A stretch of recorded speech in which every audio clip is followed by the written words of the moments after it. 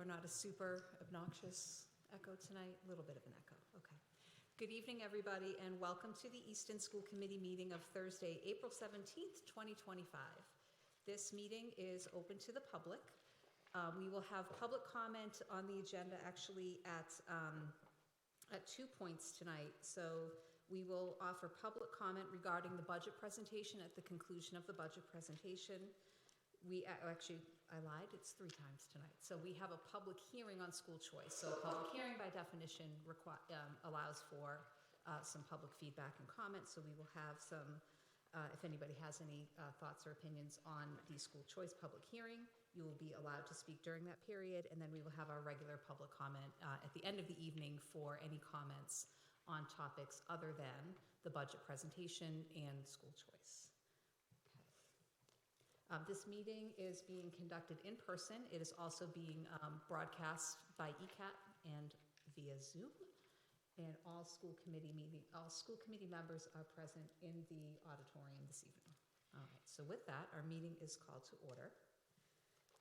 So, our first item on the agenda is some presentation of citations to our dear friend and colleague, Nancy DeLuca.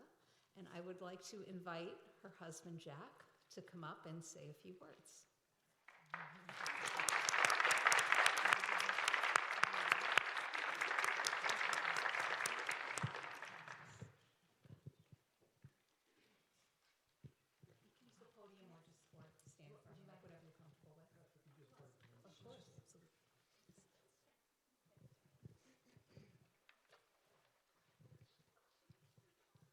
I hope you're not clapping for me.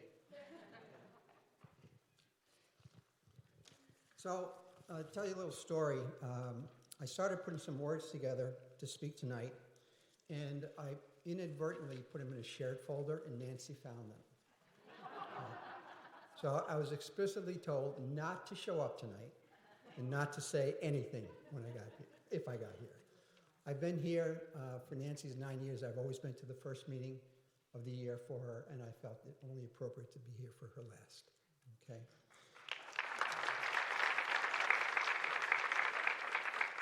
So most of you know I'm Jack, but the way I'm usually addressed or known as, when I meet people or introduce to people, they say, oh, you're Nancy DeLuca's husband, which is how it's been for 22 years, more than that, actually.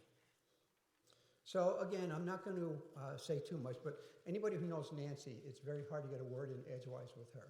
So I'm just asking ECAT to make sure her microphone is turned off for a few minutes. Okay.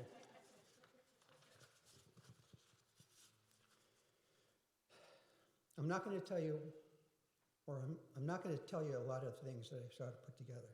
So I'm going to tell you a lot of things. So I'm not going to tell you about all the names that Nancy's had over the years. I'll tell you about the 2 most cherished names that she has, is Ma, or Ma, as her boys call her, and Nana, okay? I'm not going to tell you about her beginning in the Easton schools in 1959 when she was a kindergartner. I'm not going to tell you that she is a townie, a true townie, okay? I'm not going to tell you that she did go to Bridgewater State, but being a true townie, she commuted, okay? I'm not going to tell you about the 37 years of her teaching. I'm not going to tell you about her 7 years as the EEA president. I'm not going to tell you about the contracts that she negotiated with the town that were both fair and equitable for the teachers and for the town. Okay.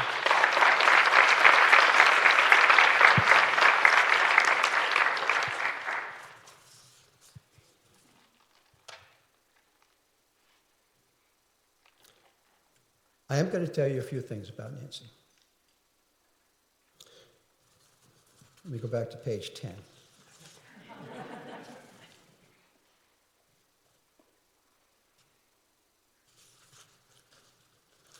So Nancy has taught in so many students here at Oliver Ames school system, in the Easton School Public, over hundreds and hundreds of kids. She's been a great mentor to many teachers, to our family members and things like that. She graduated here. Her four brothers and sisters graduated from Auditorium High School. Okay. Her, I believe, nieces and nephews, I don't have the exact count, well, she does, have graduated from Auditorium High School. She has 6 or 7 grand nieces and nephews that are in Easton Public Schools right now. We have a grandson who's in preschool right now. And our second grandson, who's here tonight, attending his first school committee meeting at 3 months old, will be going to Easton Public Schools in a few years. Okay? She has built quite a legacy about herself. Okay? With all that she's accomplished, all that the town has given to her and to us. One thing I will tell everybody, she will always be a teacher. Always. She will never stop being a teacher. She will always look out for the town where she lives here, and she will always look out for the teachers because she still is a teacher. So the last few words are just to you, Nancy. You are loved by many people. I love you. And you are going to love retirement.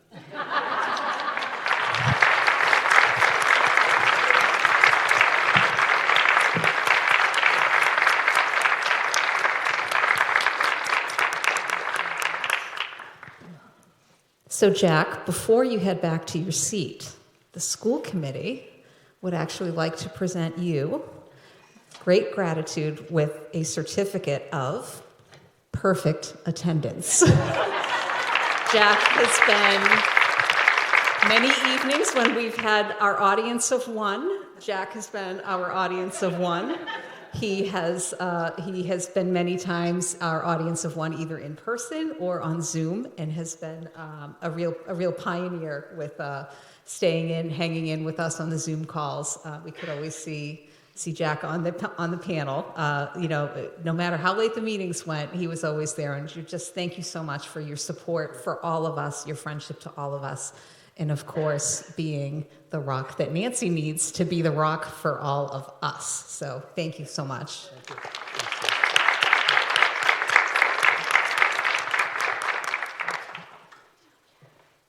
you. All right, so I believe the select board would like to make a presentation.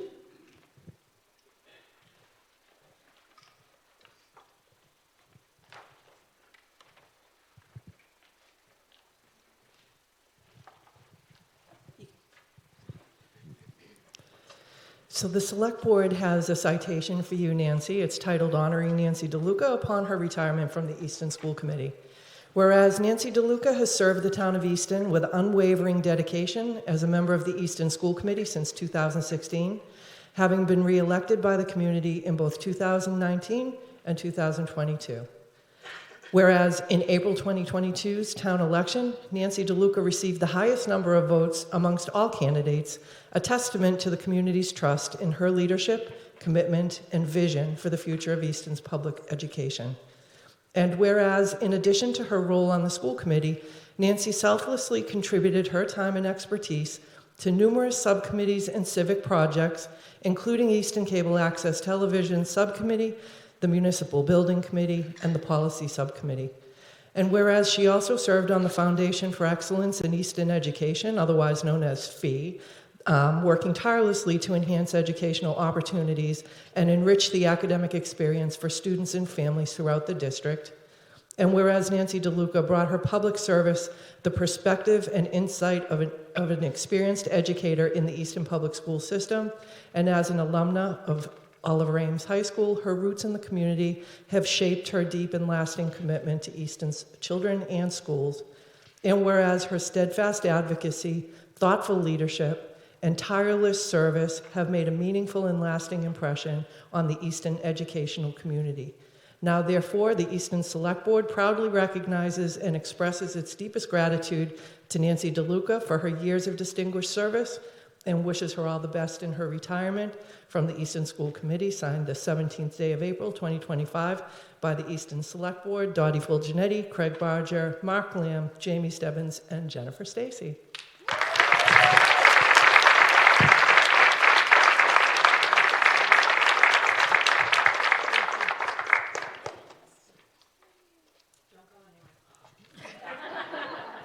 We have another citation, which Jackie Wiseman will present.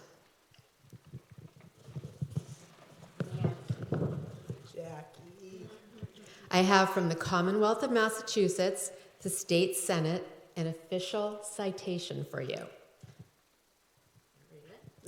Be it known that the Massachusetts Senate hereby extends its congratulations to Nancy DeLuca in recognition of your exemplary 44 years of service to the Easton Public Schools as a teacher and a school committee member. And be it further known that the Massachusetts Senate extends its best wishes for continued success, that this citation be duly signed by the President of the Senate and attested to, and a copy thereof transmitted by the Clerk of the Senate. Thank you very much.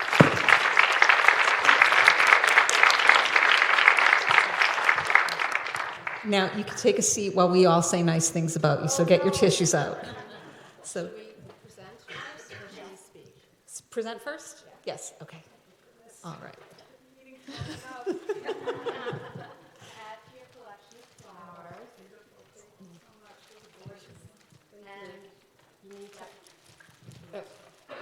To add to your presentation, your flowers, and you need to open this and read it.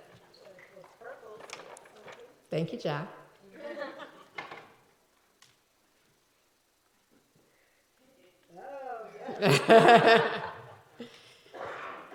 And it says, I'm going to love retirement.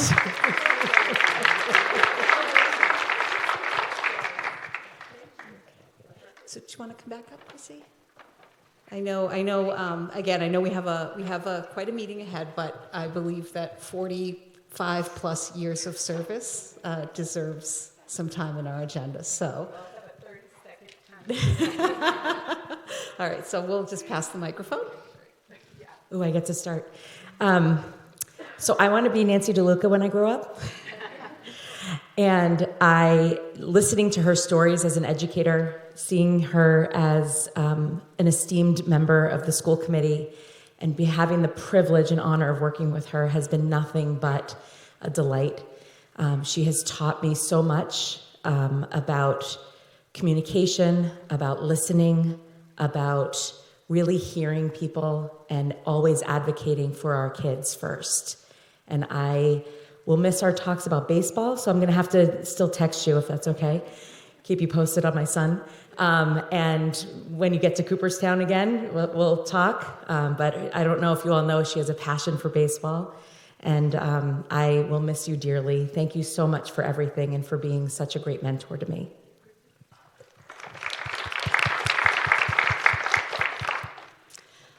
I have been fortunate to work with Nancy in many different capacities. Having her as the chair of the school committee was very helpful because she knows everything about everything and everyone and everywhere and every time. And that's very valuable. Context matters, tradition matters, history matters.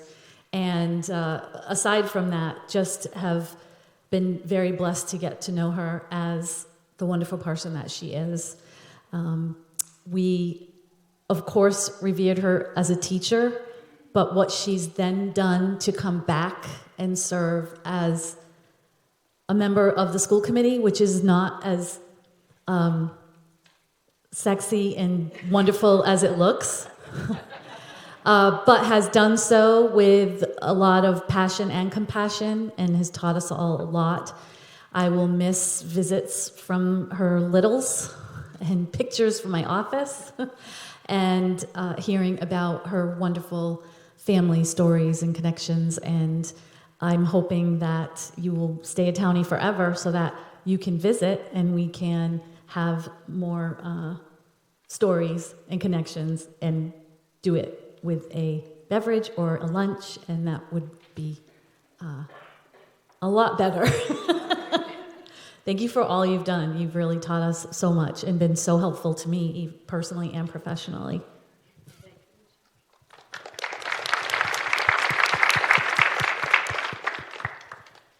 So my very first meeting was Nancy's very first meeting as chair, and it was a barn burner. And she handled a room full of people who were there with a lot of concern and questions, and you would have thought she had been in that chair forever. Just her ability to keep a meeting productive during a really difficult time, and yeah, and then she was our chair through when we were dealing with COVID. I don't like to say that word too much because it was a bad time for everybody. But her leadership, her steady, calm leadership, we'll be okay. It'll be okay. Don't worry about it. We'll figure it out. It'll be okay. To have that guidance, that leadership, that steady hand at such a critical time is something that I will never, ever forget. And I have also had the benefit of being able to run for re-election together a few years ago, and that was to see Nancy in her element, going door to door, literally knowing everybody. Every house we stopped at took 20 minutes because she'd be inquiring, how's your daughter? Is she still a nurse in California? Remember, your son was in Cub Scouts with my son, and they were 8 years old, and so her memory, ability to remember and connect with everybody, to listen to stories, just reflects how deeply, deeply she cares about everybody who's in her life, everybody she has ever met. It's a talent that I have, it is like none other.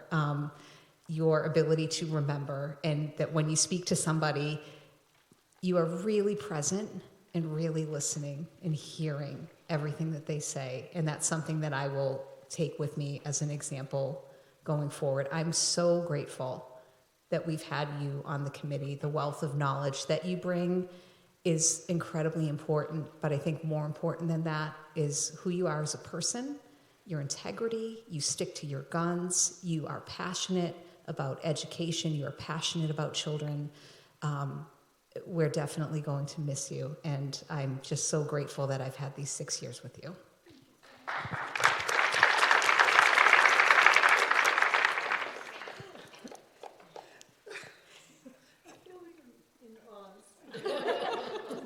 My fellow birthday twin,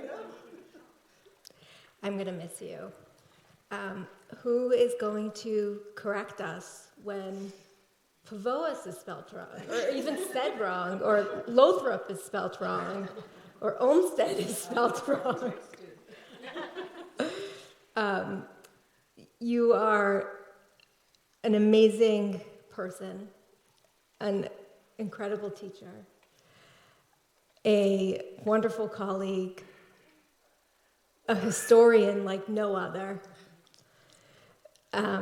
We are going to have an empty seat at this table, and we are going to miss you deeply and terribly. You have such a gift of saying things that none of us could get away with saying, but you can. And it is so amazing that, and it's probably you can get away with saying it, is because you are related to everyone in this town, and they all know you. Easton is far and away a better place because you are in it. And we are so lucky that we know you and can call you our friend.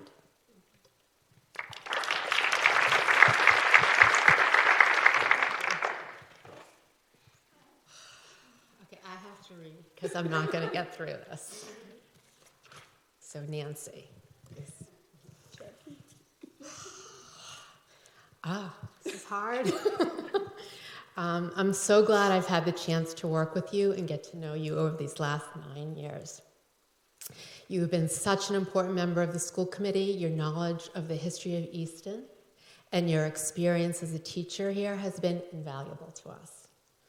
But more important, your intelligence, your sense of humor, and your positive outlook have made working with you a joy. Do you remember when we'd go on those school tours? For a while, we'd be paired up, 2 school committee members with the principal, and we'd go on school tours. And anyone that was paired up with Nancy knew that was going to be a really long day, because every teacher would come out and hug her, students after student after student. It was incredible. It was fun. Yes, it was. It was fun. On a personal note, you have been such a good friend to me. Through my challenges over the last few years,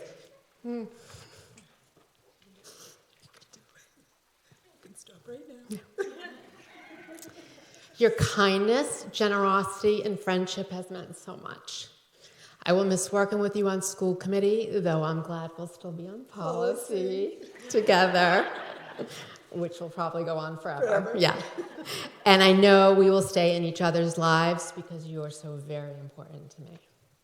Thank you for everything.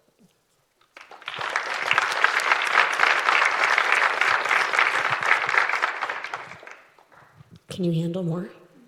Okay. And I'll keep it really simple. You are the educator who made it easy when I joined and gave me confidence. I don't know who else, when I rushed in late from a work meeting, would say, just breathe. It's okay, we'll start in a minute. You always calm me down, because you calm everyone down. I don't know who's going to tell everyone else that they're going to love retirement, but we'll quote you for every retirement for a while. We'll take care of that, okay? You do correct every spelling error, so we appreciate that. None of us will catch everything that you catch. You catch them all. But simply and most importantly, you've made an incredible impact on not only all of us, but this whole town. And I value and appreciate all that you've done for all of the kids in town. So thank you.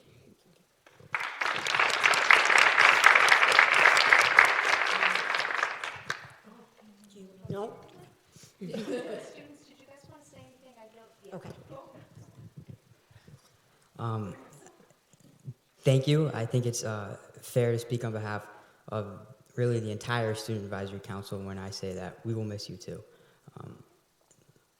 You want to add anything, Franklin? Thank you very much. I just want to add, like Brendan's saying, we will all very much miss you, and hearing everyone else talk, I think just speaks to the impact you've had on this community, and it's very moving. Even, I've only been here for 2 years, and I haven't come to every school committee meeting, but just, seeing you at these meetings, you always brighten the mood, and you're just a very great person. So thank you.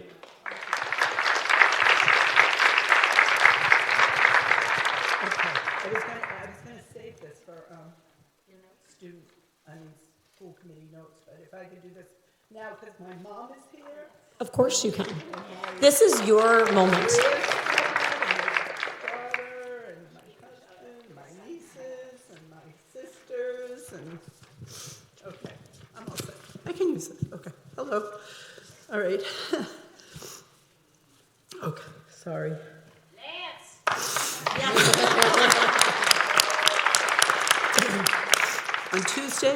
On Tuesday, April 26, 2016, I was voted in as a member of the Easton School Committee. As an Easton teacher for 37 years, I was excited about continuing to focus on the students of the Easton Public Schools. My husband, Jack, said he wanted me to stay on the committee as long as Caroline O'Neill. Well, if I did that, I would be here until I was 91, and I don't think anyone wants that. We would keep you. Yeah, I know you would. I've worked with 2 superintendents, Dr. Brawl and Dr. Keogh. The school committee members I've worked with are Sean Mullen, Dr. Laurie Hahn, Jackie Wiseman, Caroline O'Neill, Jade Martin, Jen Starr, Michelle Durance, Lauren Loomis, and Kelly Percio. And I think instead of except for Sean and Laurie, everybody else is here. So thank you so much for being here. Each one of us has the same goal, to educate the students of Easton in the very best way. Some memories over the last 3 terms in no particular order are budget. No year is immune from stress. And yesterday broke out in my blister because that's what I do every year at budget. It comes it's like COVID policies, bus contracts, food service contracts, superintendent contracts, turf fields, PFAS, Blanche Ames School, and running for re-election. Speaking of which, next Saturday, April 26th, from 10 to 4, town elections will be held at Oliver Ames High School. I would just like to say that Jen Starr is a phenomenal chair to our committee. She's dedicated, smart, and has complete interest in every student in Easton, so vote. At a recent assembly of 8th graders, we were asked what is the best part about being on the school committee. Again, too many to mention, but some highlights are you get invited to graduation and you can shake everybody's hand. Class night, tempo, the musicals, monogram night, National Honor Society induction, National Junior Honor Society inductions, Day of Kindness, music, art, and sports competitions and programs, civics project at Easton Middle School, culture day at RO, reading to classes at Blanche Ames, unified basketball and track, Special Olympic days, and so many more spectacular events. Because you're on the school committee, you get a special invitation. Over the last 9 years, I have worked cooperatively with very smart, strong, and dedicated people. We were elected to a committee whose decisions affect 3,200 students and their families. We do the best we can. We do our homework, we listen, we discuss, we understand our role and work very hard to be the voice of the students and their families. I will not miss the long meetings and the agonizing decisions we sometimes must make. I will miss my crew. Thank you for giving me the chance to be on your school committee for 9 years. And thank you, family, for God and friends. I appreciate it.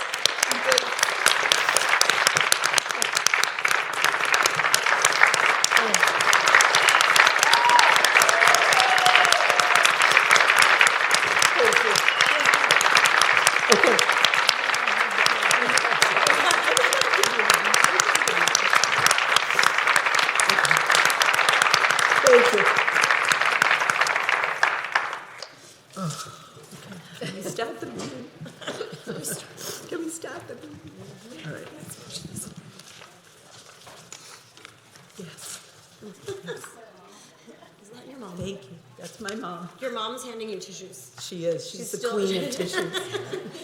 Thank you. Thank you. Thank you. Thank you.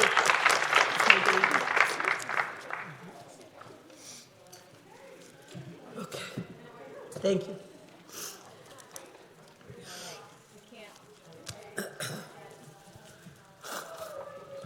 I'm so glad that everybody was able to make it here to honor you, Nancy. And They all lied to me. You're a hard woman to surprise. Yeah. Well, that was a surprise. Good. Okay, all right, so moving on. Our next item on the agenda is our student representative to the school committee update. So if we could pass the microphone down to Brendan and Franklin, they can introduce themselves and then provide the update for this month. And thank you guys for being here. Okay. My name is Franklin Chen. I'm a senior at Oliver Ames High School, and I'll be presenting the updates for Blanche Ames and OA. So at Blanche Ames, our representative there talked about the WizFit challenge. The in-school component there is completed, so a significant amount of money was raised. And they're starting to launch their next food drive as well in alignment with a backpack program. They also had good turnout at bingo night, a noticeable increase in participation. And regarding curriculum, they have Wit and Wisdom is having a notable positive impact in writing skills, particularly, and first graders are engaged in formal writing now for the first time. And this is also expanded, so they're using a program for preschool curriculum from Boston Public Schools, so that's also being rolled out. For Oliver Ames, the schedule committee met and recommended to change. Currently, there's an extended advisory where they schedule H blocks, which are a block of time they can schedule if they have work to do with particular teachers or need to meet with people. So that will be changed to a shortened H block, about 30 minutes. And they will now be scheduled into their automatically scheduled into their own advisory instead of having to schedule individually, so everyone has a place to go. For the school improvement plan, just continued diversification of student voice, trying to increase student input on course selection and anything else that students believe the school should improve. There was also start now of spring sports, a lot of high school dances coming up. There was an assembly from Stephen Hill that the Easton Wings of Hope raised enough money to invite for 11th and 12th graders on anti-drug, and him telling his story about his use of drugs and what it was like. There's also a successful holding of a career fair on March 21st with over 50 professionals coming and talking to all the students. The students got to meet with everyone and go around and just ask about, how they got into their jobs and what information they'd like to hear from them. Thank you, Franklin. Good evening, everybody. I'm Brendan Dolan, the freshman representative, and my designated school is EMS. So I've been fortunate to have 2 really productive meetings with Mr. Carroll after school. There's been good turnouts for events like Pack the Gym. They've had another dance for spring, and the faculty versus student basketball game, which the faculty won. In response to the survey that's kind of been alluded to frequently over these past couple meetings, jackets will be allowed for the foreseeable future. They've become increasingly lenient on hats, but not hoods for security and safety reasons, and identification on cameras and stuff like that. So a group comprised of 8th grade student council members was established in about January, I believe, and they met 3 or 4 times, and I've been told that they're vocal and insightful. Mr. Carroll emphasized repeatedly that the engagement numbers, which I don't know if Marvel, our representative, who's not here tonight, has talked about this before, but the survey went out with questions that students generated as well as administration engagement numbers. So there was a question about student engagement, if they feel like they're engaged with their classes, and they seem generally low. So he would like to see more enthusiasm and innovative lesson ideas. So him and administration, he told me, will have more in-depth discussions with teachers during their team meetings when they go around. There was a considerable and pretty substantial drop in the student belonging numbers, about 10 to 15% compared to the school improvement plan last year. And so we came to the consensus really that it was either more of a reality and reflection of what student belonging numbers really were, because there was a description added about what students thought belonging and sense of belonging encompassed, or it reflects a more serious problem. So compare that data in the future when they have another survey. They had their spring student class meetings, so they reviewed rules for dress codes for spring and also shared general feedback from the survey. And so students had the opportunity to see their voices heard and make a meaningful impact, really. So I give the example that once Mr. Carroll told them that jackets were going to be allowed again, that they cheered in excitement. After all those class meetings, he was looking for about 3 to 4 kids per grade to meet during focus to provide student insight and input. He got roughly 20 kids because they saw that they can make a difference, and to reiterate, they can really make a meaningful impact. And so hopefully that can continue regularly this year, but in the future too, because I think it would be really incredibly beneficial for the students and their learning. Let's see. And student voice, really, it has so many benefits, as students have mentioned. Not only do they feel empowered, but it will increase those engagement and belonging numbers, and improve equity and inclusivity among all students, and offer really a perspective that maybe administration or faculty wouldn't have had before. And so students, I think, that I've talked to have understood that they're not necessarily making decisions, but just offering perspective. As far as identifying methods to improve those survey numbers, Mr. Carroll told me that he was going to go and get teacher input and discuss with teachers. Obviously, the devastating budget situation has kind of shadowed over that, and so that's taken priority. So we'll see what happens in the future for that. And in addition to that, really, the team dynamics that they currently have at the middle school might have to change. And so Mr. Carroll is trying to balance class sizes, but also innovatively trying to develop a planning system or dynamic that really optimizes the resources that they will have. Thank you. Thank you so much.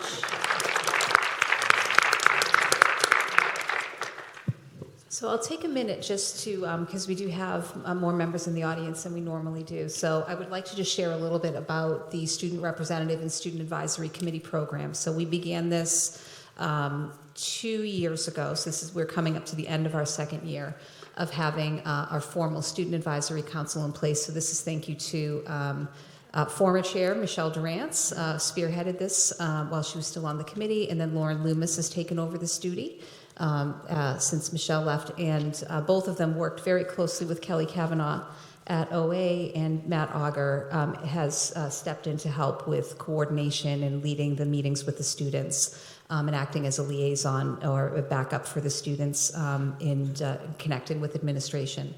So the way the Advisory Council works is that they hold elections in May, and they elect an 8th grader, a 9th grader, a 10th grader, and I believe 2 11th graders. Is that 2 seniors? Yes, okay. And so for the following year. So we have representation from each of the grades at Oliver Ames. And then, and the 5 who are elected then elect somebody who is the representative to the school committee. So that's Marvel Nemmer. She's served in that role for 2 years. She's graduating. She is unable to get here tonight due to travel. She's the most dedicated student rep in the world, so she offered to try to Zoom in from an airport. We said, that's okay, you can delegate this time.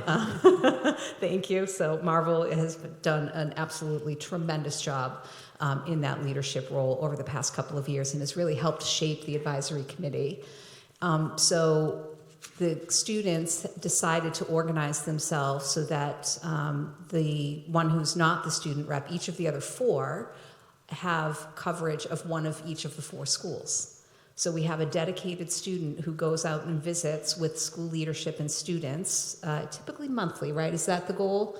So they meet monthly, and then they meet with the school committee every other month. So we get an update. We have a meeting with them every other month. It's prior to one of our school committee meetings where they give us updates. And, you know, we have really great conversations and really, really enjoy those meetings. And then Marvel gives an update as a student representative to the committee at every meeting that she attends, or sometimes she's done a great job this year of inviting other members to shadow her.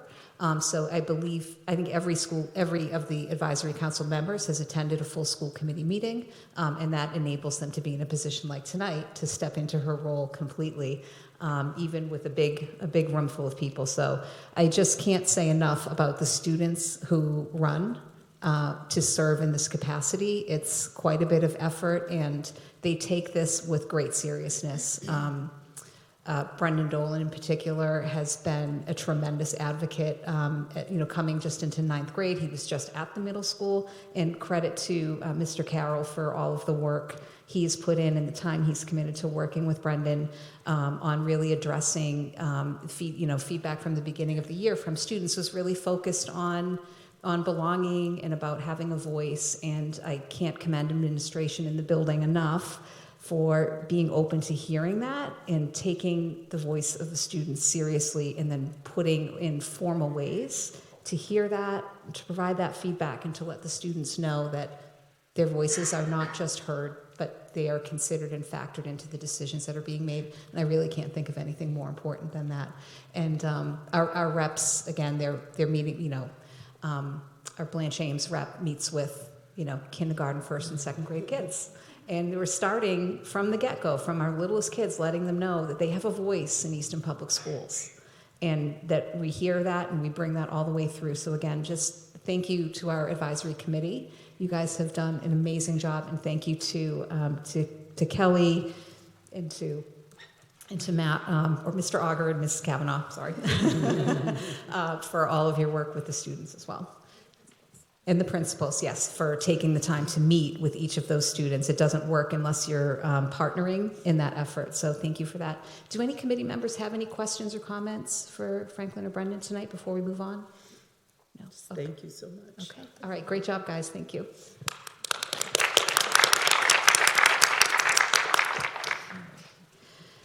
Okay. So next up, we have a vote to approve a donation to our Oliver Ames seniors. So would you like to say anything? Okay. Yes. Hi, I'm with the So- We'll have you, hold on one second. We'll just have Dr. Cabral come up to the podium? That would be great, that way we can see you. Anne Marie Tanner is here representing the Easton Tricentennial Committee with a very generous donation to our seniors. Oh, thank you. Do you want me at the podium? Oh, so they can see me? Okay, thank you. So the Tricentennial Committee would like to have approval to donate this blanket. It's made by a company in the Carolinas, and all the historical buildings are on it, as well as the logo for the Tricentennial. And it does say class of 2025. We did do it in the OA class colors, but we did not put OA on it because it will go to every graduating senior, including private schools and those in Southeastern, because they're all part of our community. So we do need to get them ordered. We would like to present them at class night to the Oliverine seniors and invite the rest of the graduating seniors as well. So we just need approval. It is a donation from us. Thank you. We can, if you want to look at it, we can hold it up front. The value of this donation by Bill Nixon is $7,588 for our seniors. So thank you. That's very generous and beautiful. It really is gorgeous. Any questions or comments from the committee? Can we order them? Yeah. Townspeople can buy those or not? They're special order, just for the seniors. We do have one without class of 2025 on it. It's in a gray color with a cream, but this one is for you. Just for the seniors. Yeah, that's beautiful. Thank you so much, Anne Marie. Can you repeat that?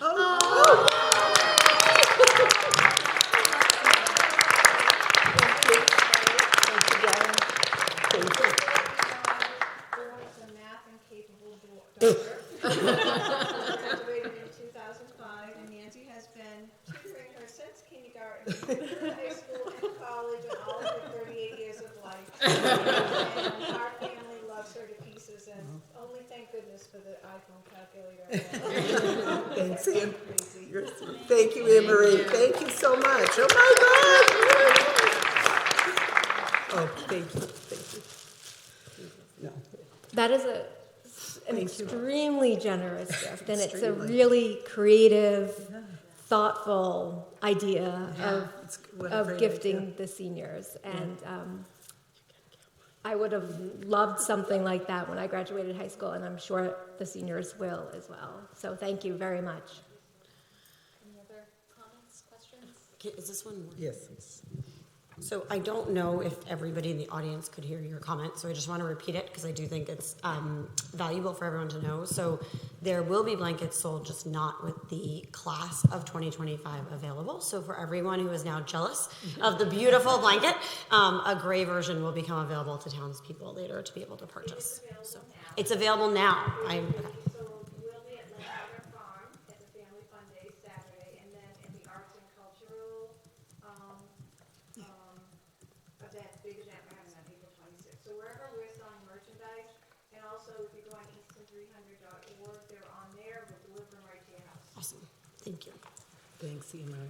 So this weekend at Langwater, the cultural event at the end of the month, and really anywhere where the Tricentennial Committee has merchandise and is selling it, as well as the website. So just wanted to make sure everyone got to know that, because sometimes people might be a little jealous, as the rest of us might be.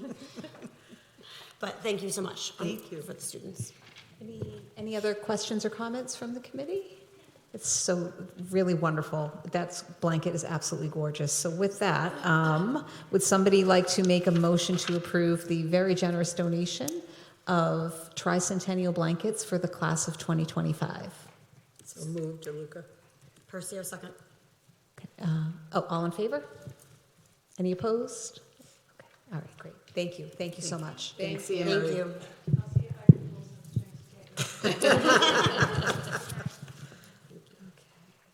Okay, so next on the agenda, members of the Select Board will now join our meeting.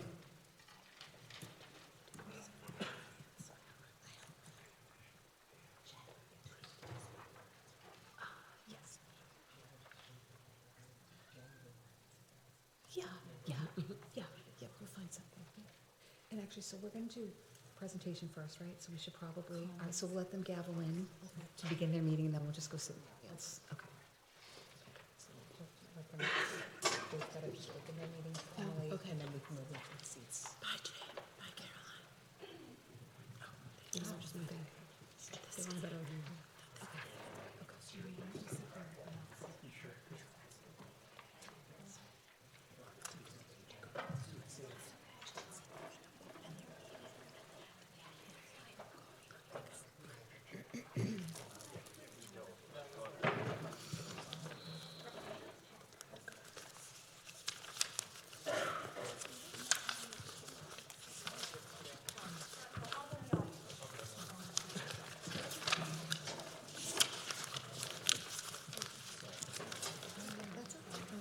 We're glad he can make it.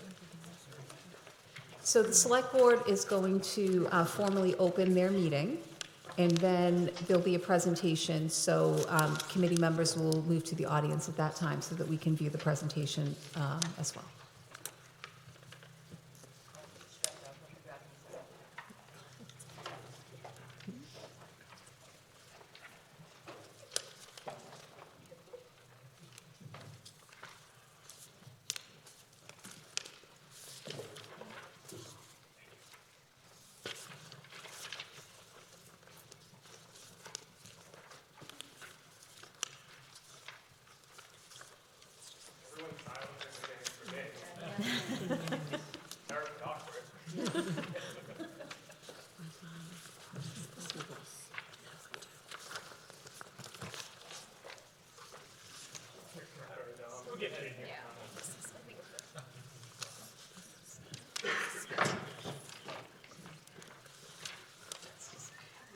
Sneak in and We're just gathering in and I'm sitting in the crowd, so we'll straighten it out like I said. okay, yeah. All right.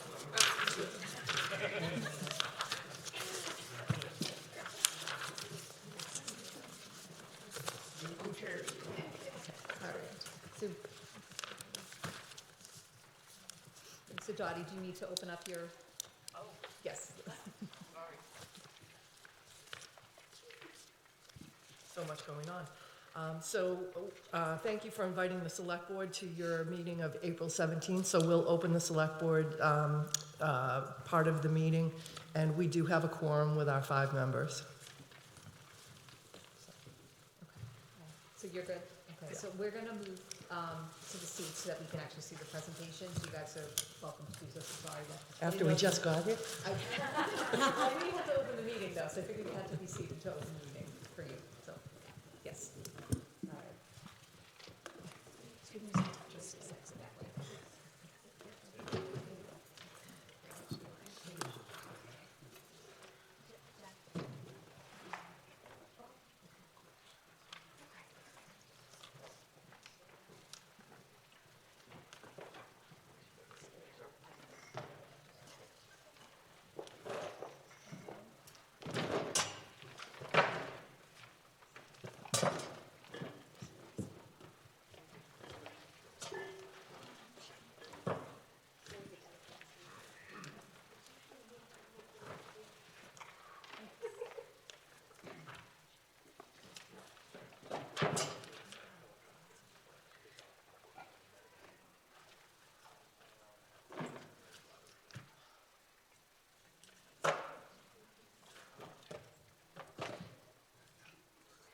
Hopefully ECAT will edit this all out. Just do a skip right to everyone being together and coordinated. All right, thank you all. Thanks for your patience while we get sorted out up here with a pretty large team. I'd like to thank the chair of the school committee for inviting myself and the select board to join the committee and the Easton Public Schools community tonight for an important discussion about Easton's budget and the override. For those here tonight that I have not yet met, my name is Connor Reed. I'm your town administrator. This is my 9th year in that role, and during my time serving this community, I've had the great privilege to share in some times of progress and celebration, and I've also had the responsibility of providing my best counsel during times of distress. The choices that we face as a community in the next 2 months are hard. They're painful. They're not accounting decisions about balancing a spreadsheet. They are hard value choices that have a real human impact. And that's because 85% of Easton's operating budgets are our people, our police officers, our firefighters, our educators and paraprofessionals, our public works and public servants who wake up every day and come to work to make Easton a great place. For some in this room, or maybe at home following along, this is not a flowery abstraction, for they may have lost their job. This is real, it's personal, and it's devastating. We also know that for many feeling the pain of inflation, or for those who are living on fixed retirement income, the debate about preserving services through an override is not a debate about whether or not they support public education and public services, but about whether or not they can continue to afford to live in the community that they love. The architects of Proposition 2.5, 40 years ago, recognized that capping taxes to 2.5% a year wouldn't be feasible forever, that there needed to be a mechanism for an occasional pressure relief valve on that cap, and that mechanism is an override. And while the theory behind that mechanism is simple, the impact is anything but. I'll ask, I suppose, for a show of hands if I'm getting this right, but when would a community or a school district most need an operating override? When inflation is high. And when would an operating override have the largest negative impact on our community? When inflation is high. I highlight this to recognize that we are all working within a funding system that can sometimes feel like it pits us against one another. Town departments versus schools, labor against management, and neighbor against neighbor. It gives us a menu of painful choices to try to work through. But what I think is even more important to recognize in that is that while we will not all see eye to eye on every single item in a tough budget year like this, that everyone here tonight, whether sitting up in front, or sitting in the audience, or following along at home, is here because they care about Easton, they care about public education in Easton, and they care about making the best choices that they can for this community. So I'd ask that we all keep that common bond in mind as we navigate the road ahead. On the agenda tonight, we'll be giving a draft presentation of the override. But before we get there, it's necessary to talk about how we got here and how Easton made it 19 years without an operating override in the first place. The budget coming next year represents a perfect storm for Easton. One where we've been struck by unprecedented inflation in health insurance, transportation, and other fixed costs growing by 20% in only 2 years, against a backdrop of nearly 2 decades of minimum state funding for public education in Easton.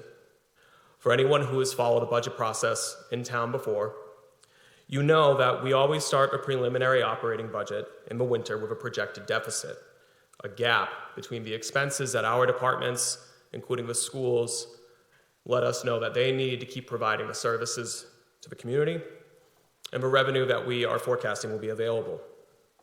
We have to balance our books every single year, and so we always close that gap.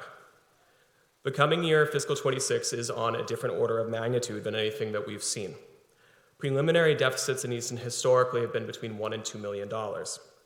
This year, the preliminary shortfall began at $6.36 million, which is more than 4 times the size of what we usually face, and is simply too large for us to reorganize or innovate our way out of. We have reduced that gap to date to $2.3 million, with significant cuts to our municipal departments and the application of millions in reserve funds. And should the school committee adopt the April 3rd budget presented, we will have a balanced, non-override budget. But the price of balancing that budget is steep, and it will enact the largest cuts to education and public services in Easton since the 2008 recession. On screen, you can see the allocation by department for fiscal year 26.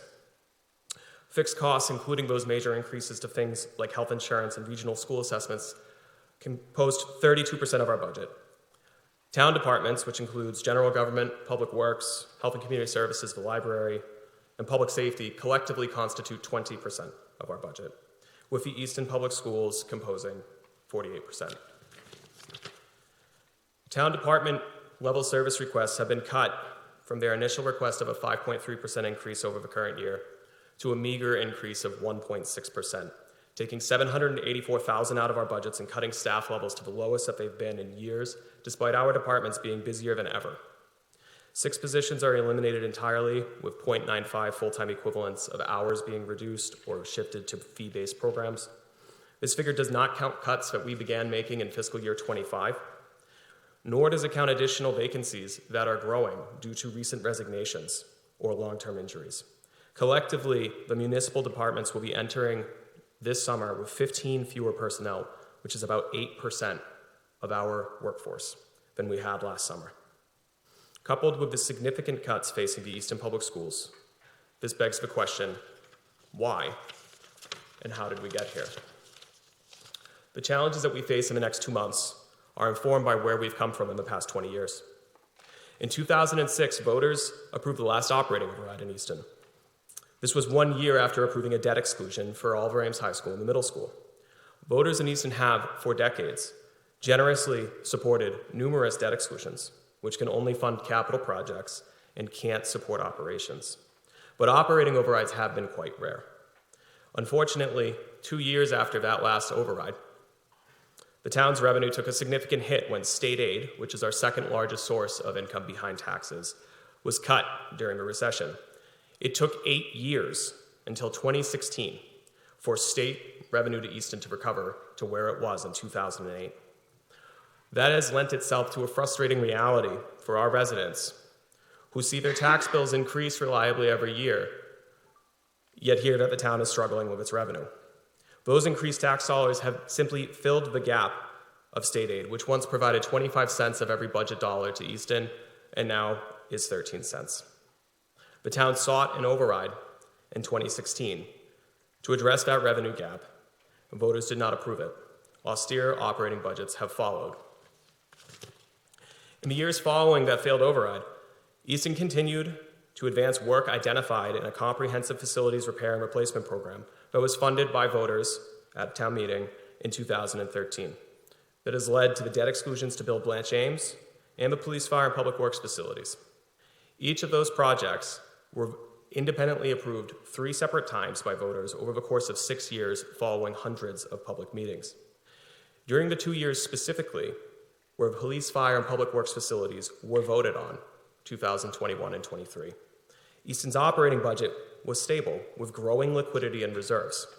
Those operating budgets had deficits below the 5 and 10-year averages and some of the lowest use of reserve funds to balance the budget in the past 15 years. It was only in fiscal 2025 that health insurance and other fixed costs broke that stability. So one may ask, why didn't the operating gap get fixed before now? That 2016 override was soundly rejected, a clear message on the expectation of tight operating budget management, which we have carried through with. In the years since, we have saved or avoided millions in operating costs by regionalizing services like 911 dispatch, consolidating departments like health and community services, reforming health insurance, in-housing special education, generating our own solar energy, and reducing our public energy consumption by 20%. We did not sit on our hands on the revenue side either. We constructed 3 sewer districts which have contributed to Easton's best ever years of new growth to increase the tax levy and support all services without an override. All along the way, our departments and our schools have accomplished a tremendous amount providing excellent services with fewer dollars spent per capita than peer communities and school districts. All the way through fiscal year 24, years into the pandemic, we were also shrinking the amount of each year's operating budget that was funded by reserves, dropping from 2.3 to 1.7%. This is all a very long way of saying we were absolutely making progress in addressing that gap while still providing stable and quality services. That recipe allowed us to make it 19 years without an override. This will be online later, so if you can't read the 4,000 words up there, that's okay. I know this is a cardinal sin. Nonetheless, while we were making that progress, we didn't take for granted that a tough budget year would never come. In fact, we regularly warned that it eventually would, often in this room. Although we couldn't give an exact date years in advance, which frankly likely contributed to that discussion about the structural revenue deficit sounding like white noise or crying wolf. Since the failed override, we've made tremendous progress in building our reserve position, thanks not only to sound financial management policies, but voters who have for years supported conservative budgets and voted to increase our reserves. This has positioned us to leverage about $3.5 million in reserves in the non-override budget, a combination of stabilization funds and free cash that will meaningfully mitigate the cuts to departments. Regrettably, and as many in this room know, the severity of the deficit is so extreme that reserves alone cannot fix it.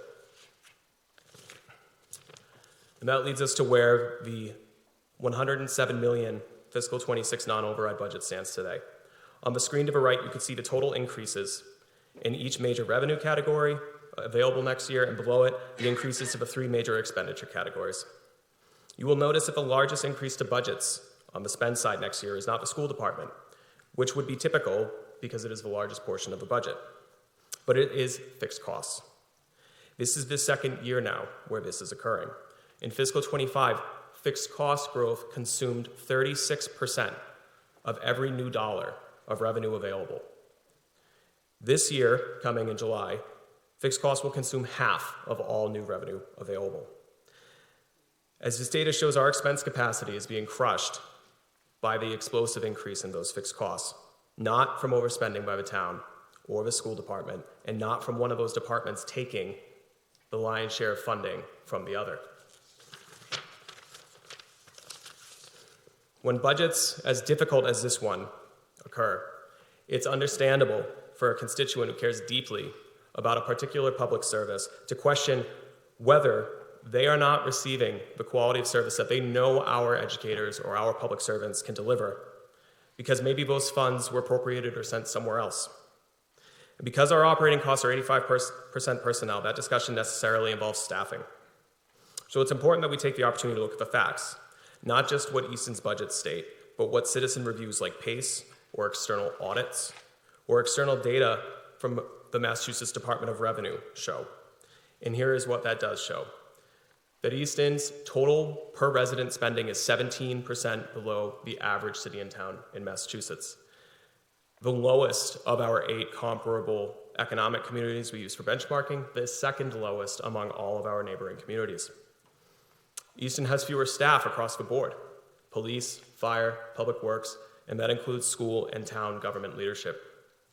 This was true in the operational audit in 2017. It was true in 2020 when the Budget Subcommittee performed this review, and it is true today with PACE's review.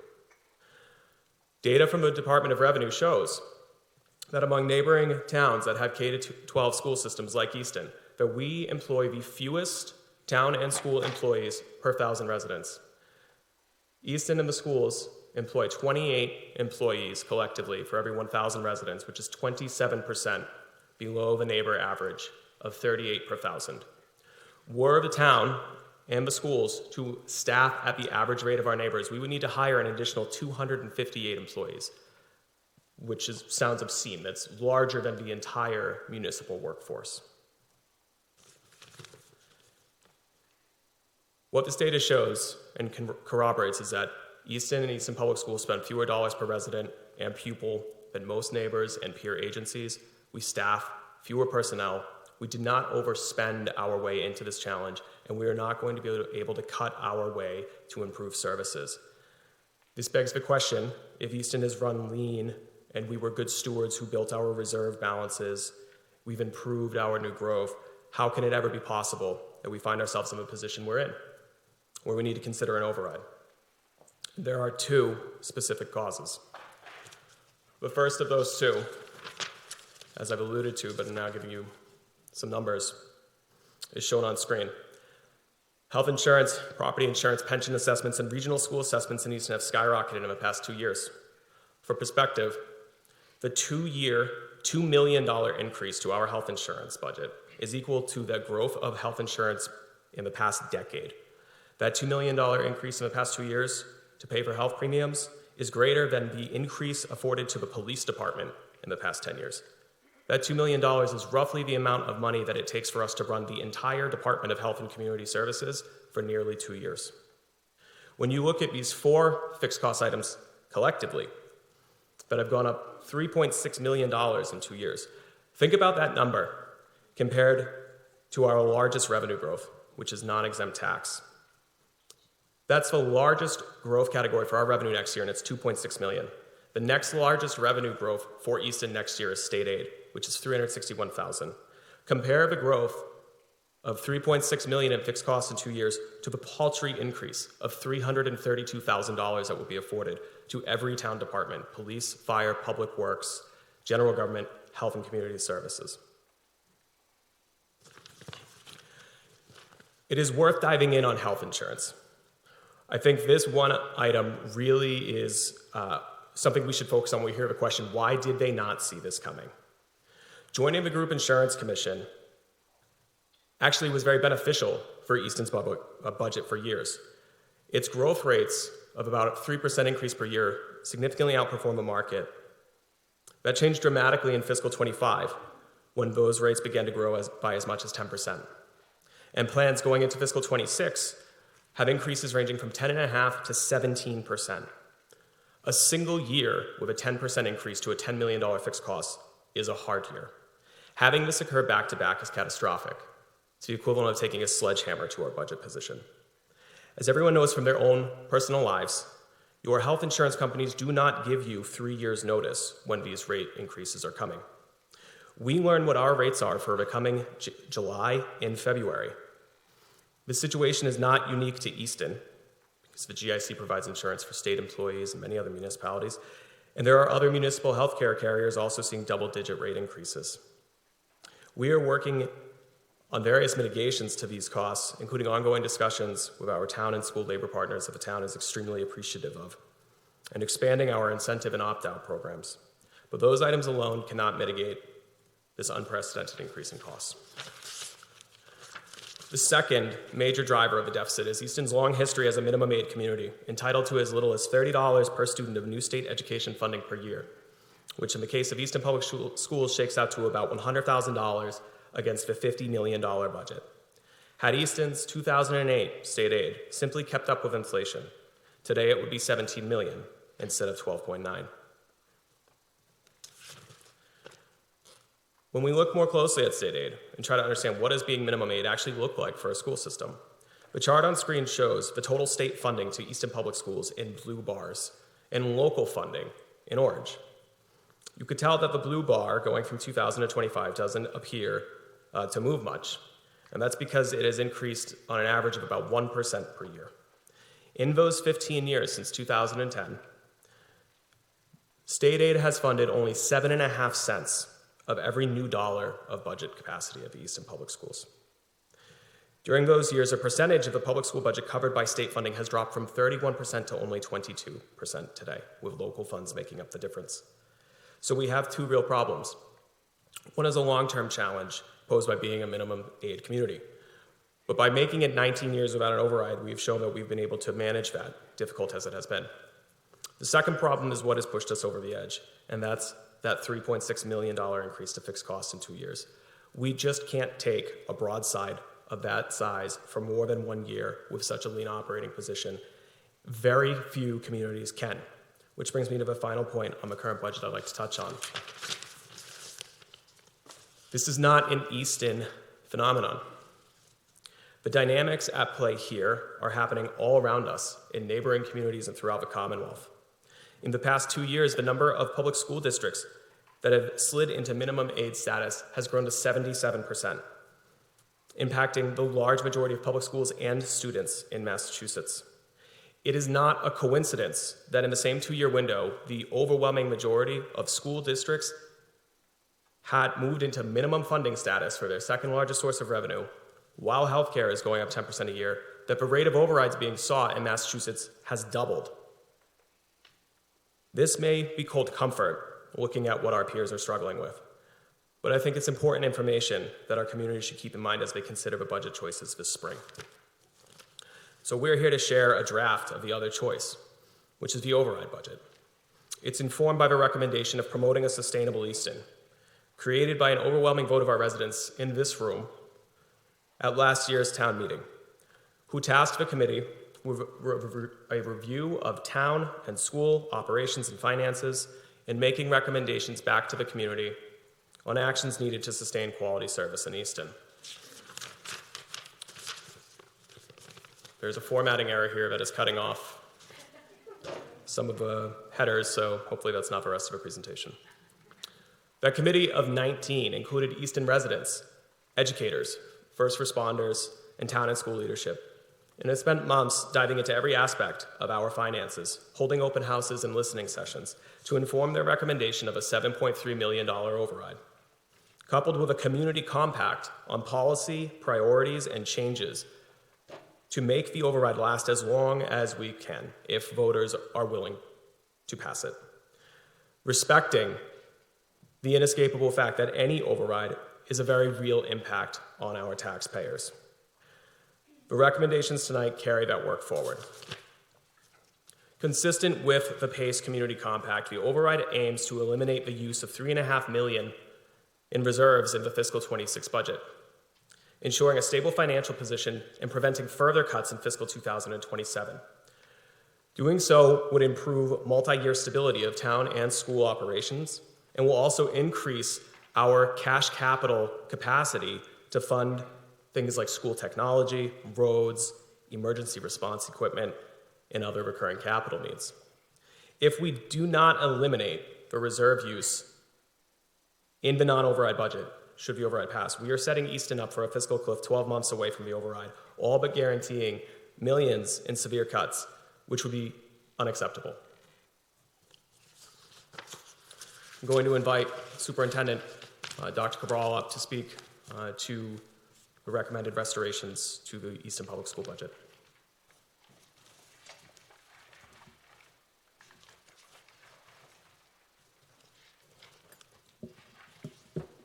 Thank you, Mr. Reed.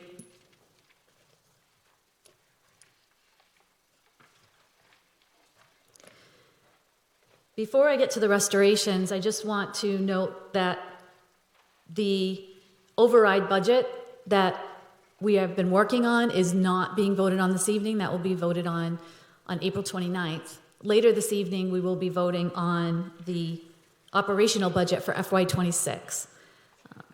In terms of that budget, it's important to remember what we say every year is that that budget is fluid. It has to be. In the cycle of a school department, there are a lot of changes based on student need, especially when a budget is extremely lean and there aren't a lot of opportunities to move much around without affecting anything else.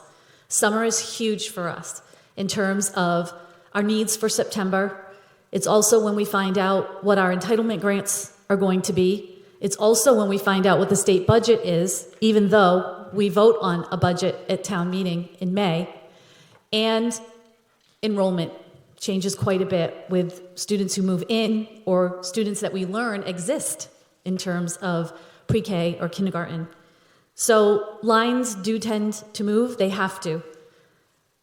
Examples of that most recently were the move for a third grade teacher, literally in August, the increase mid-year of a school adjustment counselors, full-time equivalency.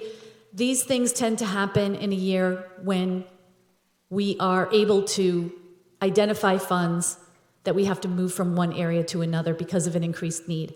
Unfortunately, the way that happens is reactively. Even if we have a sense that something is coming, when we're in such a low reactive budget, we need the data to show that it is reactive in order to make that change. Those detailed changes will continue to happen all the way until September and perhaps continue through the year depending on the needs of our students. And so the budget tonight will be a bottom line budget as recommended to the school committee. But should there be an override, there needs to be an understanding of how the school department will determine what to bring back. The team here tonight is here so that they can answer questions if necessary and help people understand the fluid nature of the budget. But our priorities are the things that we've worked for several years to actually put in place in Easton. Our achievement and our reputation shows that these things work. That's why they were there. Anything that's cut was put there purposefully, whether it's classroom and specialist teachers to reduce class sizes or course offerings for our students. Everything is recommended by staff and administration, and sometimes it takes us years to put in place. Unfortunately, it can be a very short amount of time for the inverse to happen. These are in no particular order, but these are the priorities that we look at as a school department should an override pass. As I said, classroom and specialist teachers, while we have enjoyed low class sizes for the most part across our district, and we do believe that that is best practice, and again, shows in our students' ability to achieve, we would like to focus first at the elementary level and moving up, depending, again, on the fluidity of how much the school department would receive in an override. Course offerings for our students. It's important that our students are able to enjoy a vast variety of offerings, especially at the middle school and high school when they start thinking about their career or college plans and investigating what it is they want to pursue in the future. It also helps to keep our students engaged by studying and participating in activities, clubs, programs, and classes that really stimulate their interest. Student support staff. Student support staff consists of para positions or nursing or other staff to support students either in or around the classroom.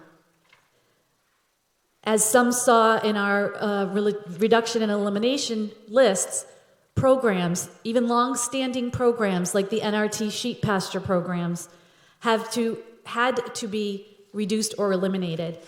Bringing them back, even in a limited version, would be part of our priority. Also, our summer instruction program. We have always had extended school year for special education students, but we had never had an opportunity for enrichment or for students not on an IEP. It also isn't the best model for an extended year program where our objective is to provide the least restrictive environment and have students with their peers. We were able to finally realize this goal of ours with federal stimulus funds. But now that those have ended, we had worked it into our operational budget. We had to scale back on that. Among examples of student programming we would bring back would be the summer programming for students. We have to be aware also of emerging or unexpected needs. Even since our last budget presentation, we have seen some shifts in our special education needs, our multi-language learners' needs, and even our kindergarten enrollment has spiked. It's higher than it's ever been in April, and we usually see many more students come before the start of the school year. These are all things that we have to keep in mind. We also, as you saw in our 5-year capital plan, have taken out everything except technology, some technology, and in cooperation with the town, a very important security budget that we have for our schools, a security project. This means that we had to scale back on any other capital requests for several years, ending 2 years from now. This makes our current facilities budget, which we've been reducing year by year, even more tenuous. Should something unexpected happen, we cannot open a school without heat. We cannot have an unsafe area or facility structure in our buildings. And so looking at how we might allocate funds to facilities also has to be a priority. It's not an exclusive or inclusive list of everything, but they are among the priorities that are most important for the needs of our students and what we would look at first. It's also important to remember some things about that list. The override amount that the school department may receive if there is an override is not the same as the amount that was reduced. And so every eliminated or reduced position or resource, we are able to bring them back. However, most of the reduced or eliminated positions, 26.8 out of the 44.8, were vacated by retirement or resignation or our incentive program. Unfortunately, it still resulted in 18 people's employment being affected. Hopefully, we are able to bring back some of those employees if there is an override. Many positions will remain unfilled, however, and again, that's based on the needs of the students and how they present. Enrollment or even student interest in the secondary grades.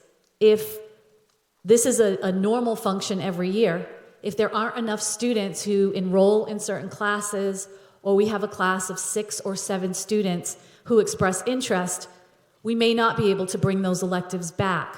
Again, because we're weighing the importance of bringing down our elementary class sizes. So some of those electives may not return. Getting an override doesn't reimburse everything that we had. And because we still run lean, we have to constantly look at our data and numbers and, again, the needs of our students. And as noted, emerging or urgent needs are always data-based, and they may affect final budget allocations. So whether it's the override budget or whether it's our operating budget for FY26, we do have line-by-line, itemized, per the DESI chart of accounts. All of the movements are being reported to the school committee. They will be aware, the public is aware. We always publish our budget with our projected costs, anticipated costs, our encumbrances, our actuals, and so people can see or follow that movement every year with great detail. I would like to note that, at least on the school department side, I know on the town department side as well, I can only speak for the school department, we will continue our advocacy at the legislative level for many of the things that affect the school department in particular. If you hear these terms, please ask us how you might be able to support us in these charges. They include increasing the minimum aid, which the law, as you heard, for Massachusetts right now is $30 per student, which means at any time it can go to $30 per student. Changing our wage adjustment factor in Easton. Adjusting our foundation formula that everyone has agreed is flawed. I do want to note that each of those items, we have been able to work with our valued partners in the Senate and the House to bring bills forward. To date, they have been voted down. But we are very fortunate that we have supportive Senate and House members who are going to continue bringing these forward. Most recently, a very wonderful, excellent presentation by our lost friend, our Representative Carol Doherty, who brought forward a foundation funding proposal. It was defeated, but she was prepared to submit it for us again. And now our new colleague in the House is going to pursue that. Full funding for our circuit breakers, our transportation costs. Also, there has been legislation put in, again, based on our continued and continuing efforts to investigate the process for transportation in Massachusetts, something we have been advocating for years, that we hope will bring a substantial change to the double-digit increases we experience every single year. The same is true of our out-of-district costs for special education students and the transportation that goes with that, and petitioning the incoming Commissioner of Education, as we've done with the last two Commissioners of Education, to look at things like the formulas for our students who are experiencing poverty, but also the requirements for entitlement grants that Easton constantly gets excluded from, despite the numbers we know prove that our students need them. This is our continued promise to this community. We will not stop advocating for what we know Easton deserves and what we know our children and our staff members deserve as well. The vote, again, on our override budget will be on the 29th of April as we present jointly to the Select Board, the School Committee, and the Finance Committee. Thank you.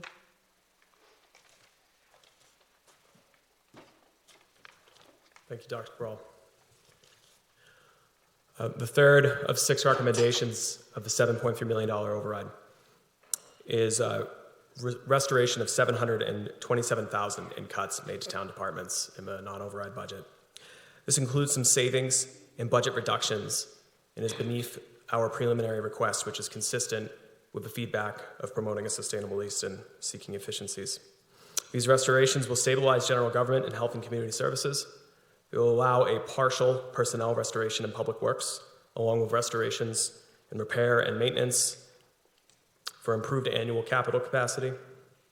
All positions cut from the police and fire department will be restored, allowing us to maintain existing service levels for our detective division, overnight patrol staffing, and the community resource officer program who works with our mental health clinician. It will also allow us to stabilize the fire department, which is seeing increasing resignations in recent weeks due to the budget instability, and allow us to maintain existing ambulance service capacity.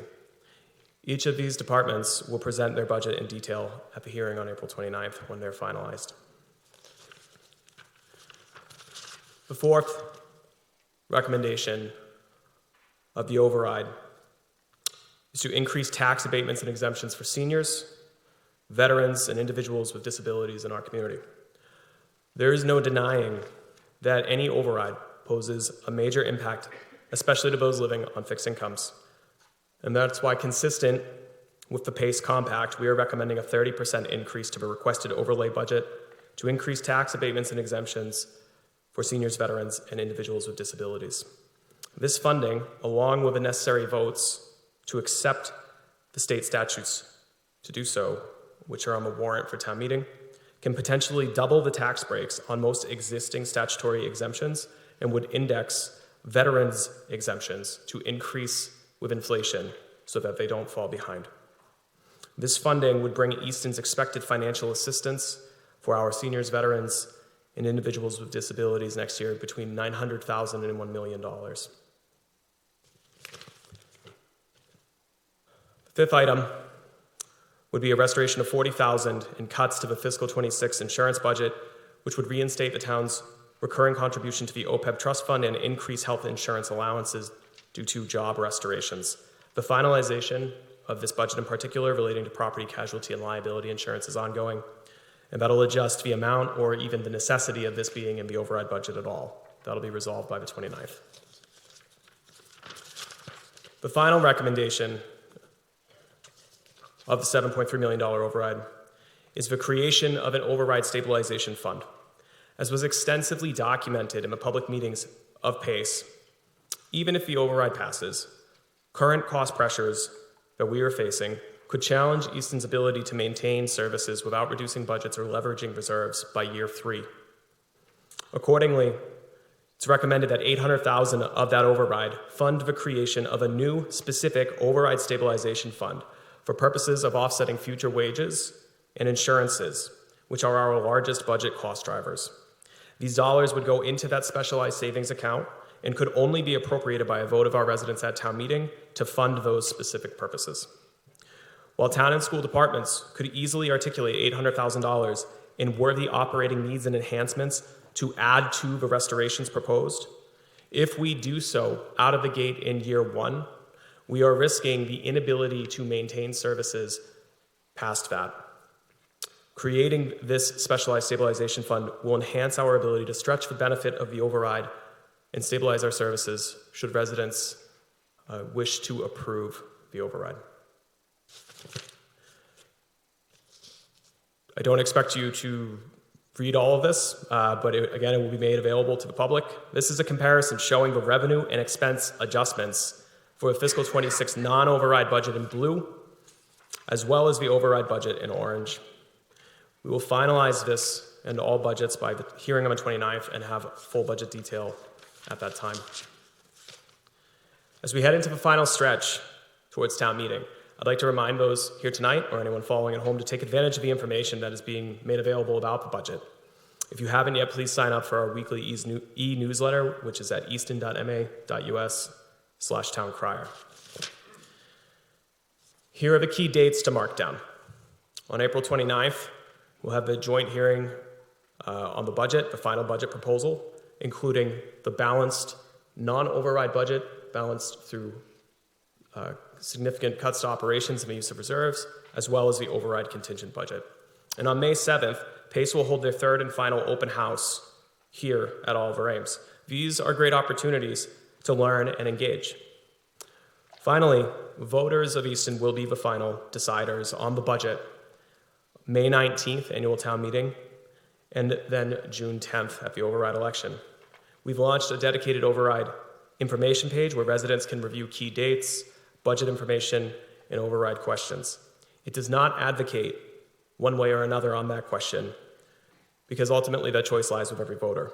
Our goal is making sure that we give factual budget information and have it available so that everyone feels that they can be comfortable making the best decision for themselves and their families on May 19th and June 10th.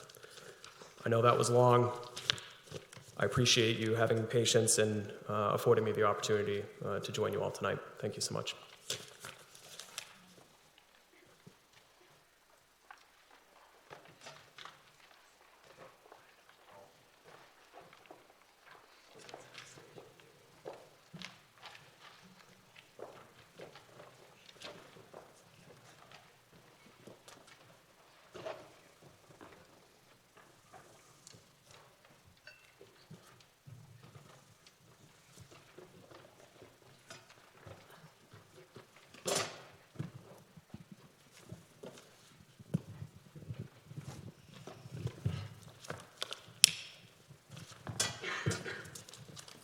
Thank you, Mr. Reed and Dr. Cabral, for those presentations. Before we take public comment, do any members of the select board or the school committee have any questions that you would like to ask now about information that you saw? I have, Lauren has some. I have questions. Okay. Mr. Reed, I don't see where you are anymore. Oh, okay. Can you explain the difference between the new stabilization fund that you're creating and the one that already exists? Sure, thank you. So the town already has a general stabilization fund under state law and Department of Revenue regulations, and I'll look to the finance director to start signaling me if I get any of this incorrect. Communities are allowed to create, through a vote of town meeting, specialized stabilization funds. And the benefit, in my opinion, there is that unlike a general stabilization fund, a specialized stabilization fund is extremely explicit to the public on what that is for and what its intended uses are. So we have a general stabilization fund. We also have other specialized stabilization funds for capital, for sewer, and it's good financial practice to have those because if a major piece of sewer infrastructure breaks, you don't want to have to immediately lean on your general stabilization funds that you would use in a bad operating year like this to get through. So it's a specialized fund with a specific purpose. Thank you. I actually have another question. Oh, sorry, I have another question actually. Can you explain the dates of, so town meeting would be a vote for the override if that passes, or if it doesn't pass, but then it's still going to be on the ballot on June 10th. So if that passes, what does that mean? Sure. This is a good question. It's been coming up a lot. The cadence of voting, both of those dates, Ms. Loomis is correct, both of those dates are scheduled by vote of the board. Those dates are happening. In order for an override to pass, you need a town meeting to appropriate the additional funding contingent on voters at the ballot box voting to authorize that increased revenue above the 2.5 cap. There are situations, and they've happened in Easton. In 2016, town meeting approved the override contingent budget, but it failed at the ballot. So in that circumstance, when there is a contingent appropriation made at a town meeting that passes and it fails at the ballot, the override's defeated.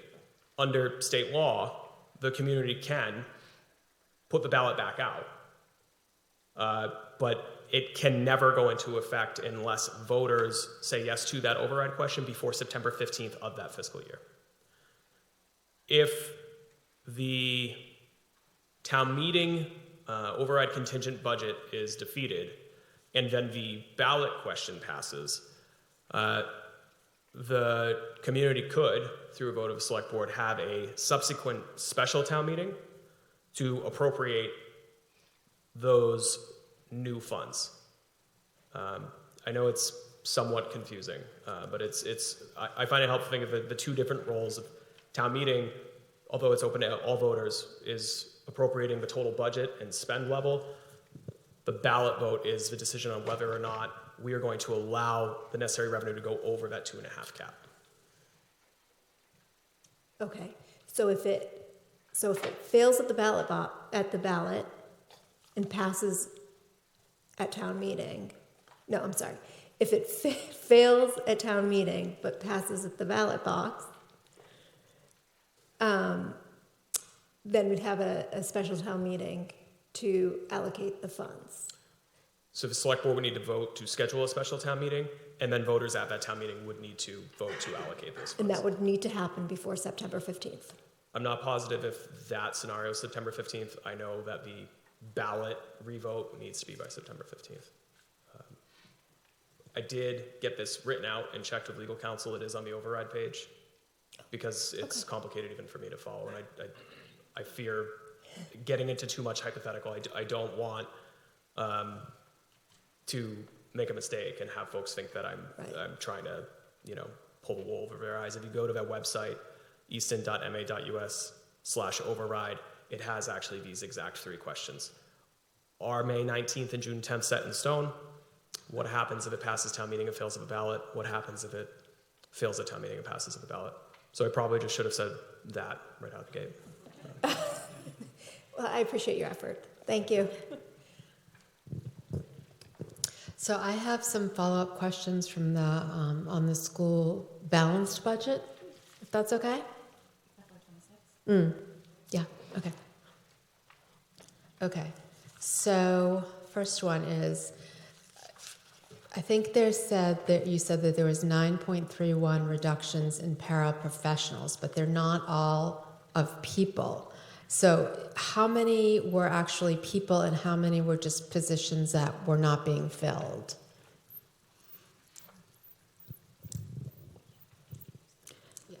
There were no paraprofessional layoffs in terms of people receiving a layoff notification. They were all due to vacated positions. Okay. All right.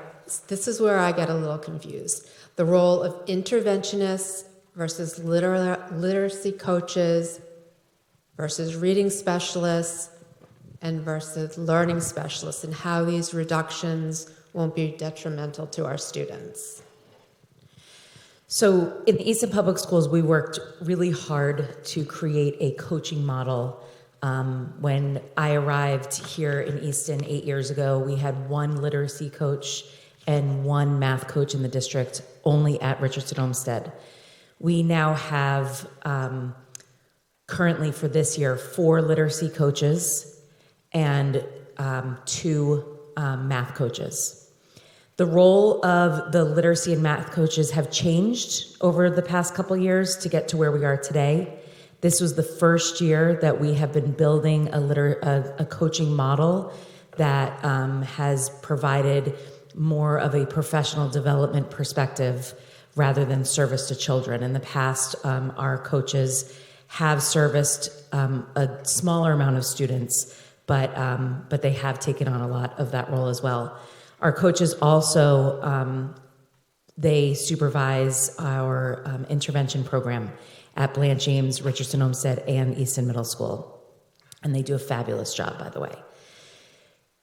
A cut to this is detrimental to, we've been watching it build, but a cut to any department is detrimental. I mean, I really want to make that clear. I'm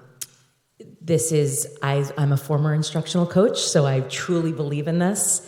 And this is something that, we know that it's not what we want to see. Currently, we have one literacy coach at Richardson Olmsted, one at Easton Middle School, and one math coach at both schools. At Blanche Ames, we have 2 literacy coaches and no math coaches. So that's the role right now. All of our literacy coaches have reading specialist license. So in the past, in our primary schools, we had reading specialist positions where they service students, and those positions were transitioned over to literacy coaches, if that makes sense. Learning specialists are special ed teachers. They service students on that are more inclusion. They follow more of an inclusion model, and they are those are designated by the student's individualized education plan. Thank you. I have a related question, if you don't mind me interrupting, just because we're on the same topic. Okay. So we've heard a lot of, we've received feedback both in person at our meeting on Tuesday and follow-up via email with concern about the coaching reduction at Blanche Ames. And I know that there's been a lot of discussion among leadership about that decision. So I'd like to be able to ask, and maybe Ann is here, right? And Ann and Sam, if one of you or both of you could speak to specifically, it was noted that at RO, for example, their literacy coaching program has a curriculum available, where at Blanche Ames they do not, and that there was concern about the number, the capacity to be able to schedule and facilitate data meetings at Blanche Ames with only one coach position. So if you could just speak to that, we'd really appreciate it. Thank you. Of course. So with the model that we have, our literacy coaches have been creating systematic lesson plans for our students who receive intervention following our curriculum of foundations. So those have been created and put into a collection so that as students are entering our intervention program, they are receiving these specialized systematic lessons in phonics instruction that have been created and written by our literacy coaches. Those will continue to be utilized as students enter and exit through our intervention program. So they have been written, the collection has been built, and they will continue to be utilized. And then what was your other question, Jackie? It was related to the capacity to be scheduling data meetings. Perfect. So our data meetings are scheduled 3 times a year, and in the buildings, the instructional coaches partner with the administration to run and plan those meetings, and that will still occur with the one instructional coach position that we still hold that will be held at BA next year. Okay, thank you. And just to add to that, our Director of Curriculum and EL, Ann Weintraub, she also collaborates on those data meetings as well. So she is there to support as well. And they are great data meetings, by the way. So I just want to make sure that I'm clear on this. So the literacy coach does not see students, or does see students? You are correct. In the previous model, before they were instructional coaches, they were reading specialists, and they did have a caseload of students that they met with in small groups throughout the day. As we transitioned to instructional coaching, They are not directly seeing small groups of students, but rather team teaching or coaching teachers on how to teach reading to our students. And as well as creating those lesson plans that we talked about, leading the interventionists, modeling for them, running that team. But no, they are not directly seeing students at this time. Can I just ask, Ms. Weintraub, do you want to add anything? Oh, there you are. Sorry. I'm looking down at the end of the table thinking I can't see. Hi, everybody. I can just reiterate what Sam said. In terms of curriculum, we do have a curriculum at Blanche James. We use foundations. All of the interventions are based on foundations. So we're not creating materials. The coaches have done a fantastic job creating consistency. So when we say a kid's getting a certain intervention, we know every kid's getting the same intervention. It doesn't matter who's providing that intervention. And just to clarify, I think back to Lauren's question, an interventionist is a certified teacher, and they work part-time for us. So they're not a full-time employee, they're a part-time employee, and their sole job is to provide intervention. So the coaches, as already stated, supervise that group of interventionists, make sure that they have their lessons, they keep track of the data, they meet with the interventionists, progress monitor the students, they kind of oversee the whole program. And without someone to oversee it, the program would not be as robust and as effective. But they are certified teachers. Lots of them are reading specialists, but they are part-time employees. And when they're in school, they are with small groups of children. Thank you. So I want to turn to the clinical staff for a moment. My understanding is there's no reduction in adjustment counselors. Is that correct? Okay. So there's a reduction in the school psychologist by half, by 0.5. So is this a school psychologist that was full-time and now going part-time, or how and where was that psychologist servicing? Thank you, Member Wiseman. Just to answer your question, currently the position was a 1.0 FTE at the high school, where we have 2 full-time school psychologists. Based on the level of need over the last few years and the transition of some of our out-of-district cases, we have seen a drastic decrease in the amount of services required by one of the school psychologists at the high school. And so the recommendation on the table was to reduce that position to a 0.5 FTE. Thank you. Is that also, do I recall that the school psychologist used to run IEP meetings and that we added a special ed coordinator at the high school? That is correct. Okay, thank you. Sorry, there's no microphone down here. Just so a follow-up, as we talk about restoration through the override budget, since you've seen a reduction in services on the need for the school psychologist, do we know where that would sit in terms of the urgency of restoration? Does that make sense? Yes, it would be part of the student supports. We constantly look at what is the level of need of our students, which does change pretty quickly with enrollment changes. So we would look at it under the scope of the student services piece and that student support and what level of need is part of that. We have, over the last few years since I've started here, seen a lot of ebbs and flows of what the needs are of our students. As Dr. Cabral mentioned earlier, we've added positions mid-year, 1.0 FTE of a school adjustment counselor at Richardson Olmsted. We've added a 0.5 school adjustment counselor at the middle school. We've seen level of needs change where we've hired ABA therapists mid-year. So we're always looking at the data points that we have, what's impacting our schools and our students, and we're trying to make data-driven decisions on how to support our students. Thank you. And one more question on that. What is the implication of having less psychologists available as student demand increases? So do students just wait longer to see someone? Are they meeting with a guidance counselor instead? Are they meeting with a school psychologist who comes up from a different school because there's some sort of urgent need? How do we flex in the moment without adding a position? So it varies based on buildings, but one of the main roles of the school psychologist is part of the evaluation cycle of special education students, as part of initial evaluations and also 3-year reevals. What we've seen is we do have some psychologists in our district that take on a caseload and work individually with students. Some have heavier testing responsibilities just based on what the structures are in each building. So we don't see the current need for that level of service regarding the evaluation piece at the high school that we've seen at some of the other buildings as of late.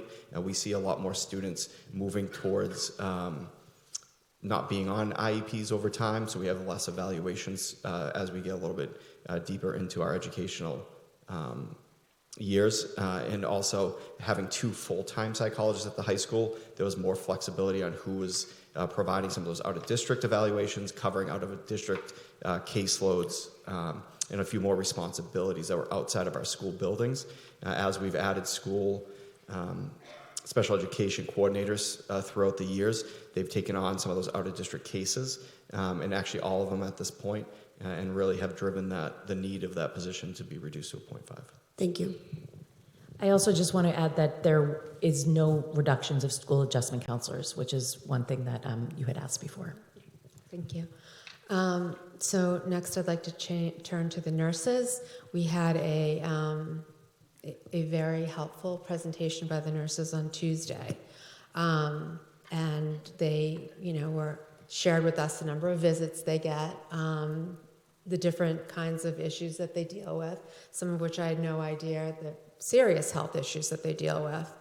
And that, of course, they're also dealing with the social emotional challenges of our students. So can you explain the reasoning behind reducing to the nurses? And I did see that it was on your priority list to come back, but just to kind of let us know the reasoning behind that you think our students will still be safe in our schools with the medical needs and the social emotional needs with the reduction in the nurses.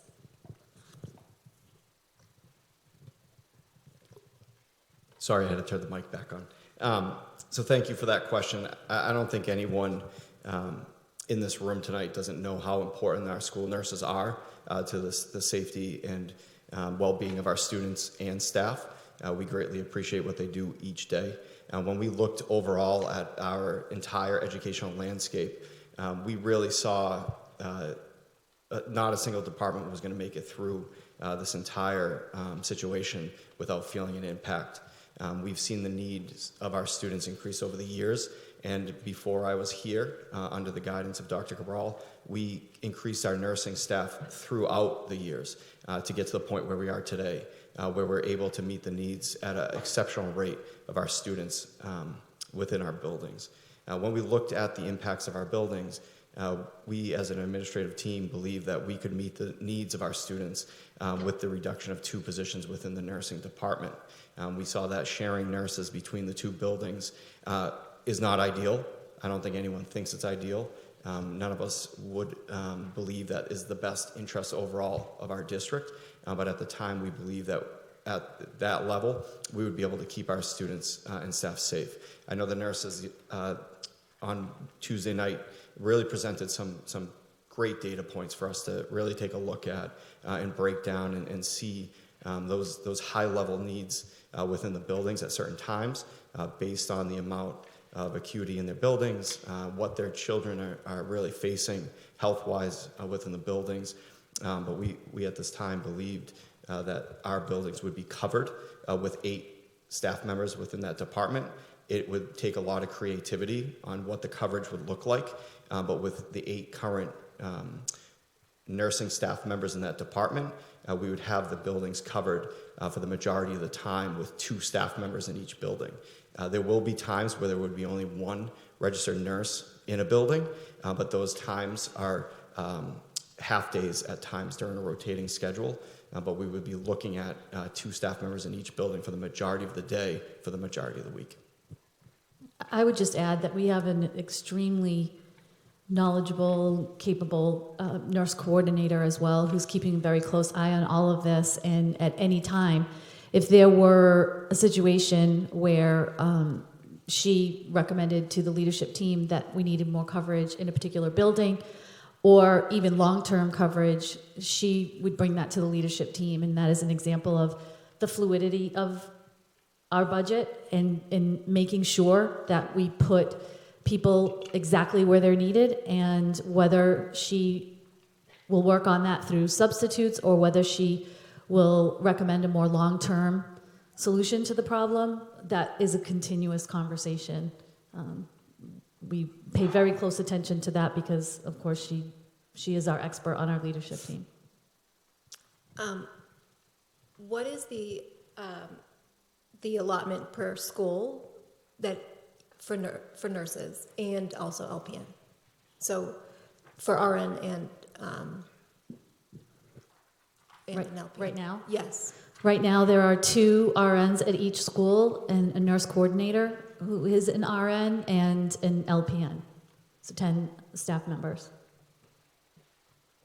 Okay, so there's 2 at each school right now, and we're reducing 2, and you said there still will be 2. Right. How's that mathing? There are 2 of the current staff 2 of the current staff members are floating staff members. Okay. Okay. Thank you. So here's, oh, sorry. Okay. Yeah, I still have a nurse thing, so I'll give you, okay. So here's my, I guess my concern is, say, you know, every winter we have one epidemic after another, flu, COVID, bronchitis, whatever. Say there are a couple of nurses out sick, and with the limitation on sub-nurses, do we have a plan for how we're going to manage to cover for that? I can take the question. We have an unbelievable nurse coordinator. You know, she's been very creative over the past year, really providing coverage within our buildings. We've seen an increased amount of need for coverage within our buildings over the past 5 or 6 years, and when we did a deep data dive, that we were able to utilize what we were using nurse sub pay to actually hire the LPN and also fund our nurse coordinator position because of the amount of subs we had been hiring in years past. Since we've had those 2 positions added, we've been able to do an unbelievable job covering absences within our schools. We've been very creative using either the LPN and or our nurse coordinator covering absences within the department. We've also utilized grant funding to use outside coverage to be able to come in and support some of the screenings and also some of the times where we have high frequency absences within our department. We've had long stretches this year where we've had the need to hire subs and be supported within our buildings and been able to cover it also with internal people. Where we would have to move forward with in the future is utilizing more of a sub pool and or agencies to cover some of our nursing absences. This is a typical approach for many of the school districts around us, using agencies and also rebuilding our nursing substitute pool, because the way we've been covering this nursing absences this year, we've used less and less nurses, but we would have to recreate a deeper pool to be able to cover the needed coverage over time.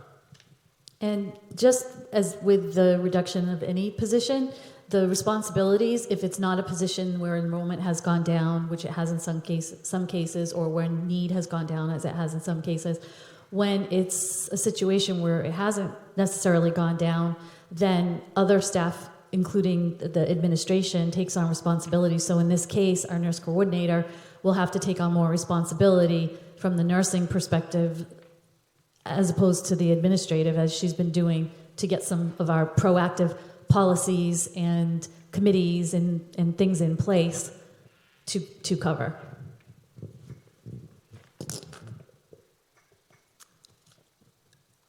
I've seen the nurses work with students who have type 1 diabetes, and professionally, I work in pharmaceuticals. I know a lot about type 1 diabetes, and these nurses act as pancreases for these kids whose pancreas is not working. And I just don't see how, with the nurses feeling like that with the reduction of a nurse or 2 nurses, that these students will be safe is just really concerning to me. I feel like the justification that we're making is in a perfect scenario, but when you have vulnerable children who their health and their fluctuates at a dime, it's scary, and I'm just not comfortable. That's why the feedback is so valuable. That's why we appreciate the feedback. That's why we want the feedback. That's why we have the opportunity for forums to collect it.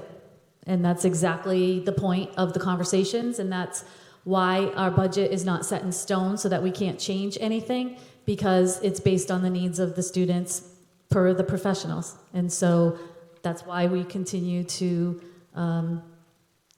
solicit feedback and want the conversation to continue for that exact reason.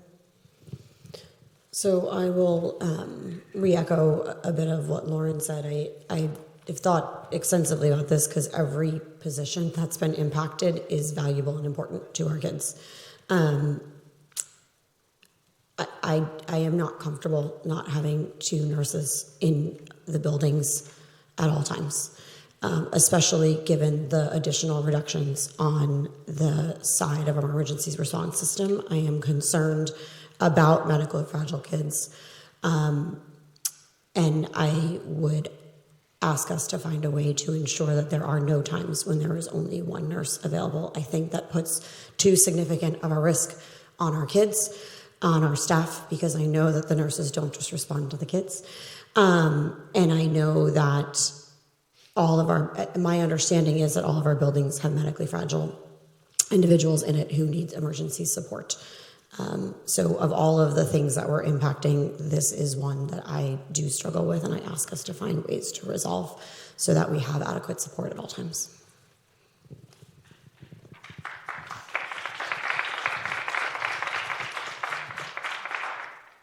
Any other nursing questions before? So my understanding is that one of the schools right now does have a number of younger students with type 1 diabetes who require quite a bit of care. If that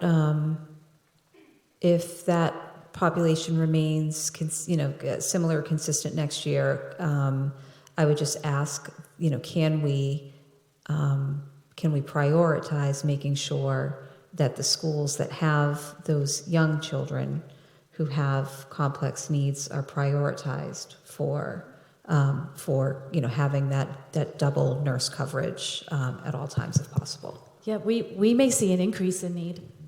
And if we see an increase in need, that is a conversation to even have more than we have now.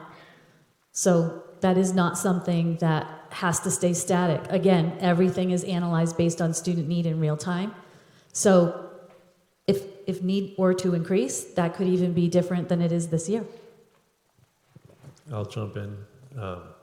Just for an example, the nurses here can definitely correct me if I'm inaccurate, but in terms of the fluidity, we have 1 type 1 diabetic at Blanche James. We have 5 at RO. So obviously there's a difference in need.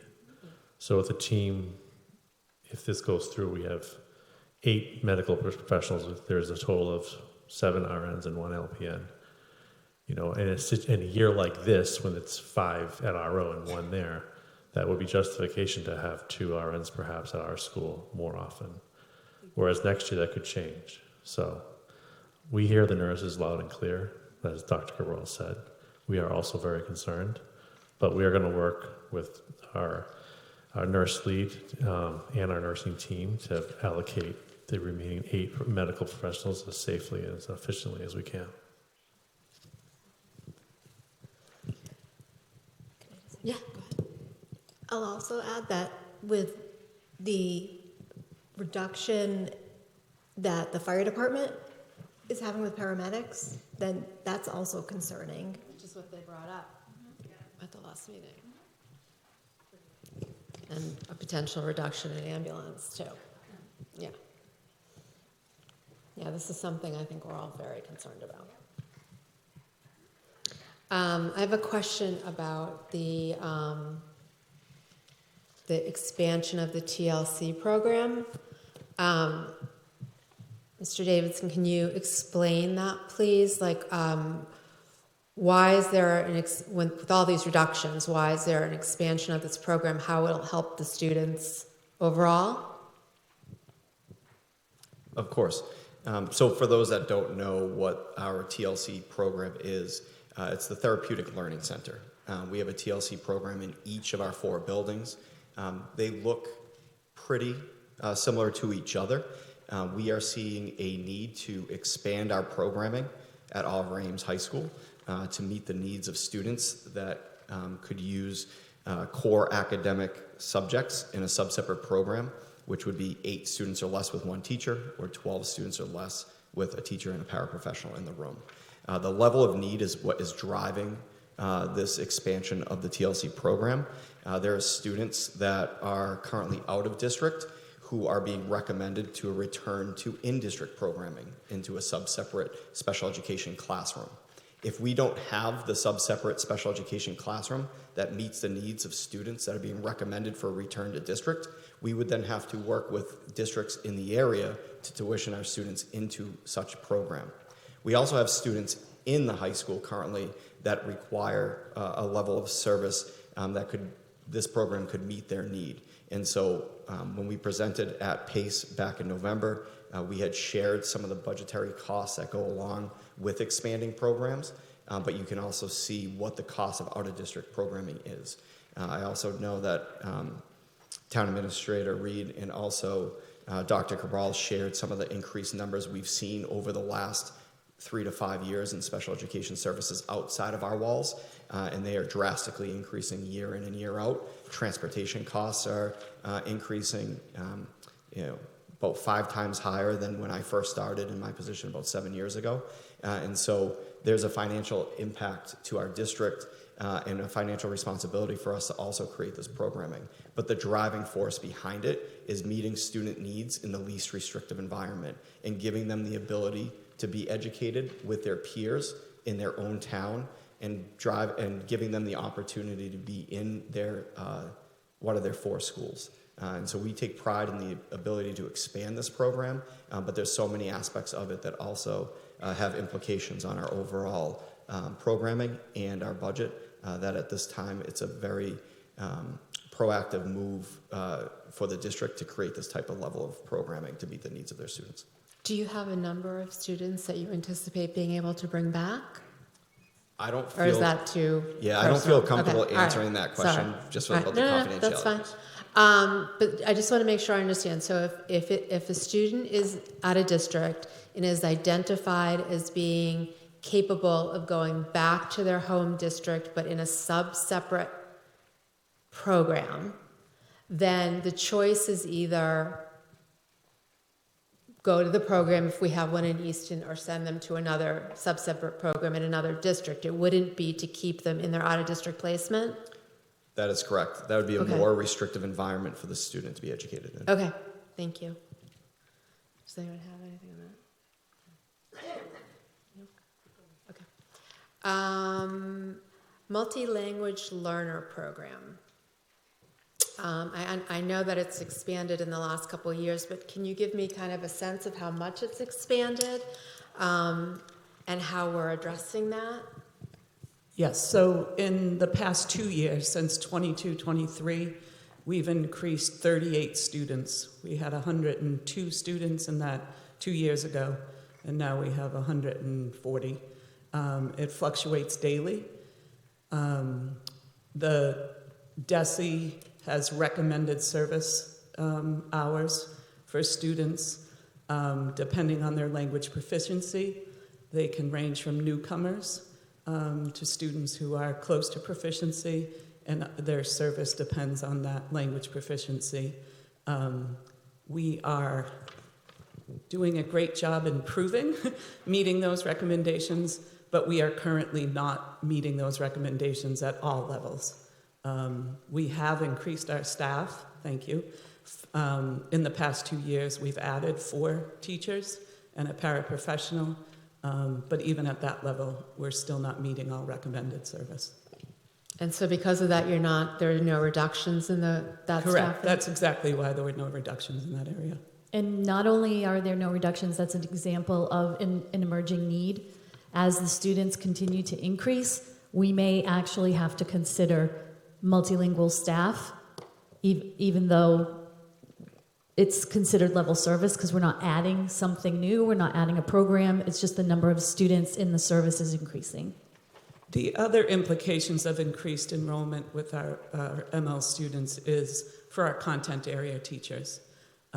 It is very challenging, and our teachers are very dedicated to all of our students, but it really requires professional development, more support from our ML staff in terms of being a resource for our content area teachers, and those are challenges that, again, we need to improve on. We're working towards it, but our ML staff serves as that resource, and because our enrollment is increasing, their time they don't have the time to be the support to our content area teachers, and we know that's a need.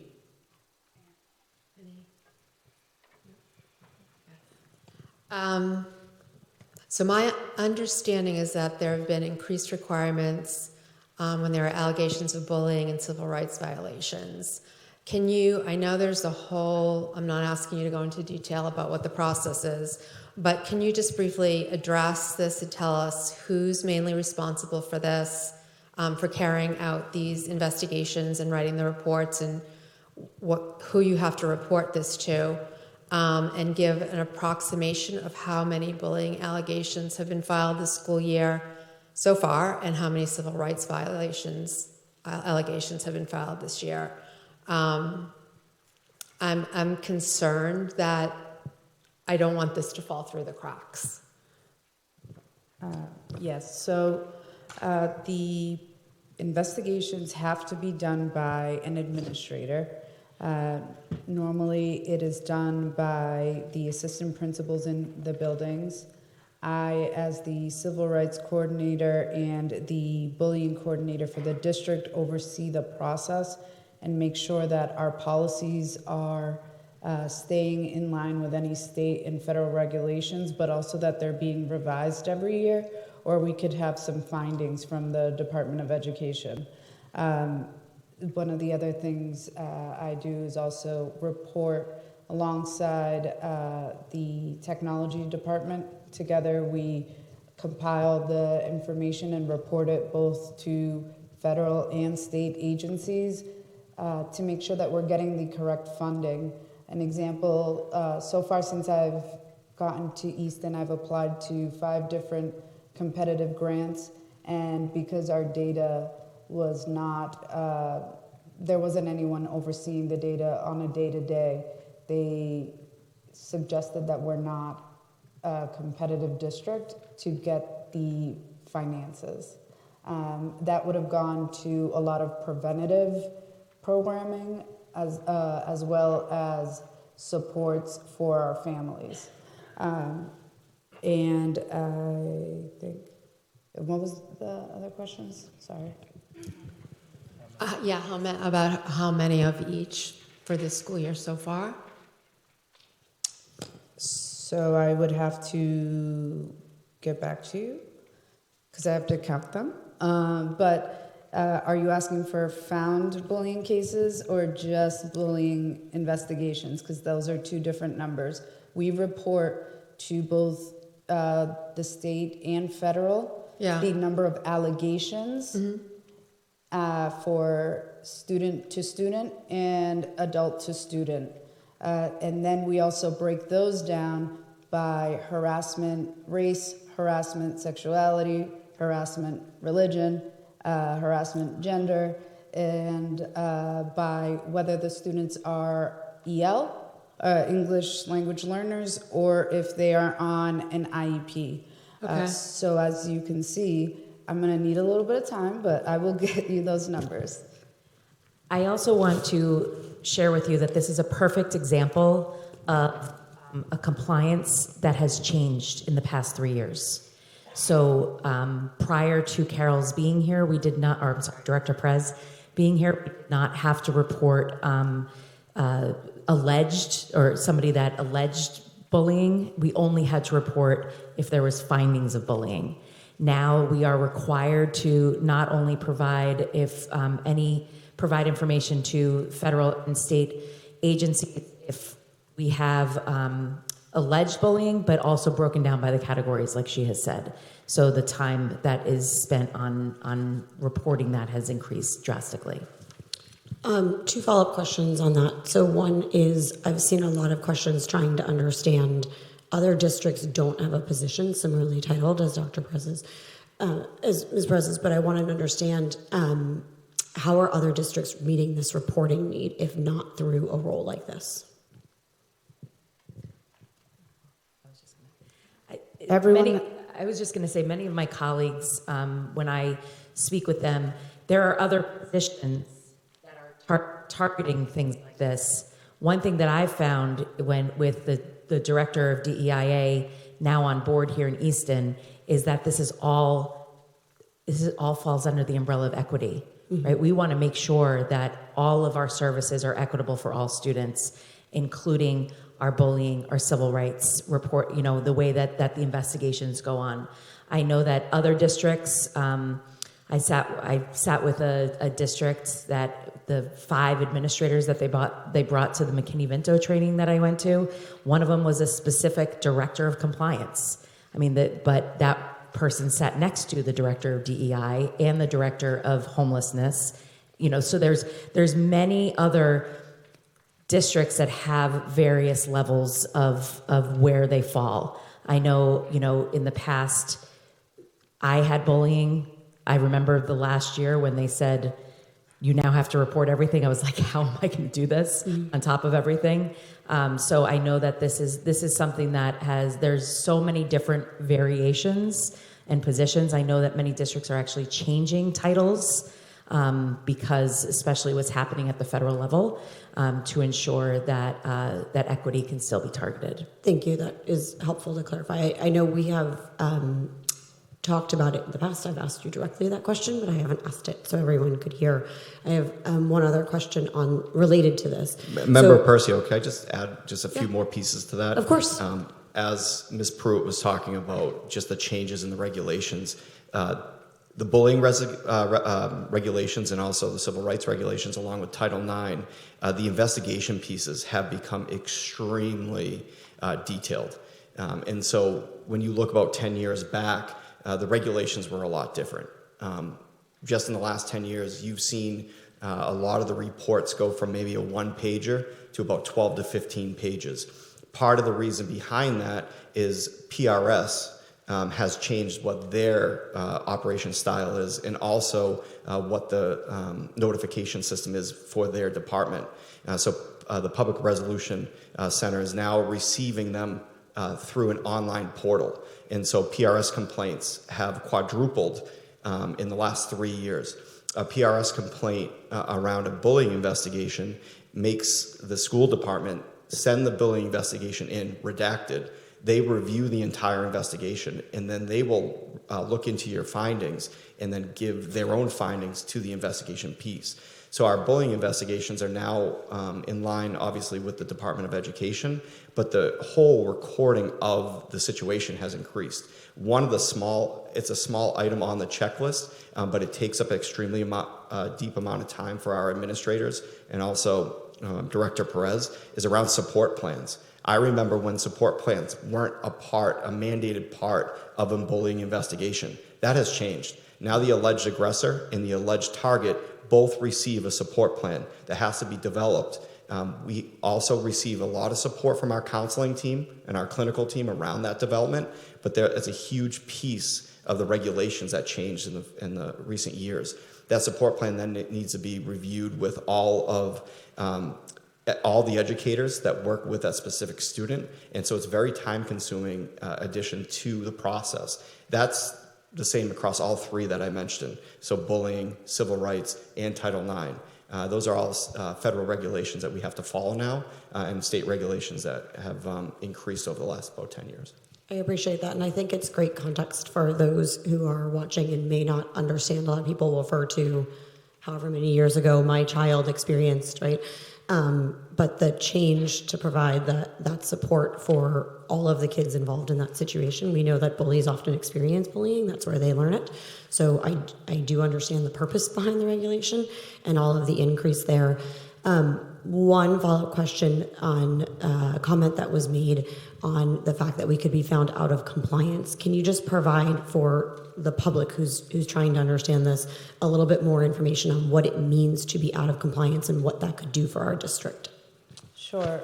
So for example, if a bullying investigation is not done correctly, some of the avenues that parents have for redress is to go to PRS, as Mr. Davidson was saying. If that is not done, if they have a finding against us, then they will give us some corrective actions. And if we do not meet those corrective actions by their deadline, they can withhold funding based on our inability to meet the needs and keep our students safe. On the federal level, the same goes, and we are reporting we're reporting constantly, but we have about 3 big ones in the school year: October, March, and that July 1 or June 30th, end of year. And currently, we are going through our progress monitoring cycle where they will look at civil rights and special education, and we're sort of on the tail end of the ML, of the multilingual learner one. That one is just another department, but under DESE, the Department of Ed. I do have those numbers. They are rough numbers, so please don't quote me, guys. But 35 bullying as of today and 47 civil rights. That's for the school.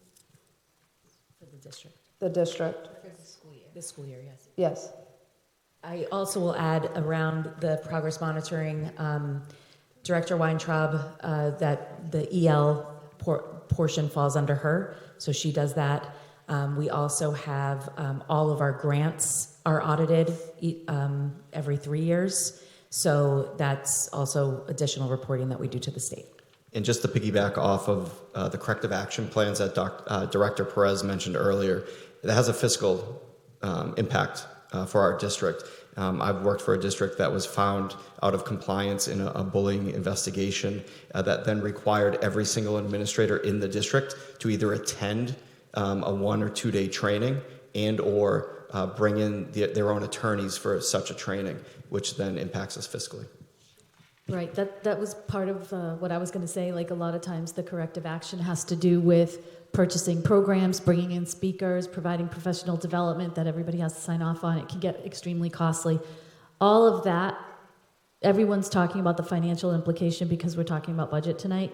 But of course, first and foremost is the fact that we don't want the rights of students or staff violated. That goes without saying, but I think it needs to be said anyway.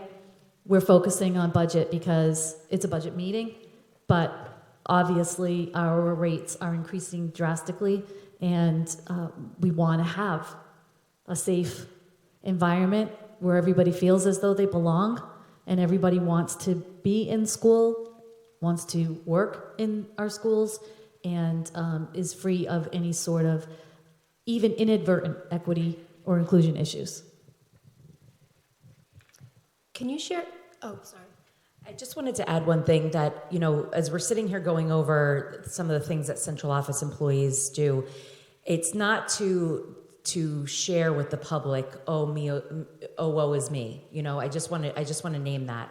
I want to say that we're kind of like behind the curtain, right? So you can't necessarily, the public doesn't necessarily know the responsibilities that we have in central office, nor should you, because we're making it happen to keep it away from the educators, because the educators, it's a lot clearer what the educators do as far as educating our students. So again, I just want to be really clear that by us going over this, it's not woe is me. It's just so the public can understand a little bit more of what the actual compliance, what that means, and actually some of the regulations that we have to do, regardless if one person is here or not. You know, these things still have to get done. Small district, large district, they all have to get done regardless. So I just wanted to make sure that was pointed out. I think that's a great point. I just want to go back to what you said, Dr. Grohl. We do talk about our values a lot. We talk about it every opportunity we have. And it is part of our goals to make sure that we meet the needs of every student. And all of us take that very seriously because we discuss it regularly as a school committee. And I spoke about it last time. I do ask the budget question because I think the public needs to understand that there is a trade-off to those things. But you're right, the goal is to protect every student.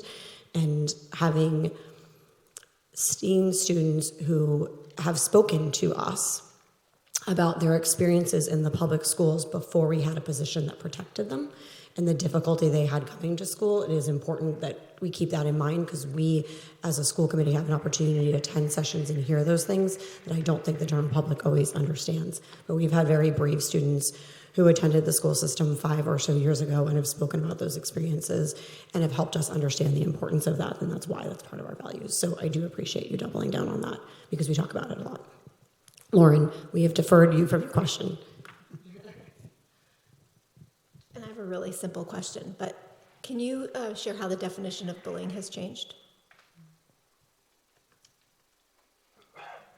I don't know if it has necessarily changed, but what we have learned is that through legislation, through lawsuits, not here in Easton, but they are judges and DESE and those that adjudicate are starting to look at the bullying law differently. So where before it was numerous incidents, because I don't know where the number 3 came from, the law doesn't state a number. Even if it is if it's one incident and it's a significant incident, then that can qualify as bullying, and you continue to gather evidence to make sure it meets the other elements. The other thing is for our marginalized community, you are to add, you have a duty to add more emphasis if they are the victim or target in the situation. Wow, thank you. Okay, and I just want to invite the select board. If any of you have questions, I know many of you have children in the district or children who've graduated from the district. Please feel free to have your questions heard. I would hope the select board indulges me. I'd like to concede our time over to the public so that they can have their opportunity, but come back to us at the end. Okay, will do. One last question on this. I know you do the investigations for bullying and for civil rights violations in Title IX, but what about the events that might happen or for something that might happen to a student that may not fall within any of those definitions, but are still affecting a student's ability to come to school and feel safe? Is there a process in place to deal with that? And who deals with that? Yes, so legally, a student, once they miss 10% of school, they're considered truant. And by law, we have to send letters home. So you may have gotten letters even if you went on vacation. You would have gotten a letter automatically to let you know that your child needs to come to school. And then it is our duty to file with the juvenile court to see if the child is, it's called a CRA, child requiring assistance.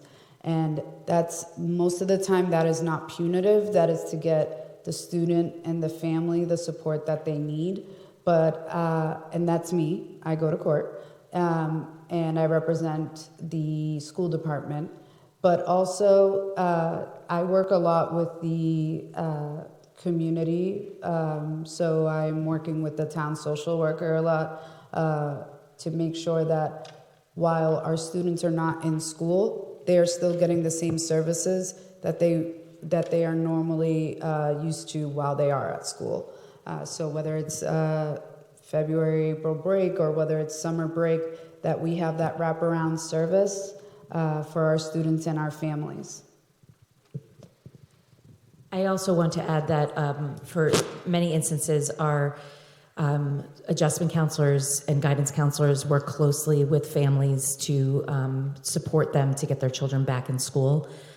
So if they're home for, any mental health reasons or anything like that, our adjustment counselors and our guidance counselors do a great job working with families. Thank you.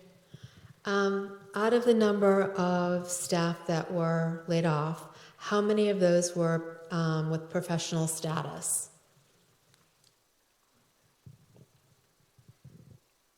I believe 3. We can give the exact number. I'll look up the exact number. Okay, we'll look up the exact number.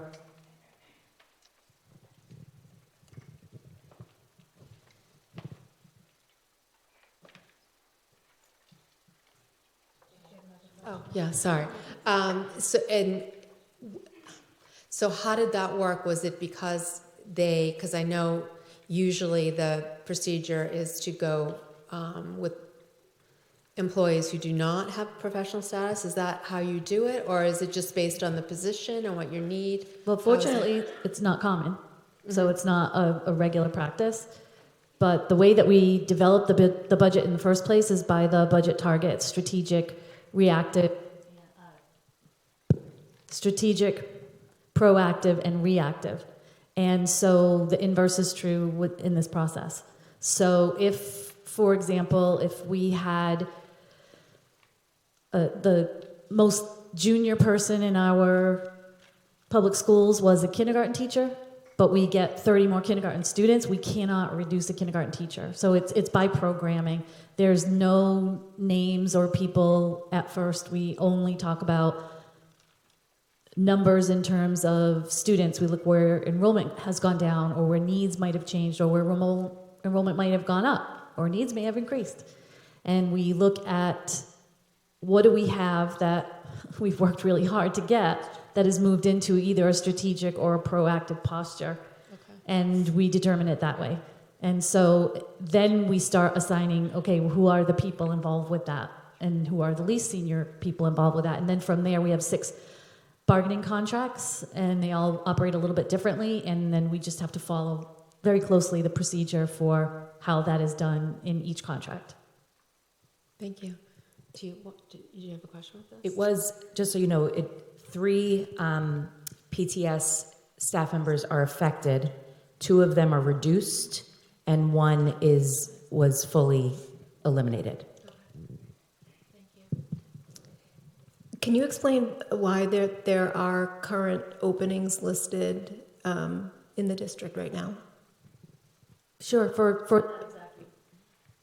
that exact reason. So if we have perhaps we have a staff member that is, I'll choose a physics teacher because that wasn't a scenario. If we have a teacher that is a physics teacher, and we have 3 retirements in 4th grade, we can't necessarily shuffle around a person to fill a role. And so we did have an incentive program to try to reduce the number of staff members that were impacted. And as a result, we had a lot of retirements in certain areas, or an increased need, like ML, for example, we talked about earlier.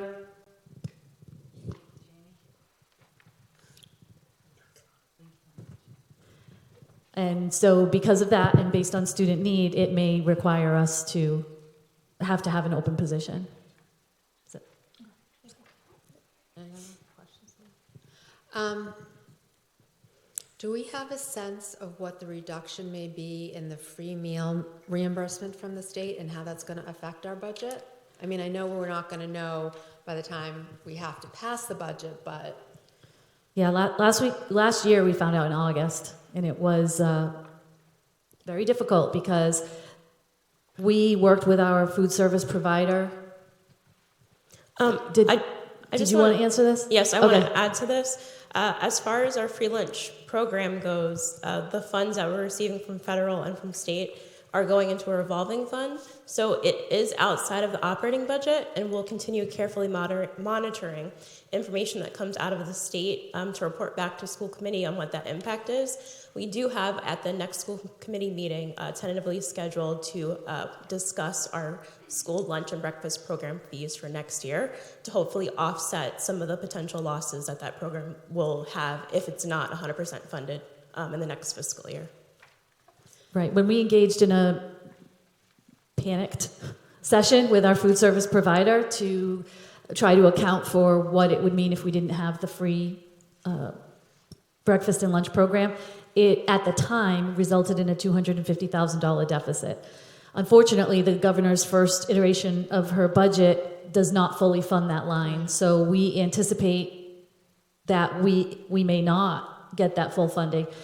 That $250,000 deficit was if we didn't get any of it. So we really have to follow closely now House, Senate, Ways and Means, and the governor's budget again to figure out where that's going to go. But it's always very concerning when the very first iteration comes out without it being fully funded. So we're paying close attention to that. Do we have a sense, I know we don't find out our federal grants till the end of the summer, but do we have a backup plan if we lose all that money? It depends what grants you're talking about. So there are some federal grants that are currently being discussed. For Easton, they total to about $1.3 million. There is no backup plan for $1.3 million. As you can see, the significant impact our budget takes with the amount that we have lost this year for next year. So we are working that side of it through our legislation. We're in close contact with the Attorney General's office and with the federal government to try to keep an eye on what that is. A lot of those grants, one of them, for example, has is a lot of our paraprofessionals in it.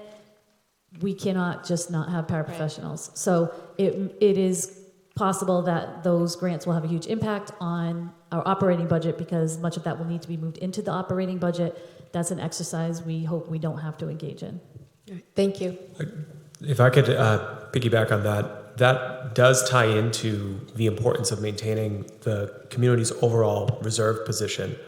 There are some who understandably, when looking at the severity of the cuts next year, stemming from a deficit of $6.36 million, would look to the town's stabilization fund, which is $7 million, and say, well, we've solved your problem, just transfer from there to there. And outside of that, violating adopted policies of the town for how much of a balance it would spend, that's why it's really important that we leverage funds like that extremely carefully, because for exactly this type of discussion where there was an unexpected cut to a federal or state grant, whether to the school district or to municipal departments, stabilization money would be the only thing that could even provide you an off-ramp to have perhaps a year to plan. So again, that's why it's so important in the override budget that we do not lean on those funds at all. Thanks. My question is for our joint gathering, so I'm not sure who best could answer it. I defer to you all, but have we explored any opportunities to jointly across the town cover certain roles or costs or expenses around technology or around financial systems, anything that we can do. A lot of times we talk about our budgets very independently. We haven't really talked about them as any places where we're able to share support staff or resources in any capacity. Have we discussed that, and is there anything on the table for that?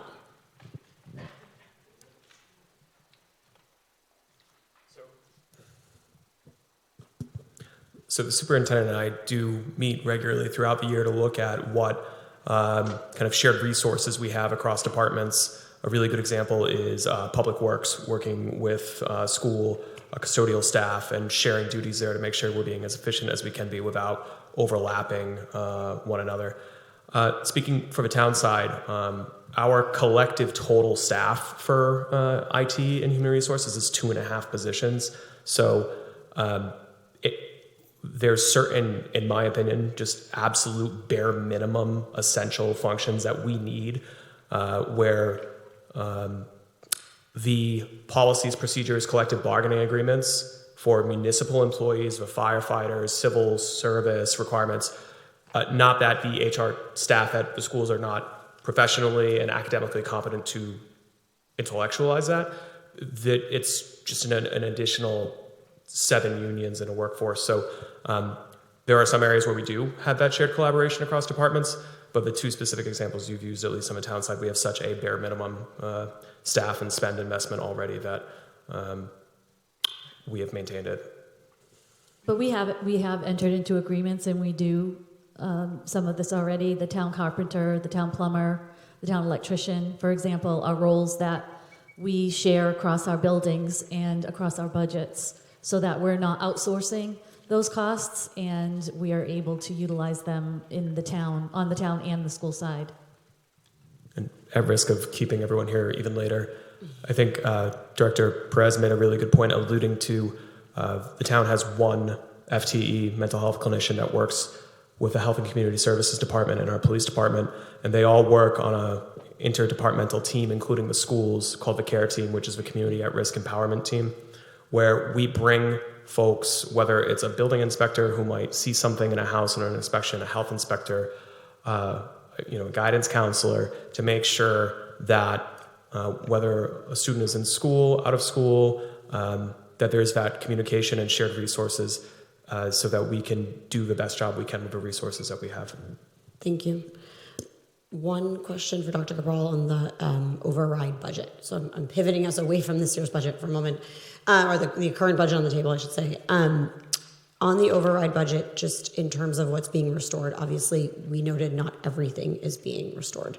I was trying to make sure I observed what is not being restored, because you did a...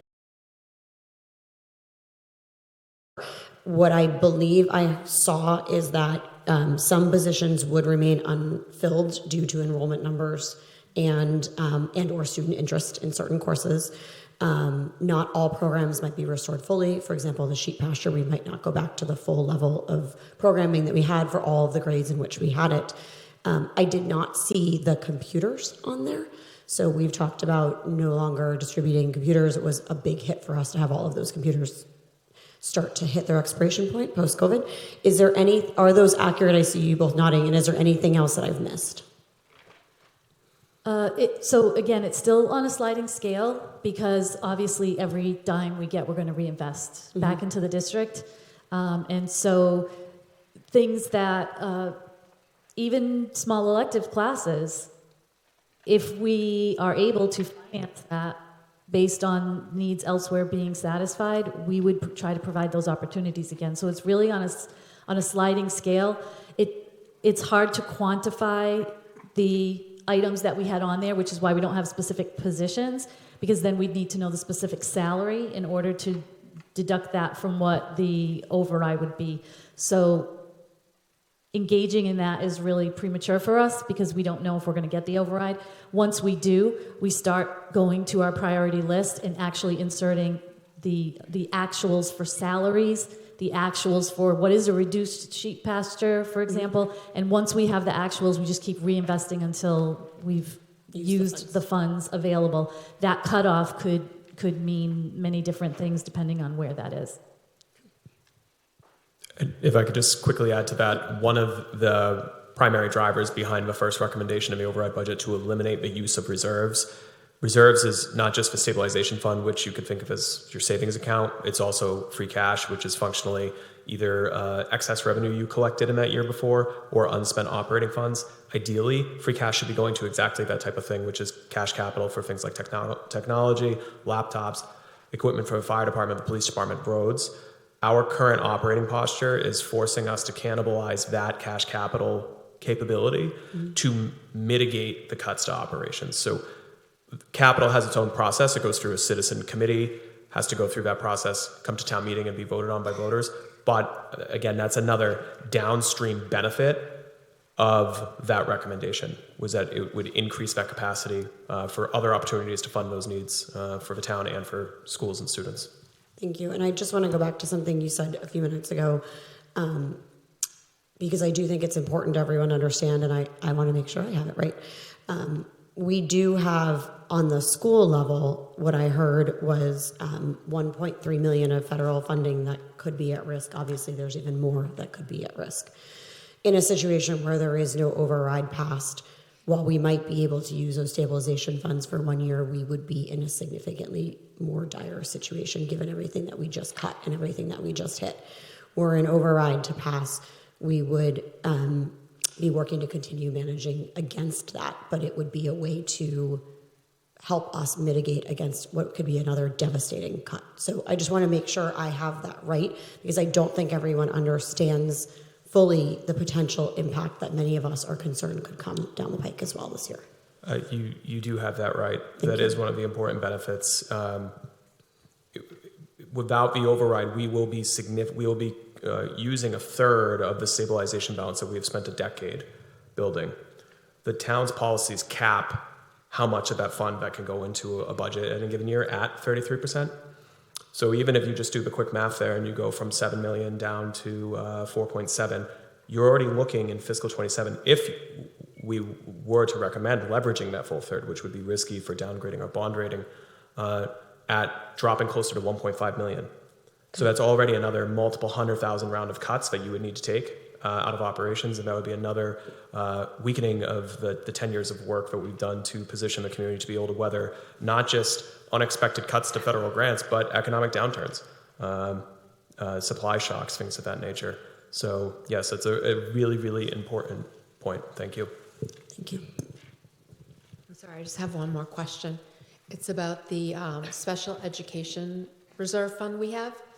We have not to date had to dip into that. Is that correct? That's right. No, go ahead. To continue. It's very specific and prescriptive for unanticipated tuition costs, and it has to be voted on at town meeting. I believe there's $250,000 in there right now, which is actually less than one out-of-district cost that we currently have. Could we for use, 1 year? Since the out-of-district cost went up significantly over the last couple of years, could we use some of that money to for those extra costs, or does it have to be just for like one specific? It has to be for an unanticipated cost or a mid-year change, which we do have happen. But once that's gone, it's gone. The goal was to add a little bit to it each year, kind of like a stabilization fund, but we haven't been able to do that in many years. And so if, like I said, one significant out-of-district cost could be more than that sum. Okay. And so it is an area that we can use, again, for a specific unanticipated expense that is an emergency, and it would only be 1 year. And obviously, a student in an out-of-district placement is long-term, depending on how old they are. And so, but it would buy maybe a year to try to figure out what could happen. Okay, thank you.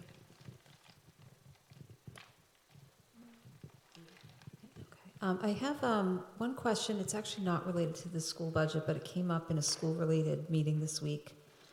I can't remember when because it's my fourth night out. So townwide transportation. So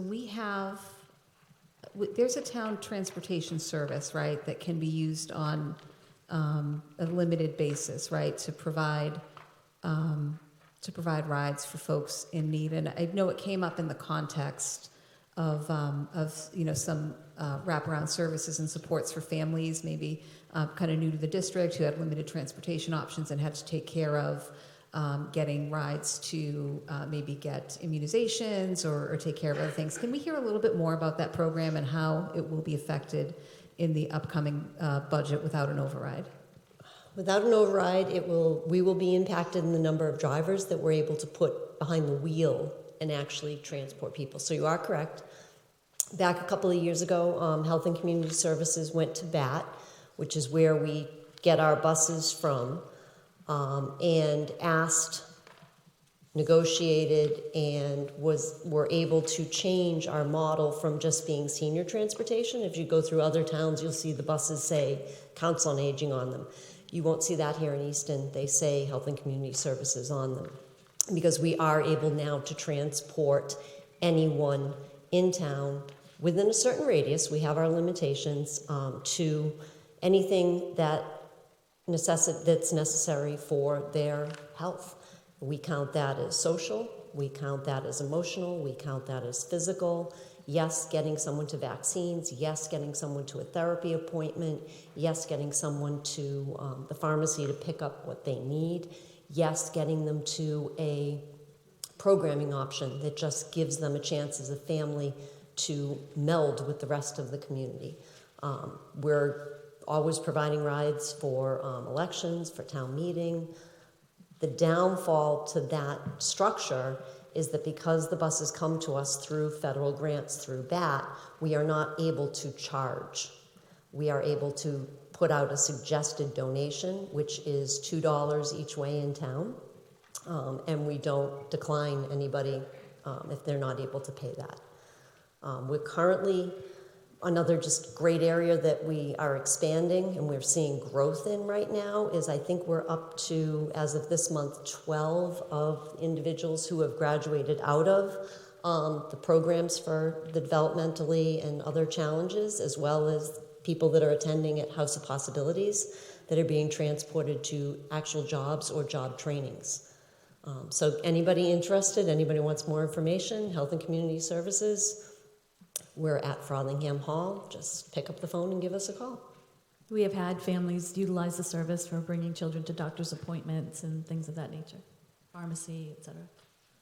Excellent. Thank you so much. Sure. Okay. Our student reps, if you guys have any questions that you want to ask that we haven't already asked, you're welcome to. I don't want to put you on the spot if you don't have any, but you are here and you're members of the committee. So if any of you have a question, just let me know. Good for now? Or, okay. All right, any other questions from the committee? Otherwise we'll move to public. Great, okay. All righty, so thank you everybody for your time here tonight. I know the night is getting late, but this is obviously an extremely important discussion. So for public questions, given that we don't have an enormous crowd here, I'd like to take maybe more of a Q&A approach. So don't feel like if you go to the microphone and it takes somebody time to answer a question, I'm sitting here with a timer going, okay, you've used a minute and a half and you've got, your time left. So we can keep it as long as, again, keep in mind that, we have a room full of folks. Let's be courteous. Let's be civilized. Let's have good discourse here. Let's try to, again, just be mindful of making sure that anybody who wants to go to the microphone and have their questions or comments heard will have the ability to do the time and ability to do so. So I'm not doing a sign-up sheet this week. Again, it's not a very large group, and we can do it like we do at town meeting. So for those who are not familiar with town meeting protocol, basically just head to the mic. If there are folks on both sides, I'll alternate back and forth from each side. Please state your name and address before you begin your comments.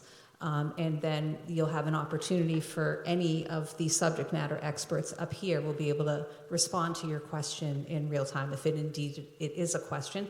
And if you just have a comment you're not looking for a response, that's excellent too, and we welcome that feedback. Great. So, Chris, Hi. go ahead. Crystal Parento, 42 Kennedy Circle. First, a public comment. I'm kind of disappointed that there's not more people in this audience, but I know people will be watching. And despite what I might say, questions I might have after this, I will say that I support the override, and I think that us as a community, we need to come together and pass that. And I do feel for people where it's a financial burden, and I understand, then you shouldn't vote for it. But like, if you can, you should be voting for this. It's imperative. Now my other comments and some questions. Everything I started jotting down some notes, and everything that I'm going to say is with in mind being proactive with the budget. Nothing that I'm asking to be changed just yet, but it's things that we have to think about. I will also always plug the TLC program because my questions are always posed to that because I understand it pretty well.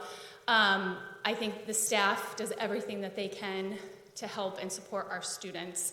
And also I appreciate that Mr. Davidson is going to be meeting with me to talk through some things. So there's just a couple points though that I want to make that I think is important for the school committee to hear.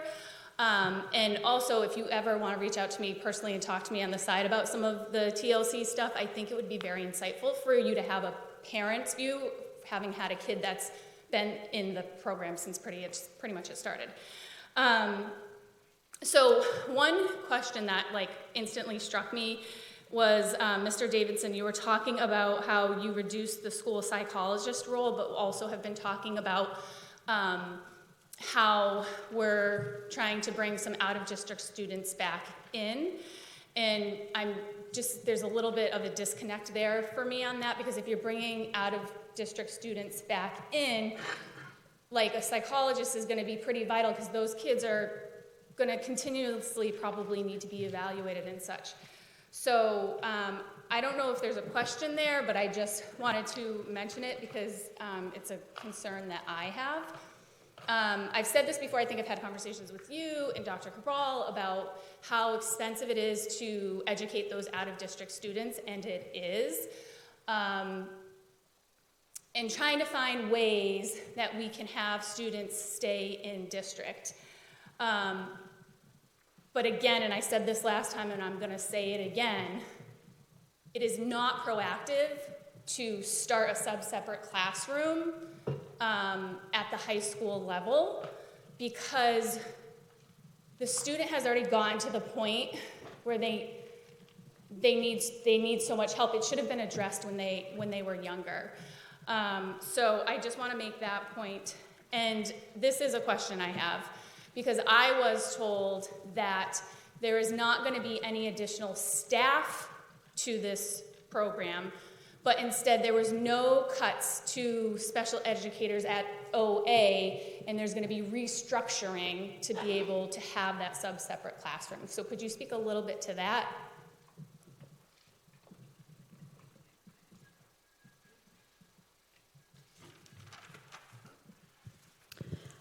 Hi, yes, I'm happy to speak to that. So as part of our overall, let me just kind of name that the enrollment at OA has decreased significantly in the past few years.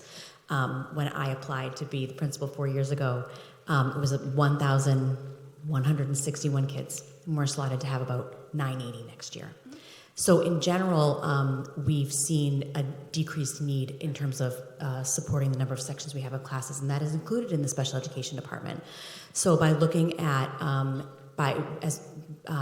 as Director Davidson said last week, by looking at not reducing special education support staff in the high school and instead reallocating the sections that maybe wouldn't have been filled without this sub-separate program, we can use those staff members to teach these sub-separate classes. Okay, thank you.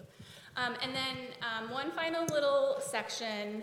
Again, this is, I'm encouraging the school committee to like maybe have some off the side conversations about some of this, because I can only hypothesize based off research I've done in my own experience. But I would hypothesize that the TLC kids are probably some of the most expensive kids to educate at school. And I'm not sure, going with that, one of the questions so I have a list of questions that I would probably ask. And I want you to think of these questions also in mind with the CDC's new information that 1 in 31 children have autism. And, you know, that's a pretty big number. So here are my questions. How many TLC kids are the ones having behavior issues that result in discipline? Because we talked about that last year. We have compliance issues if you don't follow through on the mass discipline law. That's an important question to ask. How many TLC kids are ones that end up going out of district? How many kids in the TLC program receive a late diagnosis of autism? That one in particular, I would be interested in let me explain why that's an important one. There's this phenomenon with late diagnosed autistic children. When they're little, they have these behaviors, and there might be a perception that they're going to grow out of them. Their peers are more accepting of them because they're kids. The problem is when you get to the high school level, their peers don't accept them anymore. There's a lot more social issues. There's problems. So I bring that all up because it's important to look at that data when you're trying to understand, do we really need that sub-separate classroom at the high school level, or do we need that earlier because you've missed the mark? And then the final thing, and then I'm done, thank you for listening to me, this is really important to me, is do we have any specialists in autism at the school level? Because I find that there is, people don't understand what autism is, and you've got kids who are getting disciplined, and it is the special ed coordinator and the vice principal who are loving, caring, awesome people. They want to do the best for these kids, and they're trying to determine if a behavior was a manifestation of a disability, and they can't do that. That's all I have. Thank you. Thank you so much. Yes. Those are excellent questions. If any of our staff would like to address anything right now, that would be, you know, please feel free to do so. I love the questions that you posed. We are planning to ask administration, and Director Perez was the one who suggested this, that we schedule at the end of the year a data meeting where she can present to us a collection of her data and observations around things like discipline, attrition, bullying, suspensions, yes, all of that information, and so that we get that with demographic overlays, and to really elevate and bring visibility and understanding to how our diverse populations, and including special education, there's so many, it's all intersectional, right? We know that. So it's, you know, the school committee is super, super interested in seeing that data, and then and exploring what are we doing about it, right? Now that we know we have visibility, we're measuring, and so a lot of this is already reported, it's being measured, there are all kinds of accountability metrics. But to put it together in a way that gives us, I'm envisioning like a report card, that's something that we can be tracking over time and reporting out to the public to the extent that we can, and that, you know, we're not giving away, you know, data that's identifiable or anything like that. So, I also want to share one thing before, I know Director Davidson wants to answer some of the questions, but we as a district we are in our first year of implementation of a more comprehensive model for looking at all of our students through the whole child review process. And that is through a grant that we received through DESE, S3. If you hear anybody talking about S3, that's what it is. And it's through a collaboration with Boston College and the Rennie Center, where teams at each school are getting trained, and we're in year 1 of year 5, where we are looking at the whole child. So there's 4 quadrants of the child, and I can get into the specifics with you if you want to hear more about it. But what's happened in the past is our educators, and when I say educators, I mean everyone in the school, the whole school staff. They've had these conversations in different pockets, and now it's bringing everyone together and having more formalized conversations around that. And putting interventions in place earlier. earlier than what may have been done in the past. Through DESE, we also received a grant where we're going to be utilizing a data information system called Open Architects, where in the transition, for example, from Richardson Olmsted to Easton Middle School will see the data from Blanche Ames all the way up. So they'll be able to see that they'll be able to see the data, whereas we've had to rely on transition meetings and things like that where something may have been missed. This will be a more concrete place for our educators to be able to see that data in real time, and not just real time, but the historical data. As for the programming at the high school and why it's being developed there, first is it's based on the needs of the kids. I'm in full agreement. I understand your theory behind building it younger, being able to develop those skills with students that can access that program throughout. Ideally, that would be the place that we would create the program so that we would have that consistent model throughout our 4 schools. But as of right now, the need is at the high school level. But we're looking to establish that program at the high school level, create a well-run sub-separate program at the high school that we can then model when the need arrives at some of our other schools.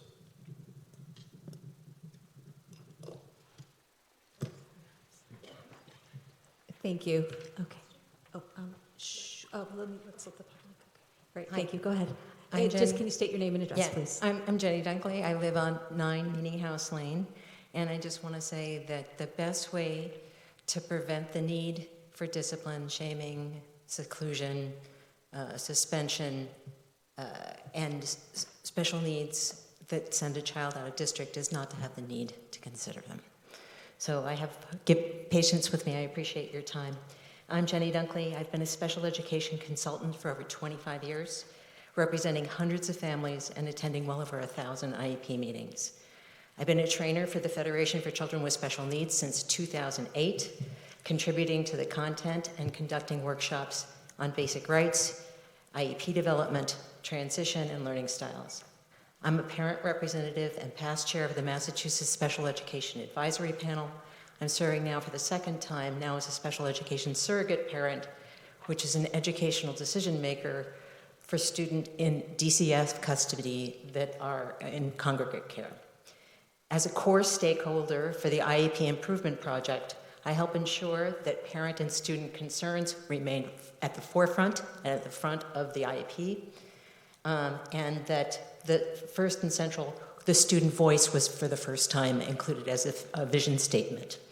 I'm here today as a special education consultant for numerous Easton families, and as a 31-year resident of Easton, and as a mother of a 31-year-old neurodiverse man who couldn't be educated in his own community, and who now will likely be on disability for the rest of his life, and may never be financially independent or meaningfully socially comfortable or included. Easton's preschool and kindergarten provided excellent inclusion programs, and in May of 2001, at the end of a very painful year of first grade at Parkview, I asked my son Sam's teacher, will he be okay here next year? And she crossed her arms and looked down at the floor, and I don't have Asperger's or nonverbal learning disorder or a central auditory processing disorder, and I knew exactly what she meant. So for my child, for my baby, there was no seat on the bus. And we unilaterally placed him at the Wolf School, which was then in its 3rd year, a non-766 school at that point. It was housed in 3 rooms at the JCC in Providence. We fully funded and transported for 3 years, and I have never financially or emotionally recovered from that. We entered into a settlement agreement with Easton for the remainder of his time at Wolf, and when it came time to high school, there was still no appropriate inclusive programming available at OA. So we spent multiple hours every day commuting to a different school for 4 years, all on Easton's dime. In 2012, Sam was a senior, but lacked the social communication and executive functioning skills to be ready for graduation. And back then, there were no meaningful transition programs, except perhaps for students with complex health and intellectual disabilities. So I put together an A-team with core members of Easton Special Education. That included Beverly Conti, Shannon Caruso, and Barbara Bigelow. I got some powerful volunteers, transition advocate Marilyn Weber, Terry McLaughlin, who is a transition specialist at the Federation, Scott McLeod from MGH Aspire, executive functioning guru Sarah Ward, and oh yeah, Sam Dunkley. We consulted with Ross Green, integrating collaborative proactive solutions as well as social thinking protocols. Outside of staff time, it cost Easton nothing to develop this program. And as a team, we coordinated the development and implementation of a transition program for solidly cognitive post-12th grade students with executive functioning and social communication challenges. We envisioned the program would be housed and staffed in Easton and hoped to tuition in students from surrounding towns, actually making it a profit center. I'll never forget the moment when Beverly told me, after we had the program developed, that East didn't have the space for it. Ivy Street School picked up the banner, and once again, Sam had little to no exposure to typically developing peers and spent 2 to 3 hours a day on the van. There was still no room in Easton for my son. I can't tell you how it feels to walk into this building and know that there wasn't a seat for him. I can't tell you what it feels to me every morning when I see the school bus go by and know that there wasn't a seat on the bus for my child. For Sam and for just about every family I've consulted with who needed an out-of-district placement throughout the Commonwealth, the need for intensive and expensive services was preventable. If we had the tools and skills to support him in second grade, he wouldn't have needed to go out of district.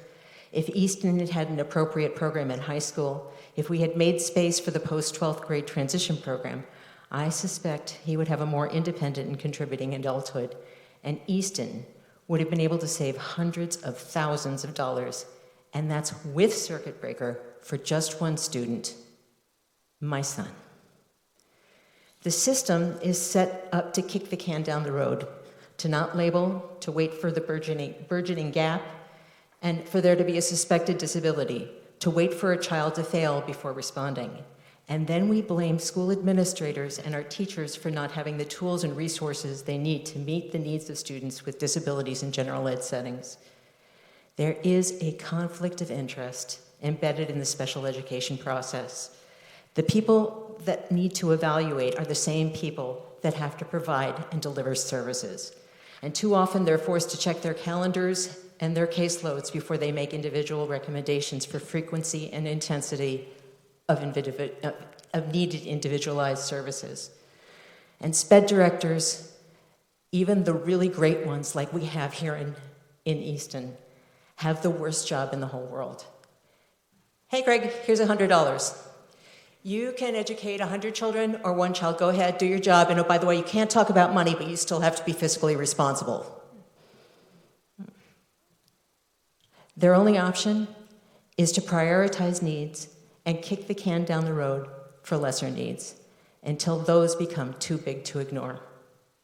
And family and school trust deteriorates. 50 years ago, when the special education law was born here in Massachusetts and spread to the nation, the expectation was that feds would provide 40% per pupil special education expenses. 50 years on, and federal funding is less than 11%. It's never been more than 12 to 15%. And that means despite the mandate, states and towns are on the hook for about 90%. There is a bipartisan bill pending right now in Washington that would fully fund Title I and put special education funding on a 10-year glide path to reach that 40% level. And I'm going to be in Washington first week in May with the Council of Parents, Attorneys, and Advocates, COPA, pushing for a 17% increase in appropriations for the first year of that glide path. This is a bipartisan bill, so fingers crossed. There's a little bit of a glimmer of hope for a slightly larger Band-Aid, but we all know that that cannot be counted on, especially with the disassembling of federal oversight, research, and staffing that will now fall to Massachusetts in order to ensure that we don't start a slide back to the days when some children were considered uneducable. Our current financial crisis is the result of our failure to respond to the little gaps, to respond early. More intensive needs require more intensive, expensive, and exclusionary interventions. More importantly, we will continue to develop less prepared, less confident, less engaged adult citizens who will continue to need supports and services for the rest of their lives and for the rest of our wallets. And as long as we fund education on an annual and on a zip code basis and are forced to put off addressing gaps when they are small, there will be gross inequities and the stupid, crazy, long-term, lifelong financial impacts on our budgets. It's what has contributed mightily to where we are today and why we desperately need this override. All those little cans that we kicked down the road, all that could have been addressed in real time, are now smothering boulders. This override is beyond critical, and not just to cover the bills that we're mandated to pay. And we need to not necessarily bring students back. We've already sort of lost that deal. But we do need to put in services sooner to prevent the need for it. If we cut back on services to children and support for our teachers this year, if we continue to kick the little cans down the road, those boulders will bury us. Personally, I don't think the proposed allocation for education is sufficient. I'm not sure we'll ever be able to recover the human and financial costs that we've made in the past, even if the override is passed. I can tell you that education and catching those gaps when they are small is the best investment we can make that can reduce future town budgets and better secure all town services. And I thank you for your time.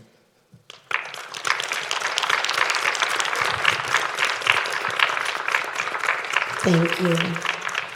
She stands there every day and watches the school bus go by, and she's not joking because she brings her dog to the school bus so that the little boys on our street can say hi to Cookie every morning. And we've talked about how hard that is, so thank you. Thank you for sharing your story. Thank you for sharing Sam's story. Thank you so much for coming and for sharing your story. Really appreciate it. Any other members of the public wish to comment?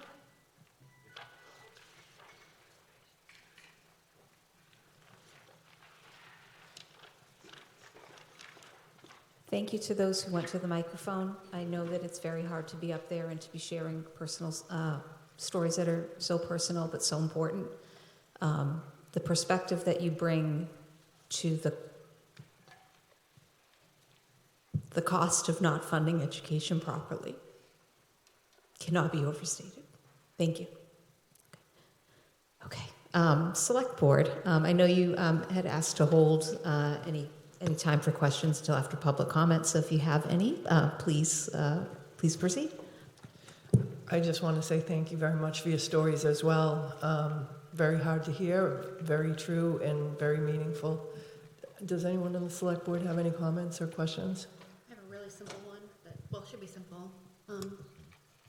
So first, this is regarding the specifically the override scenario budget. So Connor, this is probably a question for you. First, I just want to say to the schools and to the town side that I know it was very difficult with this proposed budget to have trade-offs and not go back to being fully funded, and I know that there were difficult decisions made there. I do want to call out the critical importance of bringing back the reserve funds, as has been highlighted multiple times through the night. Two things I see on here that I think are really important that speak to concerns in the community are the increasing tax abatements and exemptions, which will help address some of the needs of folks in town who may need certain resources to handle the situation with the potential override. The other is the Create Override Stabilization Fund. Connor, I just had a couple of quick questions about what the plan might be, if there is one, for how this may be grown, or how resources will be put toward that as opposed to the general reserve stabilization. I think it's a great first step, having $800,000 there, but as we all know from looking at the numbers, it's just a kind of drop in the bucket given what we've seen can happen.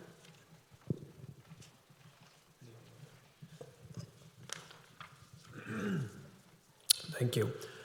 So as far as the override stabilization fund, again, I probably should have put them next to each other, but really when you look at the recommendations, item 1 and 6 are complementary. Item 1 is to replace and eliminate the use of reserves in the current budget so that we can have a stronger financial position to address all sorts of the things that we've talked about tonight.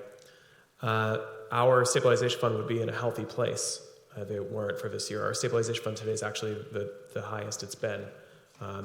It's the non-override budget that would dramatically cut it.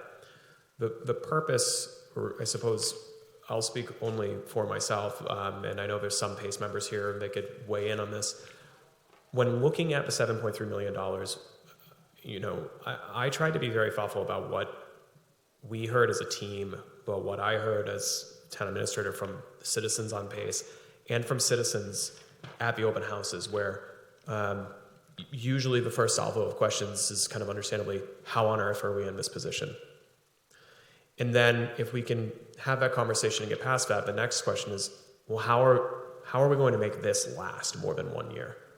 And I think that also informed some of the recommendations of PACE. There were citizens all along the way, there still are now, it's being debated every day, who look at that number of 7.3 million and say, that's too much, that's too little, why isn't the override smaller? Why isn't it more proactive? When you alluded to this, that the funding here allocated back out towards the schools and the town departments, it's certainly substantially better than the non-override budget, but it's roughly 89 to 90% of the cuts. So we're still at a below level service funding level.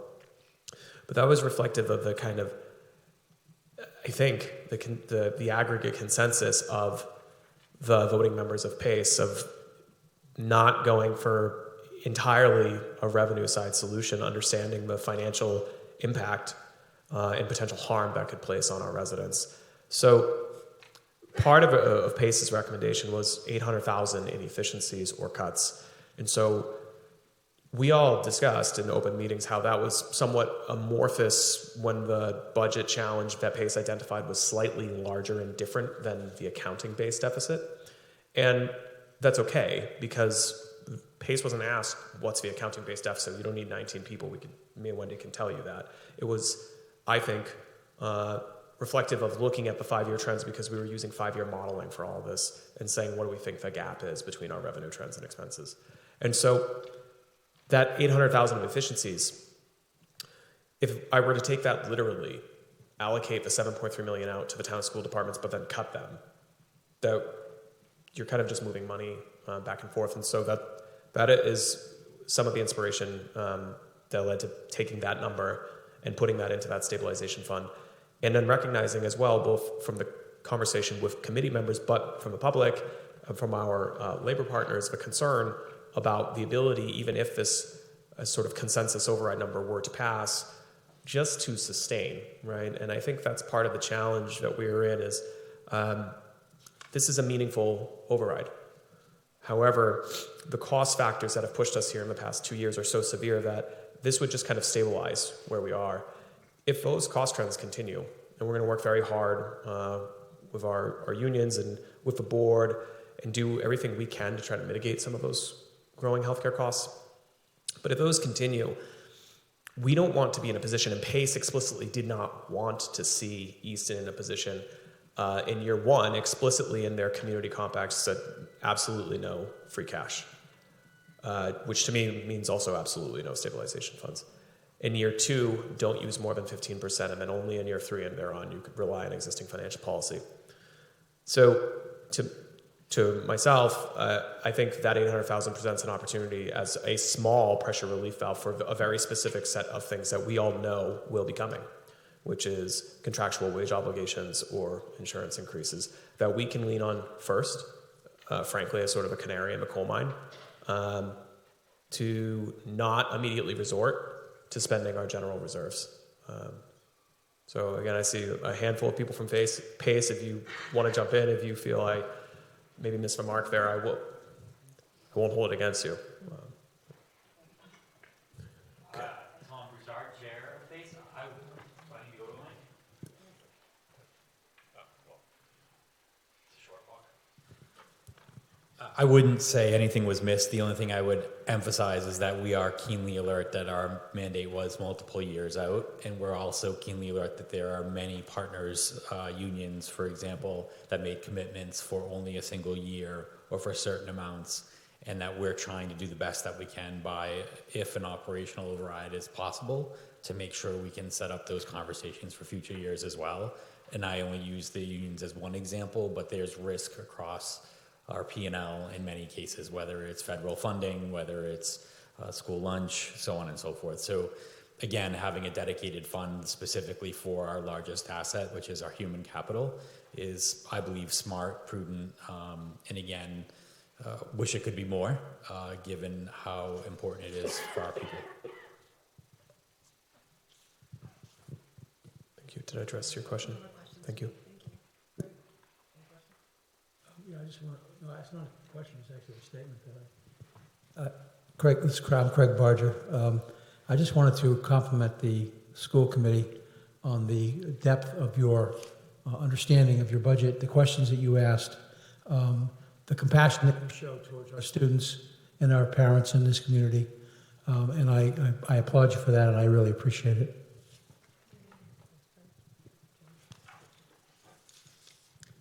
Yeah, Jamie Stebbins. We need to take this moment. It's why we're here tonight with our colleagues, the school committee, and throughout the schools, the school leadership, as well as the teachers, to stand in support of and show a unified front that this is bigger than any one of us, any one of our positions, whether elected or professional. And we hope that this gives some people comfort when they see how lockstep we are, because so many communities don't enjoy this, especially with professionals and department heads in every different department. So this is, to me, what makes Easton, great.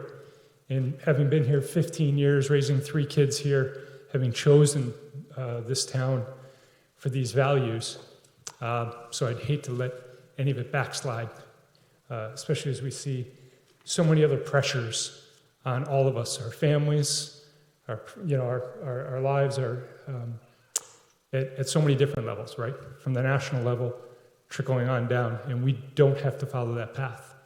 We have an opportunity to make a difference, and each and every one of us at this table is trying very hard to do that, and a lot of you seated out here are trying very hard to do that. So I'm very proud to be part of it. Thank you, Jamie. Thank you, Jamie. I would love to make a comment, but for full transparency, I just want to share that I'm not able to make a comment on anything that will override. I have a family member who is an employee of the schools, so I have to recuse myself from any discussion or vote or recommendation. I didn't want you to think that I was sitting here silent, not saying anything. And again, just thank you. It's a real pleasure for the select board to work so well with the school committee, and it was really thoughtful for us to be invited tonight so that if there were questions on either departments, that we would be able to answer them. And I want to thank the public for, I wish there were more people here tonight, but, generally there are a lot of people that do come out.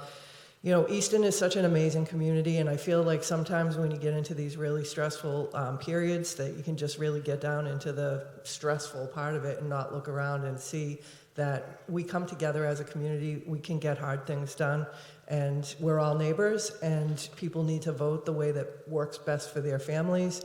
And I know that everybody certainly supports the schools, the town services, and I hope people will bring more questions. If people have any questions, we're all approachable. You can find all our information online, and I'd ask people to definitely reach out. Anything else from the select board? I just want to say thank you to the select board, town administration. We have police and fire here, health and community services here, so all the department heads. And then thank you so much to our school leadership. I see, principals, assistant principals, and the entire leadership team here this evening.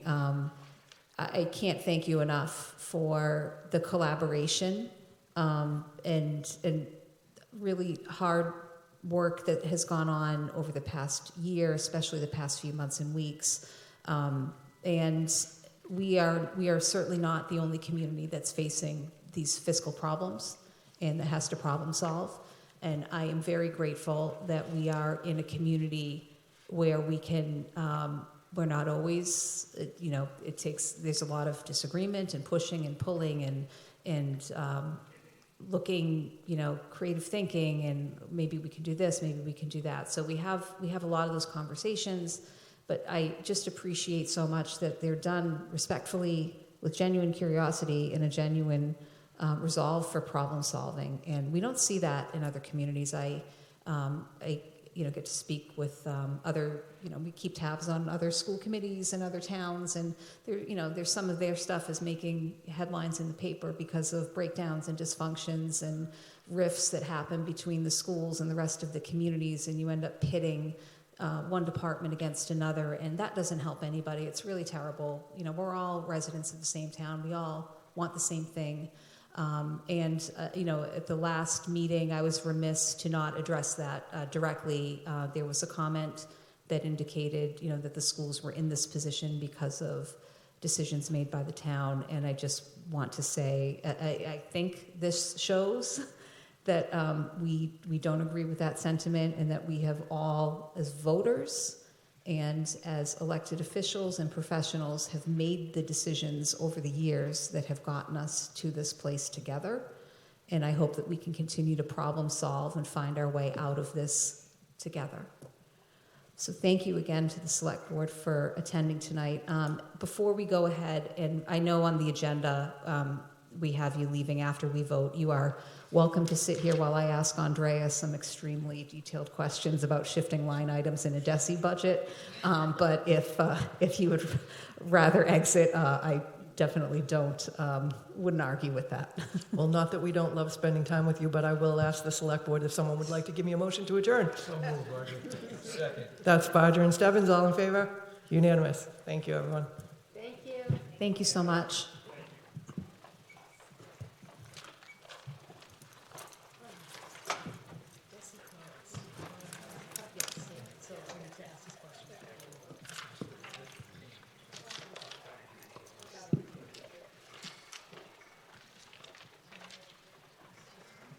Thank you for being here.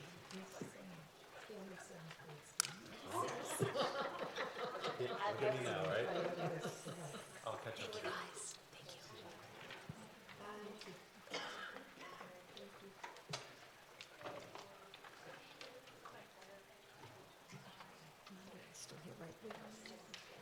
Yeah, if any of you guys want to move closer, you can. It's like half of the Thanksgiving table left, so. Yeah. Stay where you are, or move if you'd like. Just an invitation, so you don't feel so far away, if you'd rather.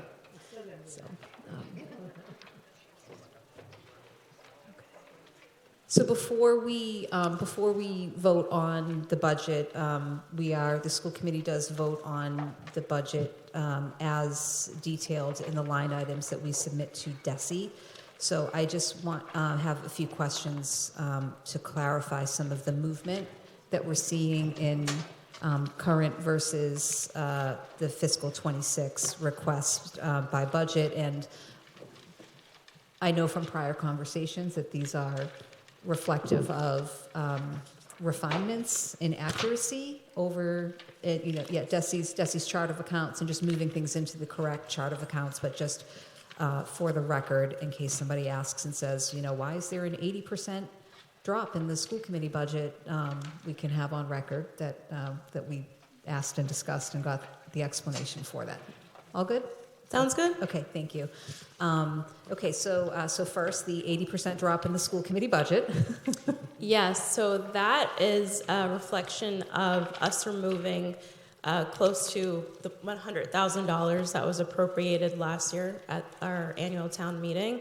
And there is a small amount still held there in reserve, along with, I believe, a $5,000 or $6,000 amount for routine spending, as directed by the school committee. Okay, thank you. I'm seeing a 23% increase in the projection for legal services. Do we have any comments on why we're expecting that increase? So I included a buffer in the budget based on the fact that we will have negotiations again next year for our Unit A members, paraprofessionals, and we also will have SPIA negotiations taking place. Okay, thank you. Let's see. The 20% increase in 2320 medical and therapeutic services. I'm just going to filter the budget file to see what that consists of. Sure, thank you.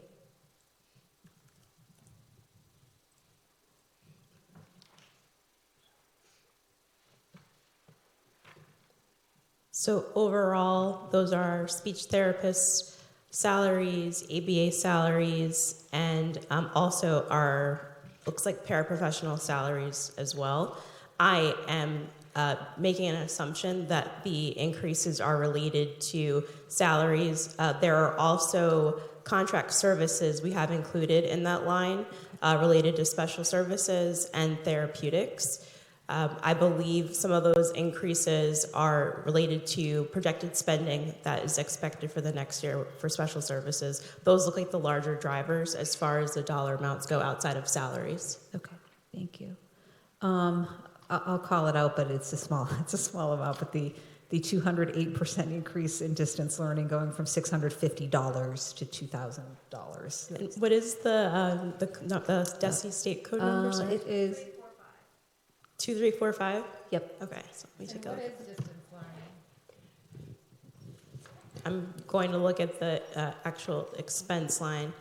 So that is our, it is tuitions, day, distance learning expense line. Oh, sorry. Yep. When we have students that are out on long-term suspensions, one of the things that we have to do as a school district is provide an education to the student. And there's a couple different ways that we can do that. One way that we've seen success with recently is accessing a program called Edgenuity, where students can take online courses during this long-term suspension and be able to access courses that match what we're expecting students to learn here at the Easton Public Schools. So we've seen success in that program, and we're looking to utilize that a little bit more in the future if the need be. Okay, 2357, the PD stipends and expenses, the increase there.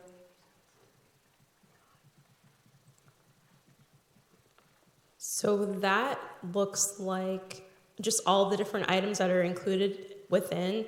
We have professional development, I believe, course reimbursement, our central admin conferences, and as far as increases over last year, I'm saying that the driver is an increase related to bringing our actuals to what we've spent in this current year for our central admin, professional development, and membership fees. Okay, thank you. Text and related software and media 2410.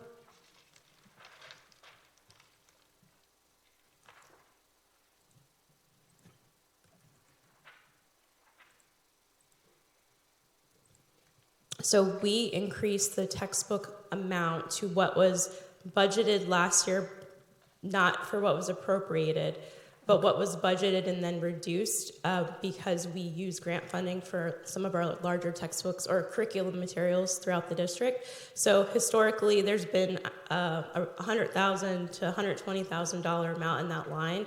But over the years, when that gets reduced, we lose sight of having that as spending from an operational perspective. So this is making sure that we are able to purchase curriculum materials with the lack of grant funding that we know is not coming in this next fiscal year. Okay, thank you. And then 2420, instructional equipment. It's a relatively small amount, but a large percent increase. For the most part, I'm looking at some placeholders for equipment across the different buildings that we have, just for routine preventative or routine replenishment. And for the most part, part, each of the buildings, we have maybe about 10K placeholder. What we were finding is that departments have not been necessarily projecting out routine replacement needs within the departments. So we have placeholders within the individual building budgets to buffer that for next year. Thank you. And then 2453, instructional hardware. Again, a relatively small amount, just a large percent increase. So we have placeholders. We hope to actually save in these costs next year, but we are finding that our complete fleet of printers needs replenishment. And we do have some options to have some cost-saving measures in the next year, but these are for replacement of various machines we have throughout our district for next year. Okay, thank you. 3200, health services.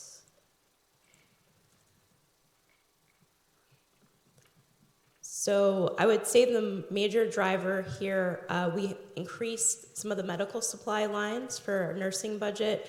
Last year was, I believe, the first cycle that our SNAP software was included as it was no longer grant eligible. And we do have some slight increases with the nursing reduction on the nurse sublines if we do not, if for some reason we're not able to fund the nurse subs out of the nursing health grant for next year.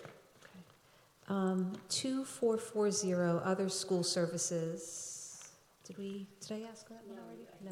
Oh, okay. I marked it as to go back. Okay. So I think one of the, I was looking at the drivers here to see what's included. We have LP aids, some tutoring lines for special services, and I do have a portion of sheep pasture included in this. That is the piece that is not necessarily funded related to the Oak Ames Trust. I think that's one of the larger drivers that's included in here for next year. That is not 100% funding of the program. Okay. 3300. This is a large That's line item. Transportation. Okay. So we have had increased costs for both three different areas. So regular transportation, we have contractual obligation increases related to, we've seen increases in DCF, our main regular bus transportation increase. We have increases baked in for McKinney-Vento or homeless student transportation. We also have increases related to special services transportation for next year. So across every single area, district-wide, we have seen increases in fiscal year 25, and we expect large increases in fiscal year 26 as well. Okay, thank you. There's also a lower reimbursement rate through circuit breaker for transportation for students with disabilities, and so we had a plan for that too. Thank you. 3520, the reduction in student activities. Okay, just looking to see what this is.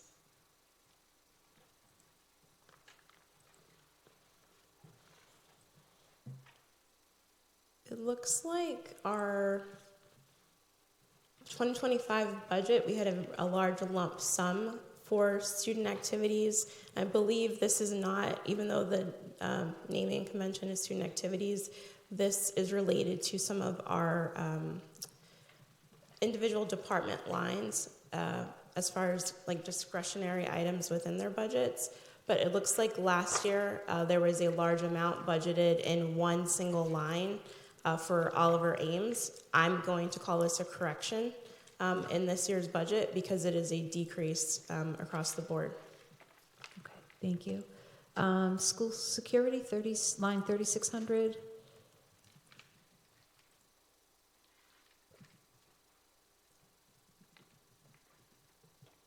So the increase there is just making sure that our campus monitors were actually properly budgeted for. On average, we've been spending about $8,000 to $12,000, and so the increase in that budget area is related to campus monitors that we have, I believe, located at. It's a system-wide expense line. Okay. 4130, utility services. I believe I know the answer without looking at that, but I'm going to just double check to make sure. So yes, across the board, we've included increases for trash removal for next year based off of what we're seeing in fiscal year 25. And we included a straight $100,000 increase for Blant James. If you recall, for fiscal year 25, we had expected to have solar operational on that building, and we reduced the budget by $100,000 in the previous year. So we added that back in for next year. Okay. And then I'm seeing, let's see, this might just be a coincidence, 11% shift in maintenance of grounds and an 11% increase to maintenance of buildings. Is that just shifting? It is a shifting. Okay. And so we, I would say this year, working with our newer Director of Operations and Facilities, refining the grounds costs and some of the DESI coding that we have for those line items. Okay. And then I see line 4225, building security, was reduced, and does that tie back into the school security line item? No, so it ties back into facilities. So there are dollar amounts that were estimated, and I'm only using, I would say last year, maybe I used 10 different facility lines, the way that our budget is set up, but the DESI code might be just 3 different DESI codes. In this year, with some of the refinements, I may only be using like 4 facilities lines this year. So it's part of cleanup, but I'm not going to say that we're not funding alarm monitoring or security supplies for the buildings. It's just now baked into a different line item. Okay, thank you. Networking and telecom, 4,400. There's a big reduction there. So that is related to the reduction of our data specialists and one of our computer technicians. Okay. Let's see. Well, and it's called computer technician in here. I don't think that's their actual title. System technician, yeah. Okay. 5,200 insurance programs with the. Yes. So the increase here, we do have a dollar amount included for run-of-the-mill unemployment. We are seeing increases in claims and liability as a district for this year. So there's a dollar amount included for just normal claims, but there's $373,500 included related to our current budget expectations for our unemployment for what we were expecting for max liability of claims. Okay. I'm seeing, let's see. It looks like a new item, 7,200, acquisition improvement of buildings. Yes, so that is I'm going to call it a slight operational set aside. If we need to tap into that for any reason related to facility repairs or any other things that we're deeming as capital per the town's definition at $25,000 or more, if the useful life of 5 years or more, having that ability to use those funds if we need to for future improvements. And right now, the actual line we're using is called extraordinary maintenance building, but the DESI code is the acquisition/improvement for buildings. Okay, thank you. And then I'm seeing reductions in 9,300 and 9,400, which is tuition to, I guess, charters and collaboratives. Yes, and I don't know if Director Davidson wants to speak to that.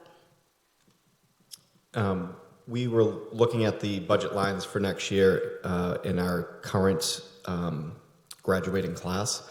We have students that have earned diplomas and are moving on from us. So we're really excited for them. And it shows that within the budget impacts. You'll see a decrease in those lines. You'll also see a decrease in some of those lines based on the startup of our new program at Oliver Ames. Thank you. And I misspoke. The first line item was not charters, it was non-public schools, so just want to correct that. Okay. Did committee members have any other questions about any other changes that weren't evident? I have one question. On that insurance program line, doesn't unemployment and stuff like that go through the town, not through the school budget? So the town sends us claim information, I believe, and I might defer to our director of HR as far as how that process works. But we are charged on our expense line for those expenses. Thank you.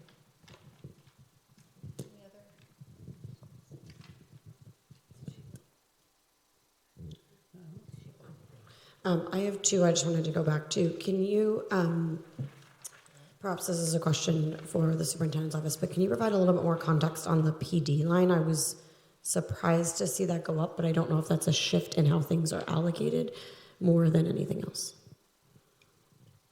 Can you, is it line 2357? Sorry, it's 2357. Okay, so let me just see what the drivers are there.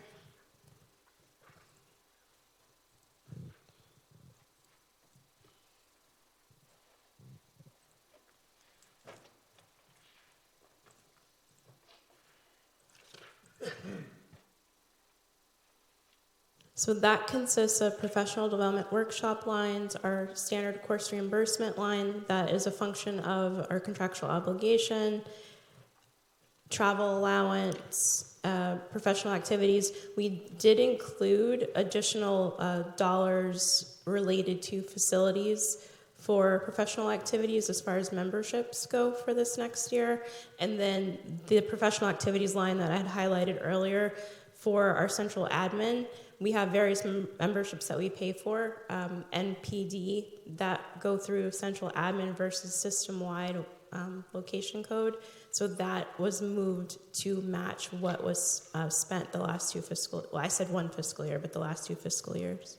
It's not necessarily PD, even though the DESI code says PD for some of the areas that are baked into there. I might need slightly more help on that one.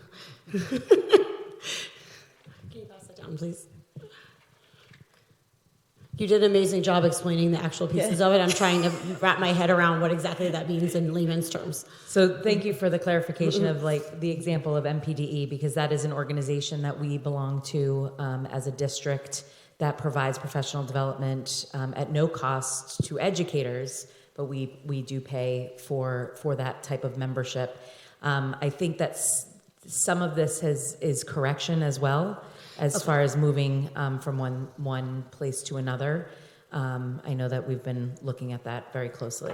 So that a line that is provided to district staff but goes through a central component. So when we say it goes through central, we're talking about not, no offense to all of you, but it's not just for you to get professional development. Yes. It is for the general staff to receive professional development and through the NPD program. Is that correct? And it goes through central. It's for central. When Director Starjeski was talking about, it's for central membership. It's not for membership for me and Dr. Cabral and central administrators. It's for the district. It's more district membership. That explains more how I thought we were investing in our staff. And no offense again to you all, but I was just slightly perplexed because it didn't align with my prior conversations. This is the organization that I shared with you all that is to help us hire and retain more diverse staff. And so through them, we get PD throughout the school year. I see. Thank you. So it's provided through that central organization. Got it. Thank you very much.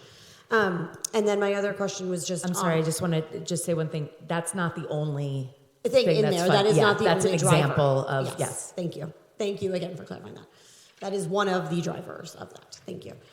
And then the 7,200, the improvement of buildings, I just am recalling from our prior meeting that we had discussed that because we were requesting from the town capital support for a very important security program, we were not asking for capital support on building maintenance. And I believe that's why that line exists. So it's a trade-off that we're making in that regard. Is that a correct statement as well? So I might need some clarification. So yes, within our capital program, we're not going to the town and asking, I believe historically you've asked for anywhere between maybe $25,000 for furniture, could be $300,000 for a boiler.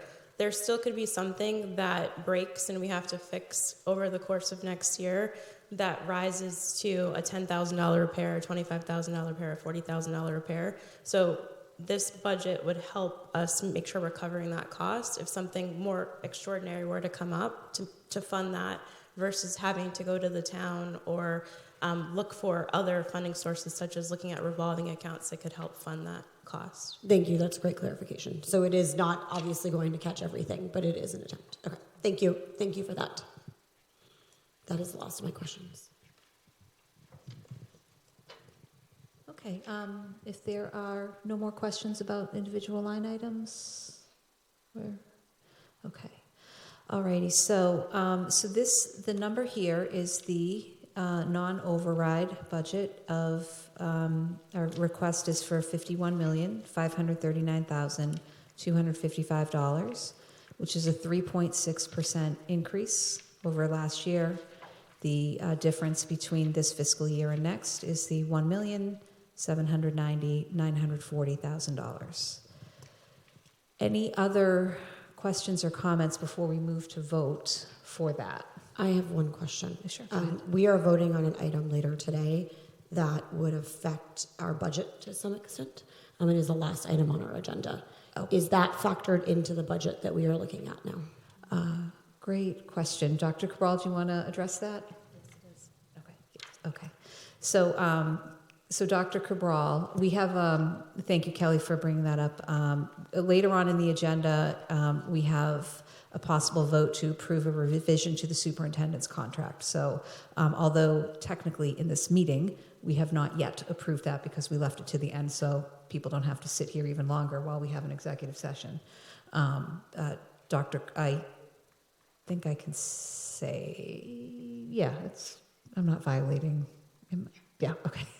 We will be. Dr. Cabral has proposed a freeze to her salary for next year, and that has been worked into the budget. And the school committee will be voting on that technically later. So we will discuss that later. But I will proactively say thank you for freeing up those funds in the budget. We greatly appreciate that gesture, and it's never expected, but greatly appreciated. Agreed. Thank you very much. Did you have anything?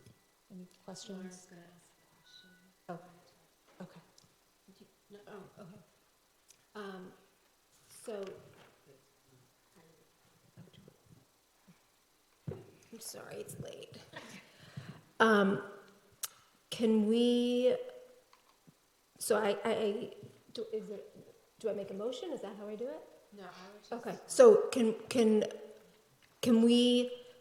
I propose that we have an ongoing discussion about the nurses and so that we vote on this, but that the nurses, we continue the conversation with the nurses. We continue to reevaluate the need for the number of nurses, and that when we talk about if we have the override, if the override's successful, that we reevaluate bringing the nurses back as well.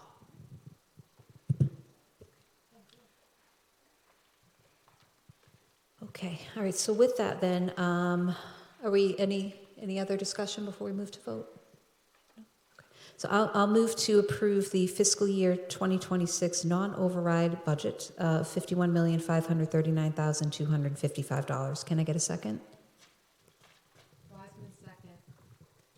All in favor? Okay. All right. Thank you. Budget is approved. May I say that I approve that with great sadness and regret? Agreed. Yep. Okay. All right. Next up, wow, there's actually more to this agenda tonight. So next up, we have the school choice public hearing. Dr. Cabral? Thank you. Annually, by June, every public school in the Commonwealth has to have offer a public hearing, but also have a discussion on and vote of whether you will propose or offer school choice for districts outside of Easton. If you have any questions, we can answer them for you, but it is your consideration of whether you want Easton to be considered a school choice community or not for the next school year, FY26.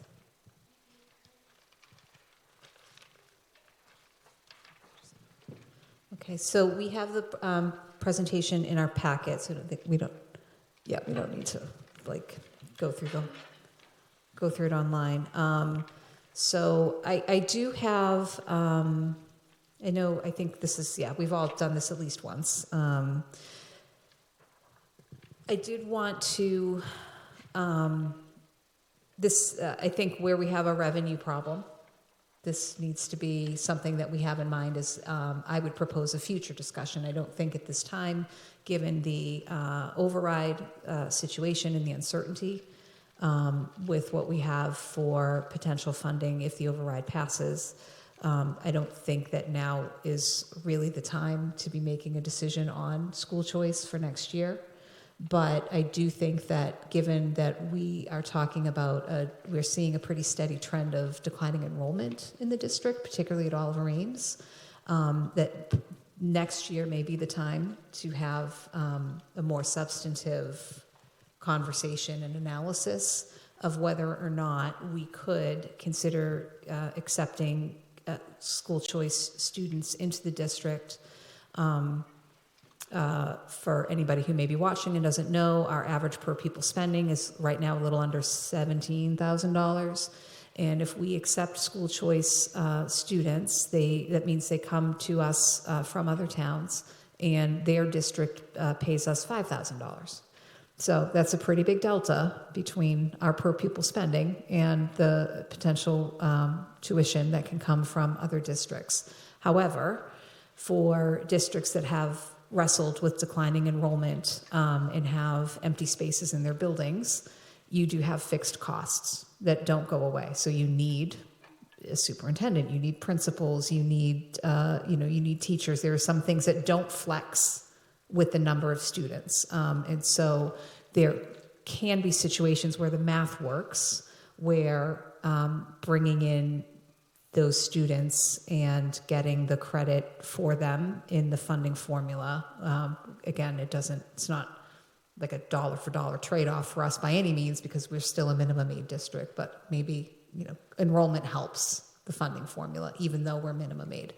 Yeah, absolutely. Yep. So anyway, so the actual tuition coming in plus the increase in enrollment in the funding formula could be certainly worth having a deep dive look at that math and seeing if it would make sense, perhaps only limiting to certain grades.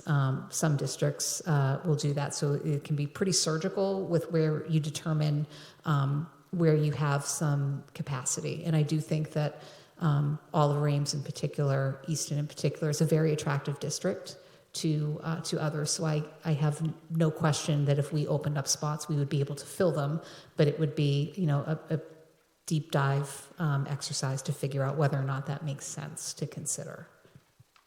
Go ahead, Jackie. No, I can just shout.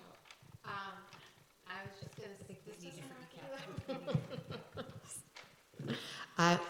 I'm glad you said that about restricting it to Oliver Ames, because obviously our kindergarten enrollment's going up. We don't know what's going to happen with preschool enrollment, so we wouldn't want to open it to all levels, is my opinion. Thank you.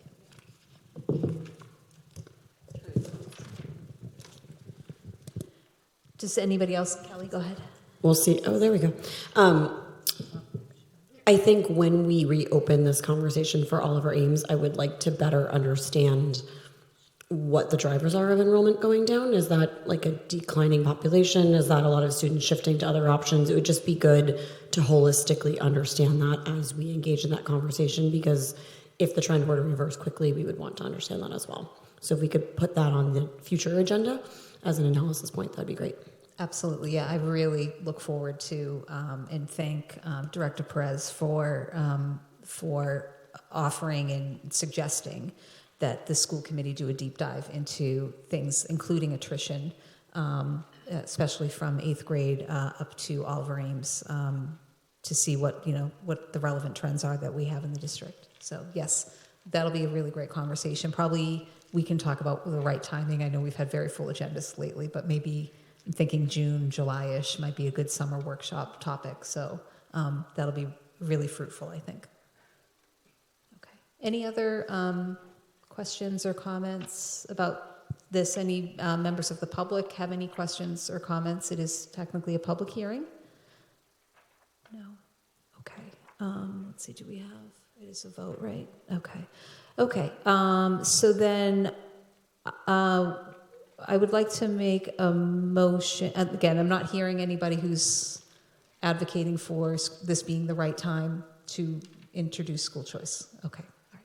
So with that, I make a motion then to continue to not be a school choice district for the 25-26 school year. Can I get a second? DeLuca second. That was DeLuca second. And all in favor? Okay, great. Thank you. Okay. Next up, we have a vote to approve the ADA transportation contract. Dr. Cabral? Thank you. Director Kopaz has the ADA contract information this evening that he has presented for you. It is for transportation for students experiencing homelessness to and from school for our current school year. The price is not to exceed $126,000. That is an expense that we obviously cannot predict and unfortunately have seen a rise in. That falls under McKinney-Vento that was mentioned earlier. If a student is in DCF custody or is experiencing displacement or homelessness with their family, the district is responsible for transporting them to and from school. It is extremely costly and again is very difficult to predict. And so we have presenting an ADA transportation contract, again, not to exceed $126,000.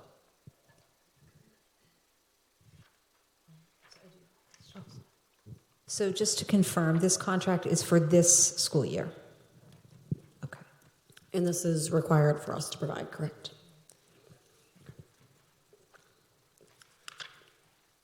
Is this within budget, or do we have budget implications for this? So there will be a budget transfer at your next meeting presented where we're moving funds beyond the ADA transportation contract because we have increasing McKinney-Vento costs that will need to be covered. So it will be within the confines of operational budget, but we're moving dollars out of other identified lines to be able to fund this for the rest of the fiscal year. So fully understanding that is a requirement, so we need to do so. Is there something that is being cut, or are we able to move it because we had some flexibility to do so, given other changes? Yes, we have identified lines that we're going to be reducing those budgets to fund this line, to fund the McKinney-Vento expense. Okay. And I can share with you, McKinney-Vento falls under me right now. We have been able to identify an area that we were able to utilize grants for. So that's where we can safely transfer the money from one line to the McKinney-Vento line for this coming year. For this current year.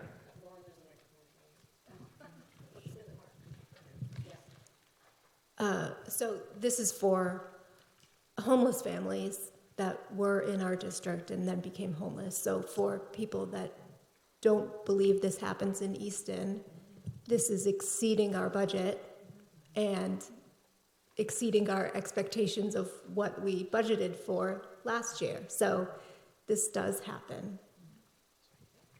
Okay. Any questions about the contract itself? Would somebody like to make a motion to approve the ADA transportation services contract for the remainder of the fiscal 24-25 year, not to exceed $126,000? That was Wiseman motion and DeLuca second. All in favor? Thank you. Okay, next item on the agenda is the review of, this is the fun one, the review of senior class activities. Dr. Kapoor. Oh, I'm so grateful to be bringing some joy to our conversation right now. Do you want me to continue, Dr. Cabral, or Sure. do you want to jump in? Yeah. Okay. So every year I come to you and present the review of our senior activities. Not much has changed, but I do like to obviously go over what we're going to be doing with our seniors to celebrate. They're a time ending in Easton Public Schools, and also invite you to every one of these events. So it kicks off with the Day of Kindness, which you know Brad and Kathy Ness host, along with Devin Ness's former teacher, Cindy Hall, and my admin assistant, Rana Copeland, coordinate this whole day of service for kids. And then following that, we have our senior-specific nights, which are Oscar night, the senior send-off, the boat cruise, or I should say events, not evenings, the class night and prom, as well as monogram night. And then we have our school-wide events, the Tempo event, the Tempo Awards hosted by our Tempo parent organization, as well as our extracurricular evening where we celebrate all of the clubs and activities and those who make such a difference in our building every day by staying after school and working on things like destigmatizing mental health and supporting our LGBTQ plus students through different clubs and activities.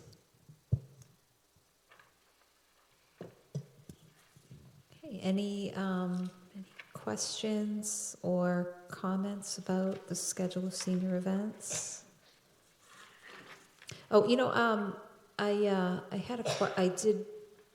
Just maybe it might be helpful for the public, because I know some parents have asked this question. Hopefully they've gotten the answer directly from you or from their student at this point. But the prom is for the second year in a row, has moved to a later date. Yeah. Can you explain why the students want that? Absolutely. So it's a shift of when our senior and our junior prom are formally. First of all, it is a scheduling. There's a portion of it that is just due to the schedule. So formally, the senior prom was in May and the junior prom was in June. This year, the way our schedule worked, graduation's on the 7th. By the time we would have time to have junior prom, school would be out. So part of it is logistical of making sure that both proms happen every year, regardless of when the school year ends.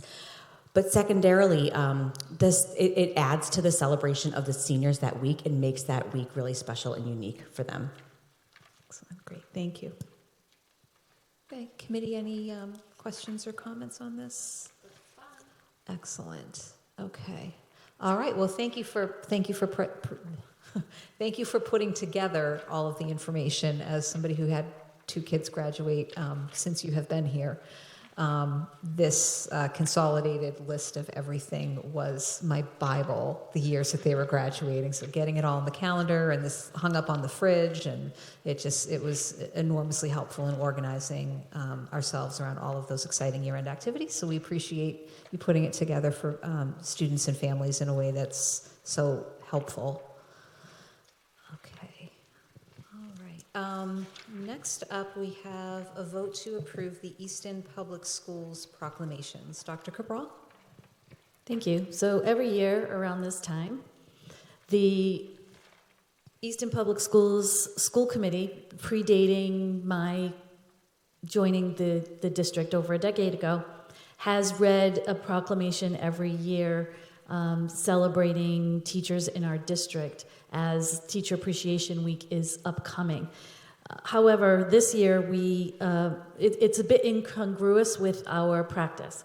So we have Teacher Appreciation Week, but we refer to it as Educator Appreciation Week, and we recognize all our educators during that time because there are lots of different days throughout the school year, but we want to make sure that we elevate all of them and celebrate them together in one week. So we have several activities that we have to express our appreciation, where the PTOs and the PACs and the PTAs, they do a lot of work for the schools as well to uplift all members of the staff and community. And so we suggested, and the school committee accepted, that we actually coin this the Easton Public Schools Educator Week and recognize it with the proclamation, since that has been our practice for many years anyway, and it just makes it more aligned with the practice that we celebrate all of our staff during this really special week every year.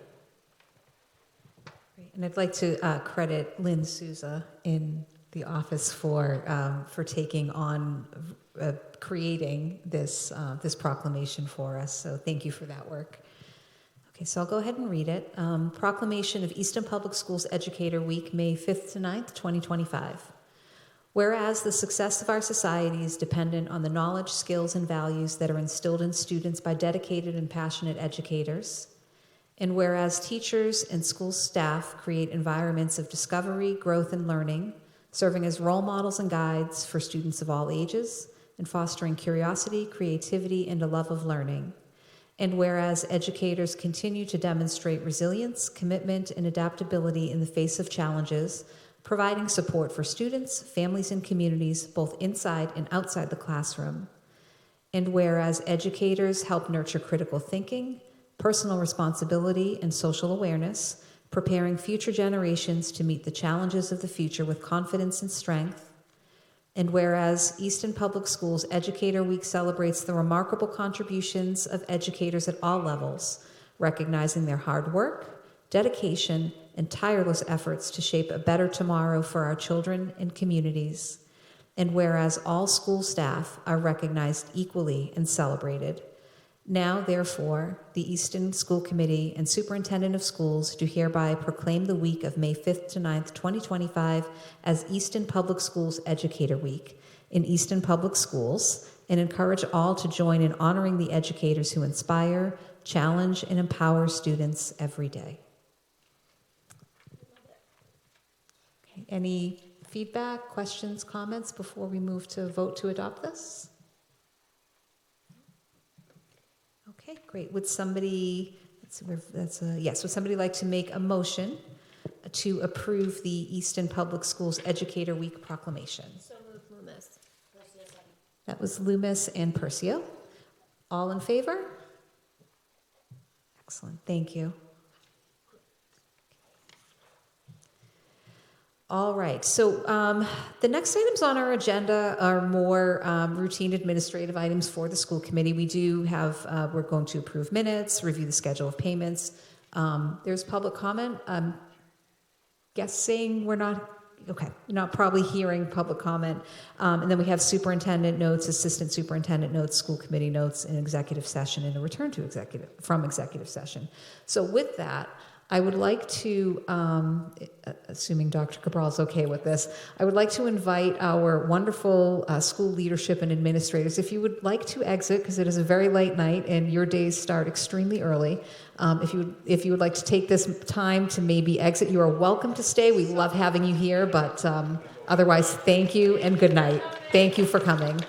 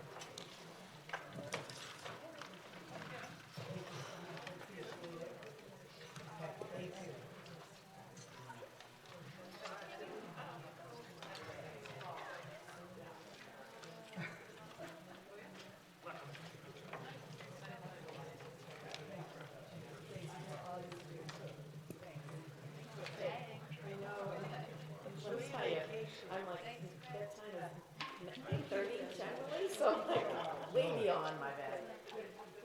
I wasn't prepared for that. You got me.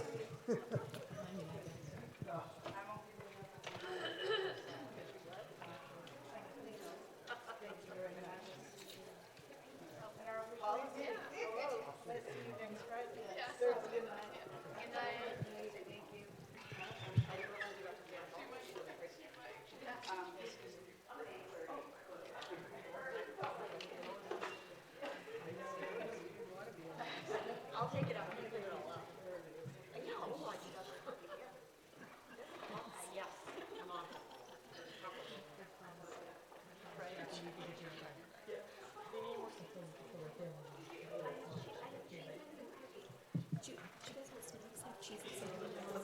Let's get through the rest of the agenda.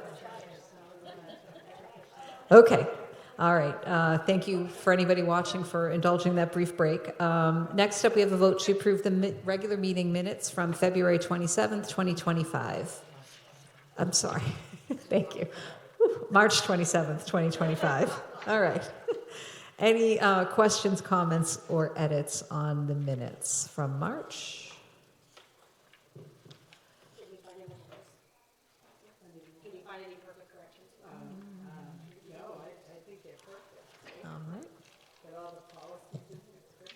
Okay. All right. Would somebody like to make a motion to approve the regular meeting minutes from March 27th, 2025? So moved, DeLuca. Second, Wiseman. That was DeLuca and second. DeLuca and Wiseman. All in favor? Okay. Next up, we have, let's see, regular meeting minutes from, nope, is that, do I have two of the same? Okay. The 3rd. Did you do April 3rd? Nope, that was, hold on. Right, so I have two copies of the same. You might not have it in this copy. I thought I reviewed it earlier today. Okay. Let's see, yes, I'm missing in my packet. Did you guys have the regular meeting minutes from April 3rd? No. Okay, we'll just do those next time then. So I'm. No, I thought I reviewed them earlier today, though.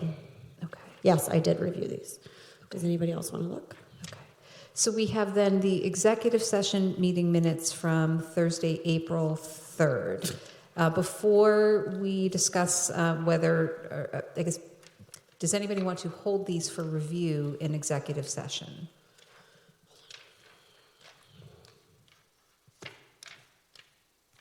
Hearing no? Okay, then we can make a motion to approve and release at this time, or approve and not release at this time. Given that this reflects a contract that has been ratified and published, I move to review and release at this time. Percio, second. Okay. So that was Percio with a second, and all in favor? Okay, great. Okay. And do we need to make a motion to defer the 3rd, or are you good? I'm sorry, what was that? Do we need to make a motion to defer the April 3rd ones to the next meeting? Why don't we do that to be safe, yeah. Okay. So I make a motion. Do you want to make the motion? Go ahead. I don't care. Go ahead. You're better at it than I am. Rolls right off the tongue for you. I make a motion to table the approval of the regular meeting minutes of April 3rd, 2025 to our next meeting. Can I get a second? Percio, second. And all in favor? Okay. Thank you.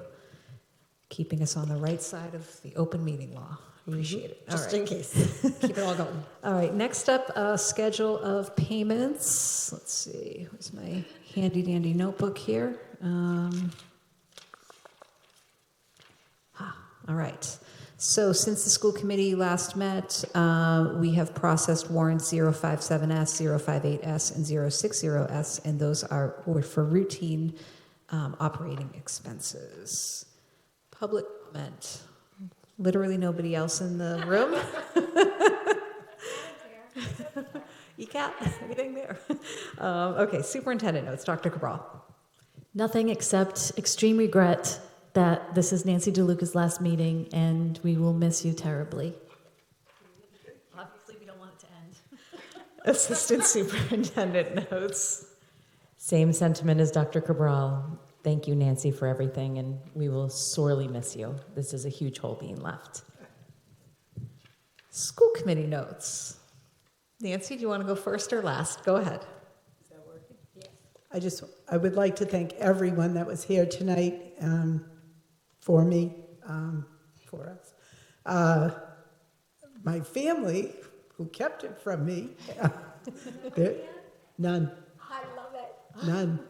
And you guys, who are my girls, thank you. It's been great, but it's time. And whoever comes in will hopefully keep working on the same stream, upstream, downstream, somewhere, and we get through all of this stuff. Because it's not fair that Easton doesn't get the formula, and we try to do so many good things, and you all do it. So I love your questions. Jackie, I didn't have to ask a question tonight. You had them all. And Leisha and Chrissy, thank you so much. It's been fun. And I'll still be on policy, so it'll be good. And Lynn, you're amazing. You're amazing. That's all I can say. You're amazing. So thank you, everybody, very much. I'm looking forward to still doing lots of things with you guys, but not being up here until 11 o'clock at night. Okay, thank you. Nancy, you're going to love school committee retirement. I just know that's for sure. Okay, Lauren? Nancy, are you going to watch with Jack? Yes. Oh, you mean Jack's not going to watch anymore? Thursday night date night.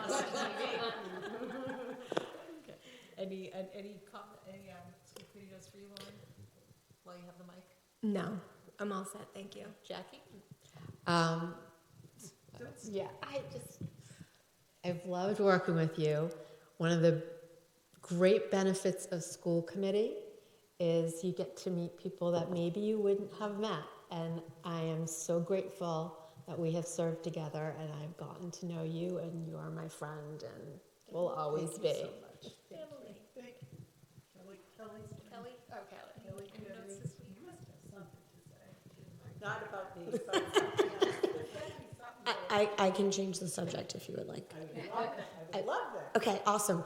I promised to plug the OA Art Show, which is Friday, May 2nd in the cafeteria.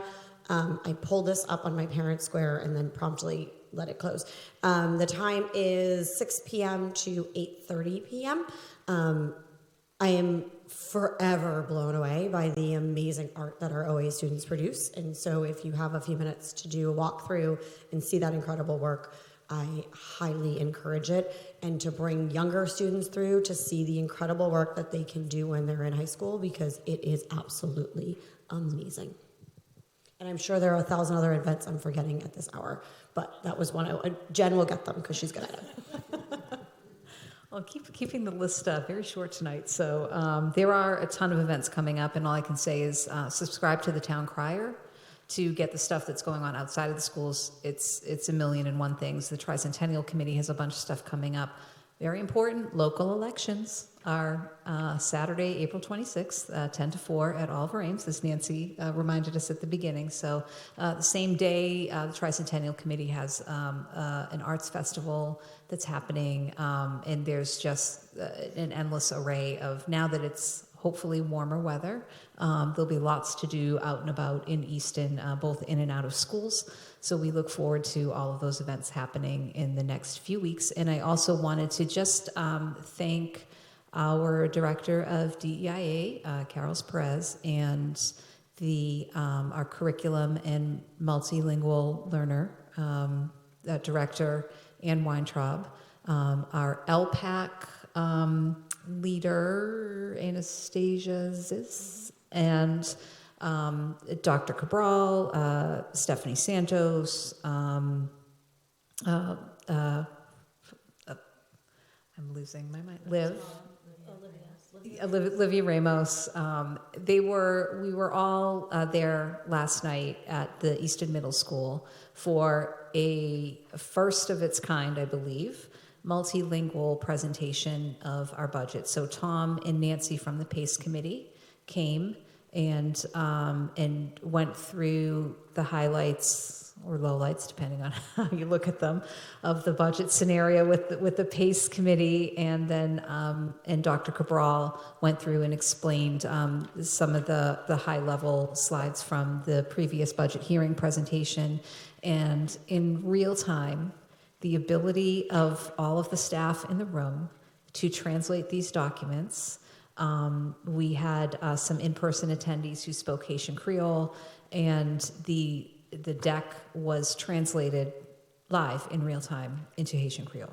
So it was in the language of the people who were in the room. We had some wonderful parents joining us. One parent, an enormously talented, wonderful advocate who was able to also assist with translating in real time. But we got the Pocket Talk working earlier in the evening, which is a great device where you speak into the device and it translates for you. And then Olivia Ramos ran the virtual portion of the night, so we had people attending online as well. So it was just, to me, one of those best of Easton Public Schools moments. It was a small group, but to really live equity in action. This is what it means, to think about who are we not reaching, and then solve for how do we reach them. And I think that is truly one of the best things about the school system. And it was a night that made me very, very proud of our staff and our leadership and our community partners as well. And to the parents for showing up. I imagine it can be very difficult to, I can't imagine trying to navigate something as complicated as my child's education if I had moved to a place where I did not speak the language fluently. So kudos to parents who are reaching out and showing up for their children's education. And Nancy, I'm gonna miss you. I know. So I will take the liberty of using my notes can we do a symbolic motion to accept the retirement of Nancy DeLuca with extreme regret? Can we say no? What if I want to do it? So, thank you, Jen. All right, no politic talking at the school committee meeting. Yep. Okay. It wasn't serious. Okay. Any other school committee notes? Okay. With that, I make an executive. Our next. We'll come back to open session. All right. So I make an executive session to go into open session to return to open session pursuant to MGL Chapter 30A, subsection 21A2, to discuss strategy session in preparation for collective bargaining with Easton Educators Association, Unit B, and to discuss a revision to the superintendent's contract. And in my opinion, What did I say? I make an executive session to go into an executive session. I made a motion. Sorry. I won't repeat the whole thing. Lynn's got it. Okay. And in my opinion, having this discussion in open session would be detrimental to the bargaining position of the school committee. Can I get a second? Second, DeLuca. Roll call vote. DeLuca, yes. Star, yes. Loomis, yes. Okay. We shall return.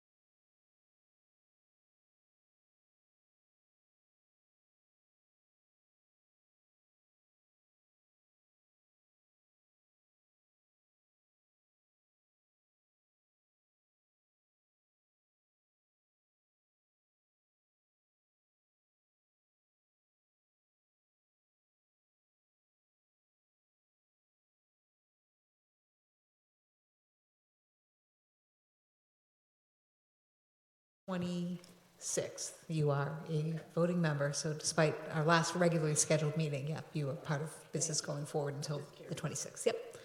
All righty, so welcome back all.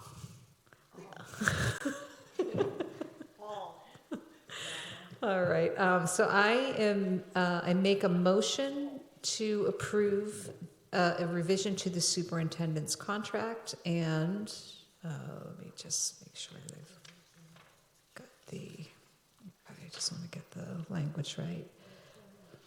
Okay, so we are voting to amend Dr. Cabral's contract per her request to reflect a 0% increase for the 2025-2026 school year in the absence of an operational override or other infusions of funds that would allow us to restore staff positions and the services that are essential to our students. Can I get a second? I made a motion, right? Second, Loomis. Okay, all in favor? Our very much. Thank you for doing that for the students. Thank you. Yes. Appreciate you. Our next meeting is Thursday, May 8th. And with that, let's hand the mic off. Is it on? Yes, it is. I make a motion to adjourn this meeting. Wiseman, second. All those in favor?